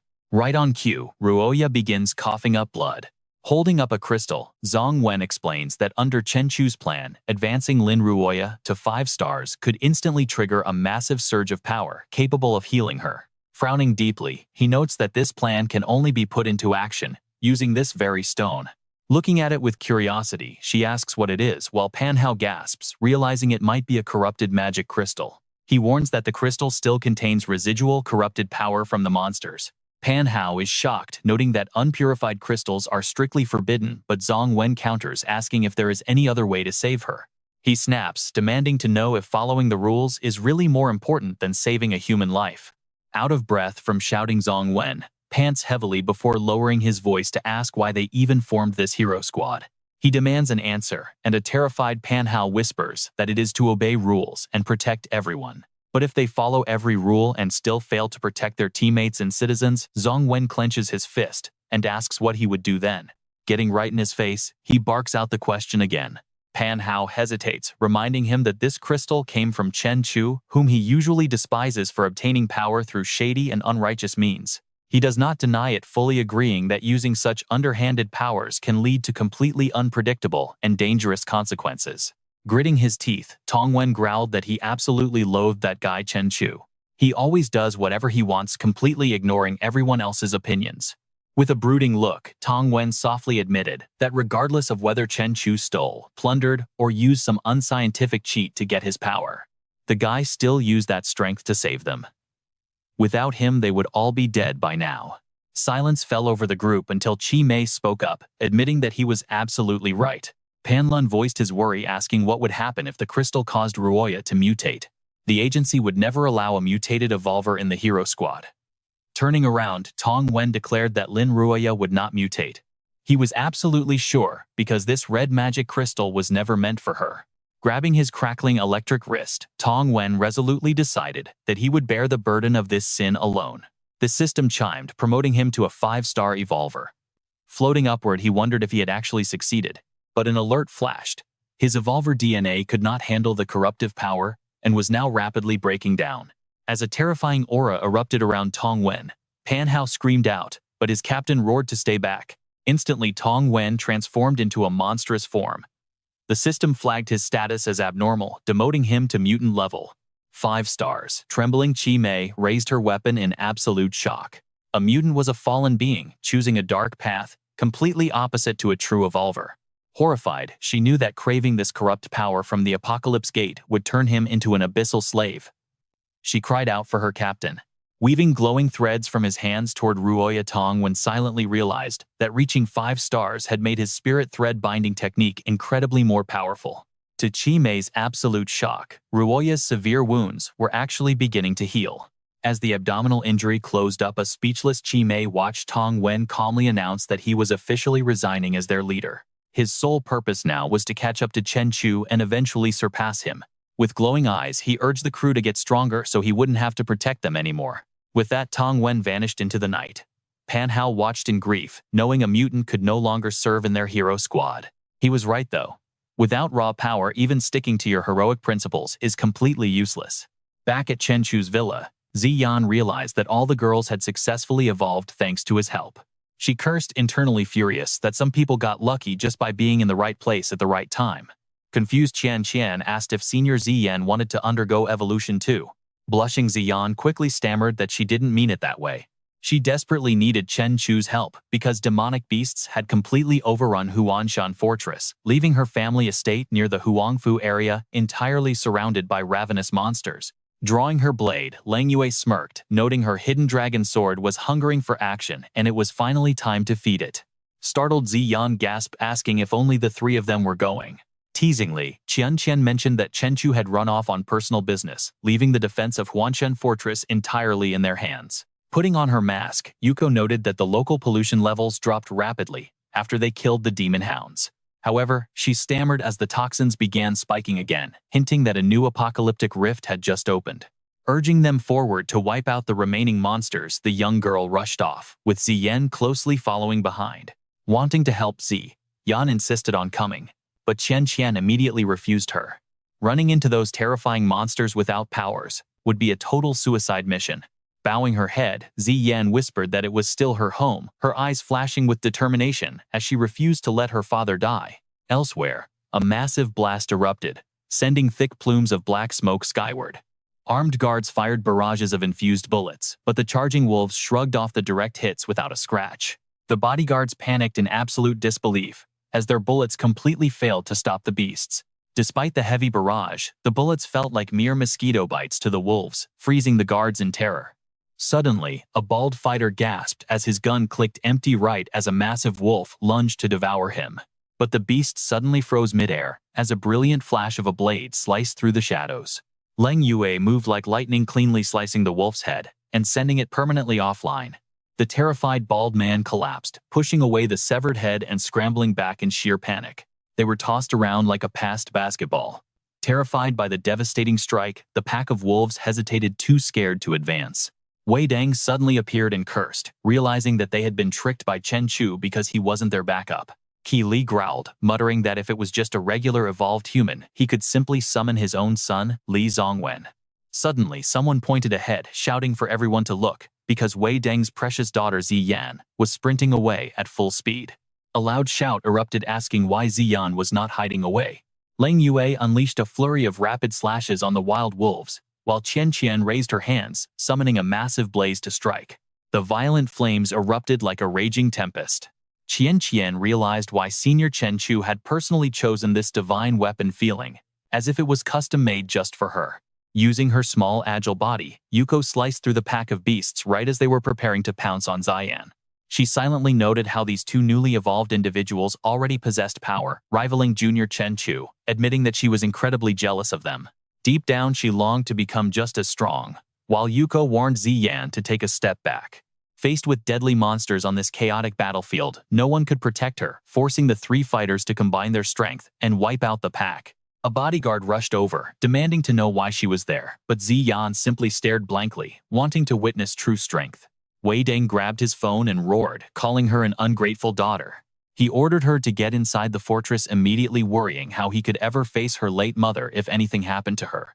He ordered his men to bring Ziyan back even if they died, causing the terrified bodyguards to quickly stammer their agreement. But before they could act, a massive wolf suddenly lunged at them, catching the guards completely off guard. The beast bared its fangs and roared, forcing a panicked Wei Deng to scream at his useless guards to save his daughter. Terrified, the guards abandoned them and fled, while apologizing, leaving Ziyan standing alone before the towering monstrous wolf. She grabbed a heavy iron bar from the ground, swearing that she would never be bullied like before.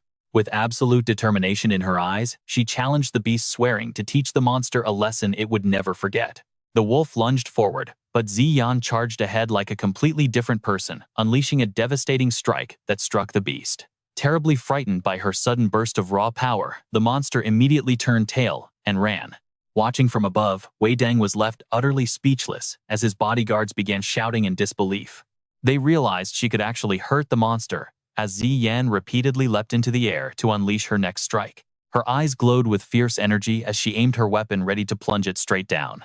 Qi Li placed a hand on his shoulder, observing that his daughter was no ordinary human, but a natural-born evolved individual, just like his own son. Wei Deng whipped his head around, utterly stunned by this revelation. He deeply pondered the concept, knowing such individuals could suddenly awaken their dormant powers at any point, often triggered by intense life or death situations. Wei Deng stood frozen as Qi Li explained that the intense crisis had forcefully shattered the genetic shackles within his young daughter. Fueled by sheer adrenaline, she looked like a vengeful demon as she slammed her weapon down directly onto the beast. With all the conditions for awakening finally met, her brutal strike forced the monstrous wolf to vomit a disgusting, bright green fluid. Ziyan celebrated her victory, laughing about her immense strength when a cold voice suddenly broke her moment of joy. The voice asked if she had actually slain the beast, prompting a startled Ziyan to turn around in confusion. Yuko removed her mask, noting that Ziyan had simply hit the perfect breakthrough window to trigger her latent powers.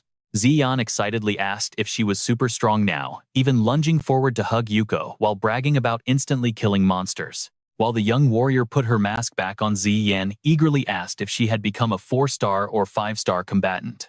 Yuko remained completely silent, before turning away, coldly advising her to stay far away from the front lines. Feeling insulted, Ziyan demanded an explanation, pointing out that she had just killed a hellhound using nothing but a tire iron. Yuko calmly explained that she had only awakened a basic 1-star support talent. That hellhound was already near death, meaning even an ordinary person could have easily finished it off. Her newly awakened ability would do absolutely nothing to increase her personal combat power, and on this deadly battlefield she had zero means of survival. Ziyan snapped back, refusing to believe her. She insisted that she had clearly felt a surge of unique power, but Yuko simply walked away while speaking.